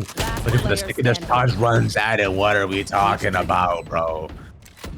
Oh, nice with it once again. Too playing with his chest puffed out. Nothing but coffers from him. And as Muku takes it, he already shot. Oh my goodness. The 4K from Sean. Who else but Big S, man? Man, Sean also too got headshotted, but not enough to be able to find that kill. Fortunately, it was just a bulldog, so that is going to do it for round number 1. TMU Blue 8-4 currently after the half. They swap things around. This is where I want to see Seneca come more alive. They picked a double duelist composition for a reason. I got to see these duelists start to do something. I mean, obviously Cosmic Dusk has really been doing the most, but Afro 6 has been having such a difficult time getting started. And though having your duelists start to fall behind could really drag the team morale down. Yeah. But of course, this is attack, so we should see a little bit more. And only really one way to find out. Meanwhile, the defense going for a 3-2 stack, 3 on B, 2 on A. Playing off of the Cypher utility a little bit more heavily on that A site while Hans is going exploring. And hey, speaking of getting started, Afro 6 finds his. Hans a bit too deep, not expecting Afro to have already pushed out. Finds him in the corner nonetheless, too. So, taking out one of the raid bosses that are there from Team Blue. Vice in a pretty non-committal position as to where they want to try to center it towards, as they don't find much on A. So B needs to be the take to just what he asked. Afro takes another way alongside win. Sagan will get one back, but it's at what cost, right? It's just a sunk cost fallacy. He'll take 2, but Down B. his life gone for a 2v3. Not out of it just yet, but B's wide open. Yeah, they should be able to get the plant down. 5's not going to be able to get there in time. Yeah. Might actually catch. Yeah, okay, never mind. Ooh, live. I was about to say catch one off guard, and that happened to be Muku with the spike as well. Now going to be walking forward, looking for another. Wind falling extremely low. This is still doable. Infinity deep on the flank. They still haven't been able to plant just yet. They're waiting for that to fall down. As a follow comes in through Hookah, just barely sees them as well. Infinity knows that they're all just so low, but Cosmic being the one to stay alive is the tougher part here. One flick given over to Win, will be able to take it, but there it is. Gets the wall back finally, and now it's not Cosmic. 30 health between the two of them, and 8 bullets here. Cosmic finds out for angle, gets the shot first, and stays around for Seneca. Good stuff coming in from Cosmic Dusk, and hey, that time Afro 6 able to find that first kill. Really just opens the door for it to happen. You see that Team Blue are fast to rotate, stop the bleedings, make it as clean as possible, and it simply just isn't enough because that opening is more than Seneca asked for, and they're willing to just hop onto it. So they win out that pistol round, something we have not seen them do in this tournament just quite yet, which is going to be super fun for them as Cosmic, very confident, buys up a Vandal. You'll be seeing Wind come in with the Bulldog, but the rest have just SMGs. I'm expecting Afro 6 to go up huge with the Stinger. Yeah, pushing out through A instead, expecting the stack to be there, but instead the Dog and the Flash finding nothing along those sides.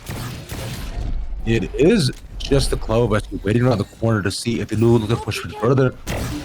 No way! Or via 5 gets 1. They're just fighting up against them alongside A, 1 by 1. Seeing him. It's so interesting because now that Cosmic Dusk is down, let's see how Seneca want to play this.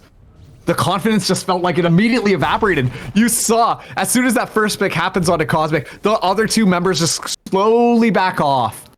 It's crazy how much of just a team morale booster Cosmic Dusk is for Seneca. A full spawn's losing all of its water right away until it does dry up. And right now, that morale cup you mentioned, it may not be necessarily so full, but from here, there needs to be something needs to change right now with music flying, get the tagging out the lives to watch the angle onto the smoke, a Saigon with the next. But with the gun diff is a bit too much. It's a 3v3. Seneca need this round to continue this streak. Getting thrifted here could be detrimental. 30 seconds left. I need to continue this forward here. It's TMU Blue. Couple of shots, one shot, not gonna find it. At least them with Just Infinity with a shorty. Yeah, yeah, good luck, brother. You might get one, but if someone just hands it over to you, as watch the angle, yeah. Okay. Wish you had that shorty in hand, huh? Yeah. See, this is what I need to see Seneca play with. You know? Sure, Cosmic Dusk has been doing a good job of running things down, but you have to have your core foundations to really remember, hey, we can do this. This is very doable. And I think that round is going to be a good morale booster for the rest of the squad to remind themselves, yes, we are still pretty good at this game. That's why we're playing on this team. Cosmic Dusk isn't the only reason we've made it so far. Hopefully that confidence is enough, because if the rest of the squad members start to really pull things together, which in their defense, like they really are starting to show up to this game, I think that Seneca is a really powerful team. We need to see them playing more confidently. Exactly that. And being able to play off more information too will also benefit them greatly as well. Hans managing to stay tucked in Garden, with the dog being shot out early. A second dog of their own to see what they can find on it to mid. Do they check? This is the question. Hans playing first. Oh my, ready with the flick. A second, no, not available. We'll be able to reposition. And Cosmic now down, though, is the issue.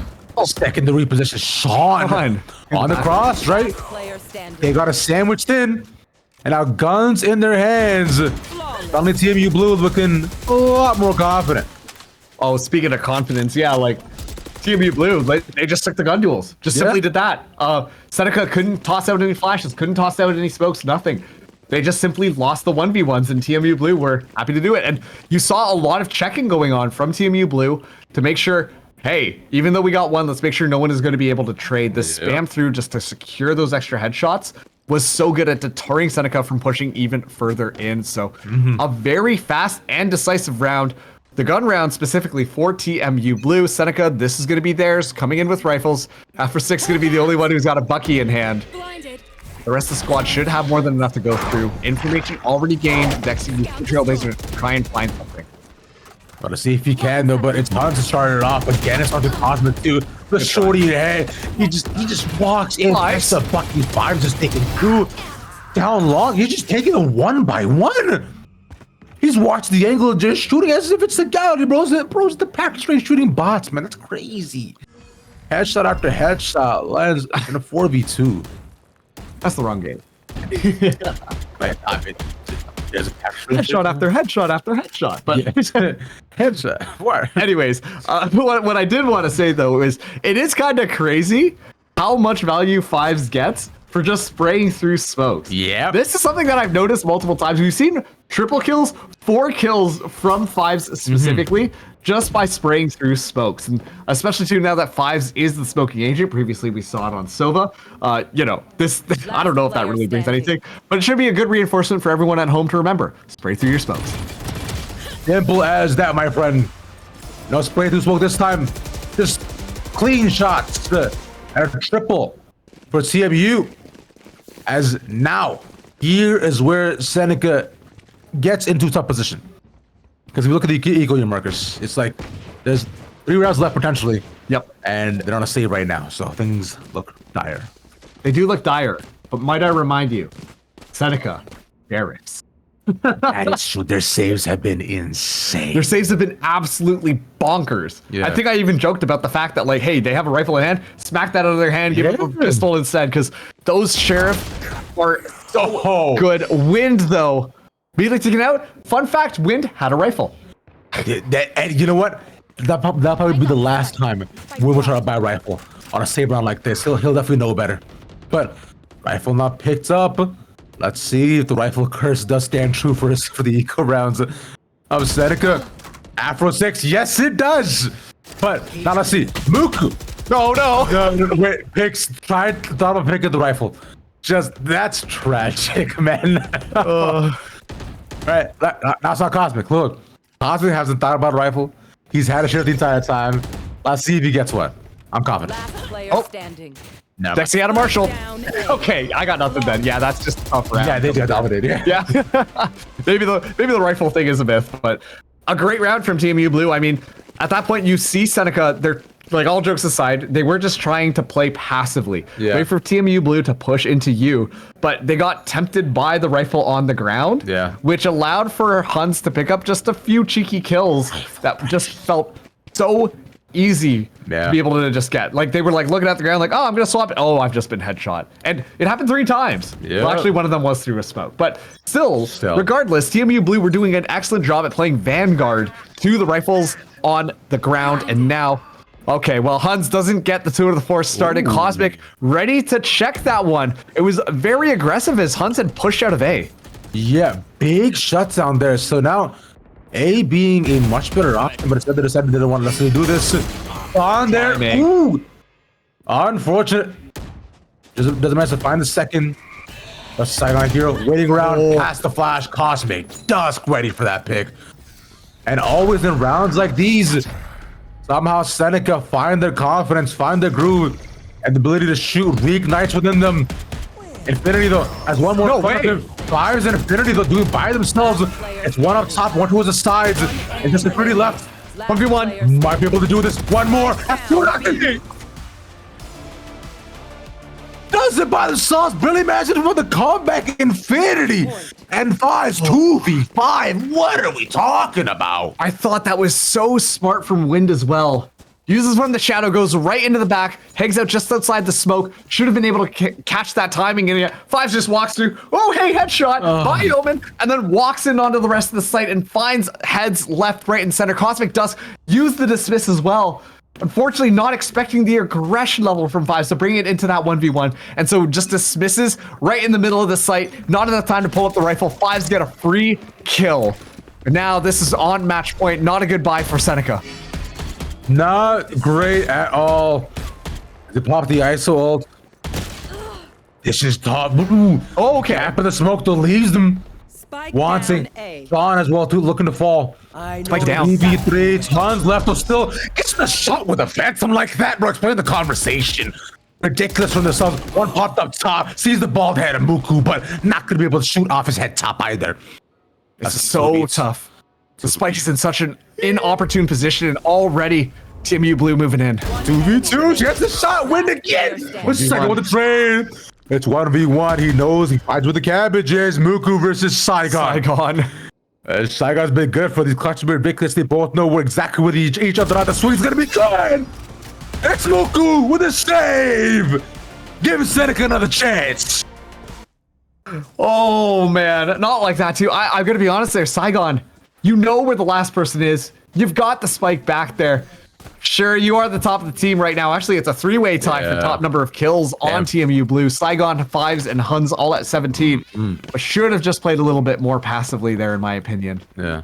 Seneca, 5 opportunities to make that overtime happen. The buy is still not ideal. We will have that Blade Storm available for Afro 6, meaning that that's the that's going to be the gun of choice as the blades get popped here. Yeah. TMU Blue looking for that win, but Seneca still clawing their way back into it. Empress and Sky Out also available for their end. So a decent amount of options. There's walking through here, not checking the corners. Afro gets shield, but when it gets the trade, that's big. But nonetheless, from there though, it's been back and forth, red and blue. You might as well put out the white, as you can see, American flag with the way we've gone back and forth between the two of these already. But TMU Blue crucially up 1. And it's so interesting. Wind sure is by the teleporter, but the Spike is in hookah right now. So uncomfortable to try to move things around. Fives is able to find a kill through the wall. Wind goes down as well. This could be it. It's 1v3 after an incredible round with the previous. This is how it ends. Pop Petro TP. And it's TMU Blue to take it all once again at the rival series with a showdown. Yeah, I mean, once again, we talked about this. TMU Blue, they're no strangers to winning the rival series showdowns. Of course, most of them have been virtual, but this is the first time we're doing it in person. I gotta point out the scoreboard right now. That's ridiculous. Cosmic Dusk, very securely on top. Combat score of 302. Ridiculous. Yet, teamwork wins again. TMU Blue across the board. We're just a little bit stronger than the rest of the squad at Seneca. And as a result, I mean, sure, you can talk about the hero plays that were kind of coming in there, but it didn't feel like they had to rely on only one person to find those hero plays. It felt like different members of TMU Blue were also individually stepping up and making sure that they could get that W. And I think ultimately that is why we saw TMU Blue be able to win that series. Exactly. Yeah, it's because as of right now, like, which, speaking of which, big thank you to, of course, all the teams for coming out and competing, right? I respect y'all, and I love that we came through the holiday season and the LAN too, especially with a new venue like this. So it's super dope. Please be sure to join the Discord. Right, scroll down the Twitch page. Look at the chat to find the link as well too. Y'all come out. We'll be doing more of these virtual rival series for the next couple of months, continuing on forth. So y'all stay tuned for updates and keep playing and make sure to stay locked in, man. Keep us doing some solid stuff. And speaking of which, we should be able to actually get Sean in as well in a little bit to be able to come talk to him and see what's on his mind as to what's going on. Should be fun. Yeah, let's go get Sean in. How about that? Yeah, Sean's going to be stepping in here. And okay, we got to call him the mid-range rifle. You can call him that. You know what? I will call him that when Sean walks in, because, there were a lot of those moments where we saw, I want to call it the heroic plays, but not even that necessarily. I think that Sean was just doing a great job of being on top of it. But hello, Sean. Here, you're gonna talk into this microphone, Sean, bro. And feel free to hop in the interview. That's cool. Nice to meet you, man. How you doing, brother? All right, so needs to go talk to the mic, brother. All right, here you go. I'm gonna have you back here to your chair. All right, you come around, bro. You sit down. Camera's over there. Mic's in here, but make sure to talk into that real nice and clean. All right. Sounds good. All right.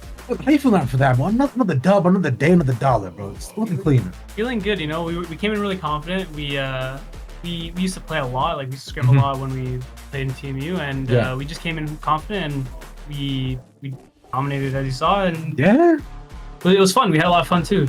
I was assuming so, right? Yeah. Consider, look, y'all look good out there, man. Look, I gotta ask you about the actual pick on bot. It seems like just a conference pick coming out of you, bro. Honestly. ISO's pretty strong in my opinion. Like the shield, you can really abuse it. Yeah. And I knew going into the second game, I just wanted to run at them. For sure. So if I'm gonna run at them, I want a shield that's gonna block one of the shots. So I just ran it down with ISO. I mean, I would say one it. It's just that you definitely went out there and did your thing. But I think one thing we were highlighting a lot too is that your team cohesion. It seems like every single one of you has each other's backs no matter what, whether it be through flashes or trade and so on and so forth. One of you always one step with the other. Talk to me about that.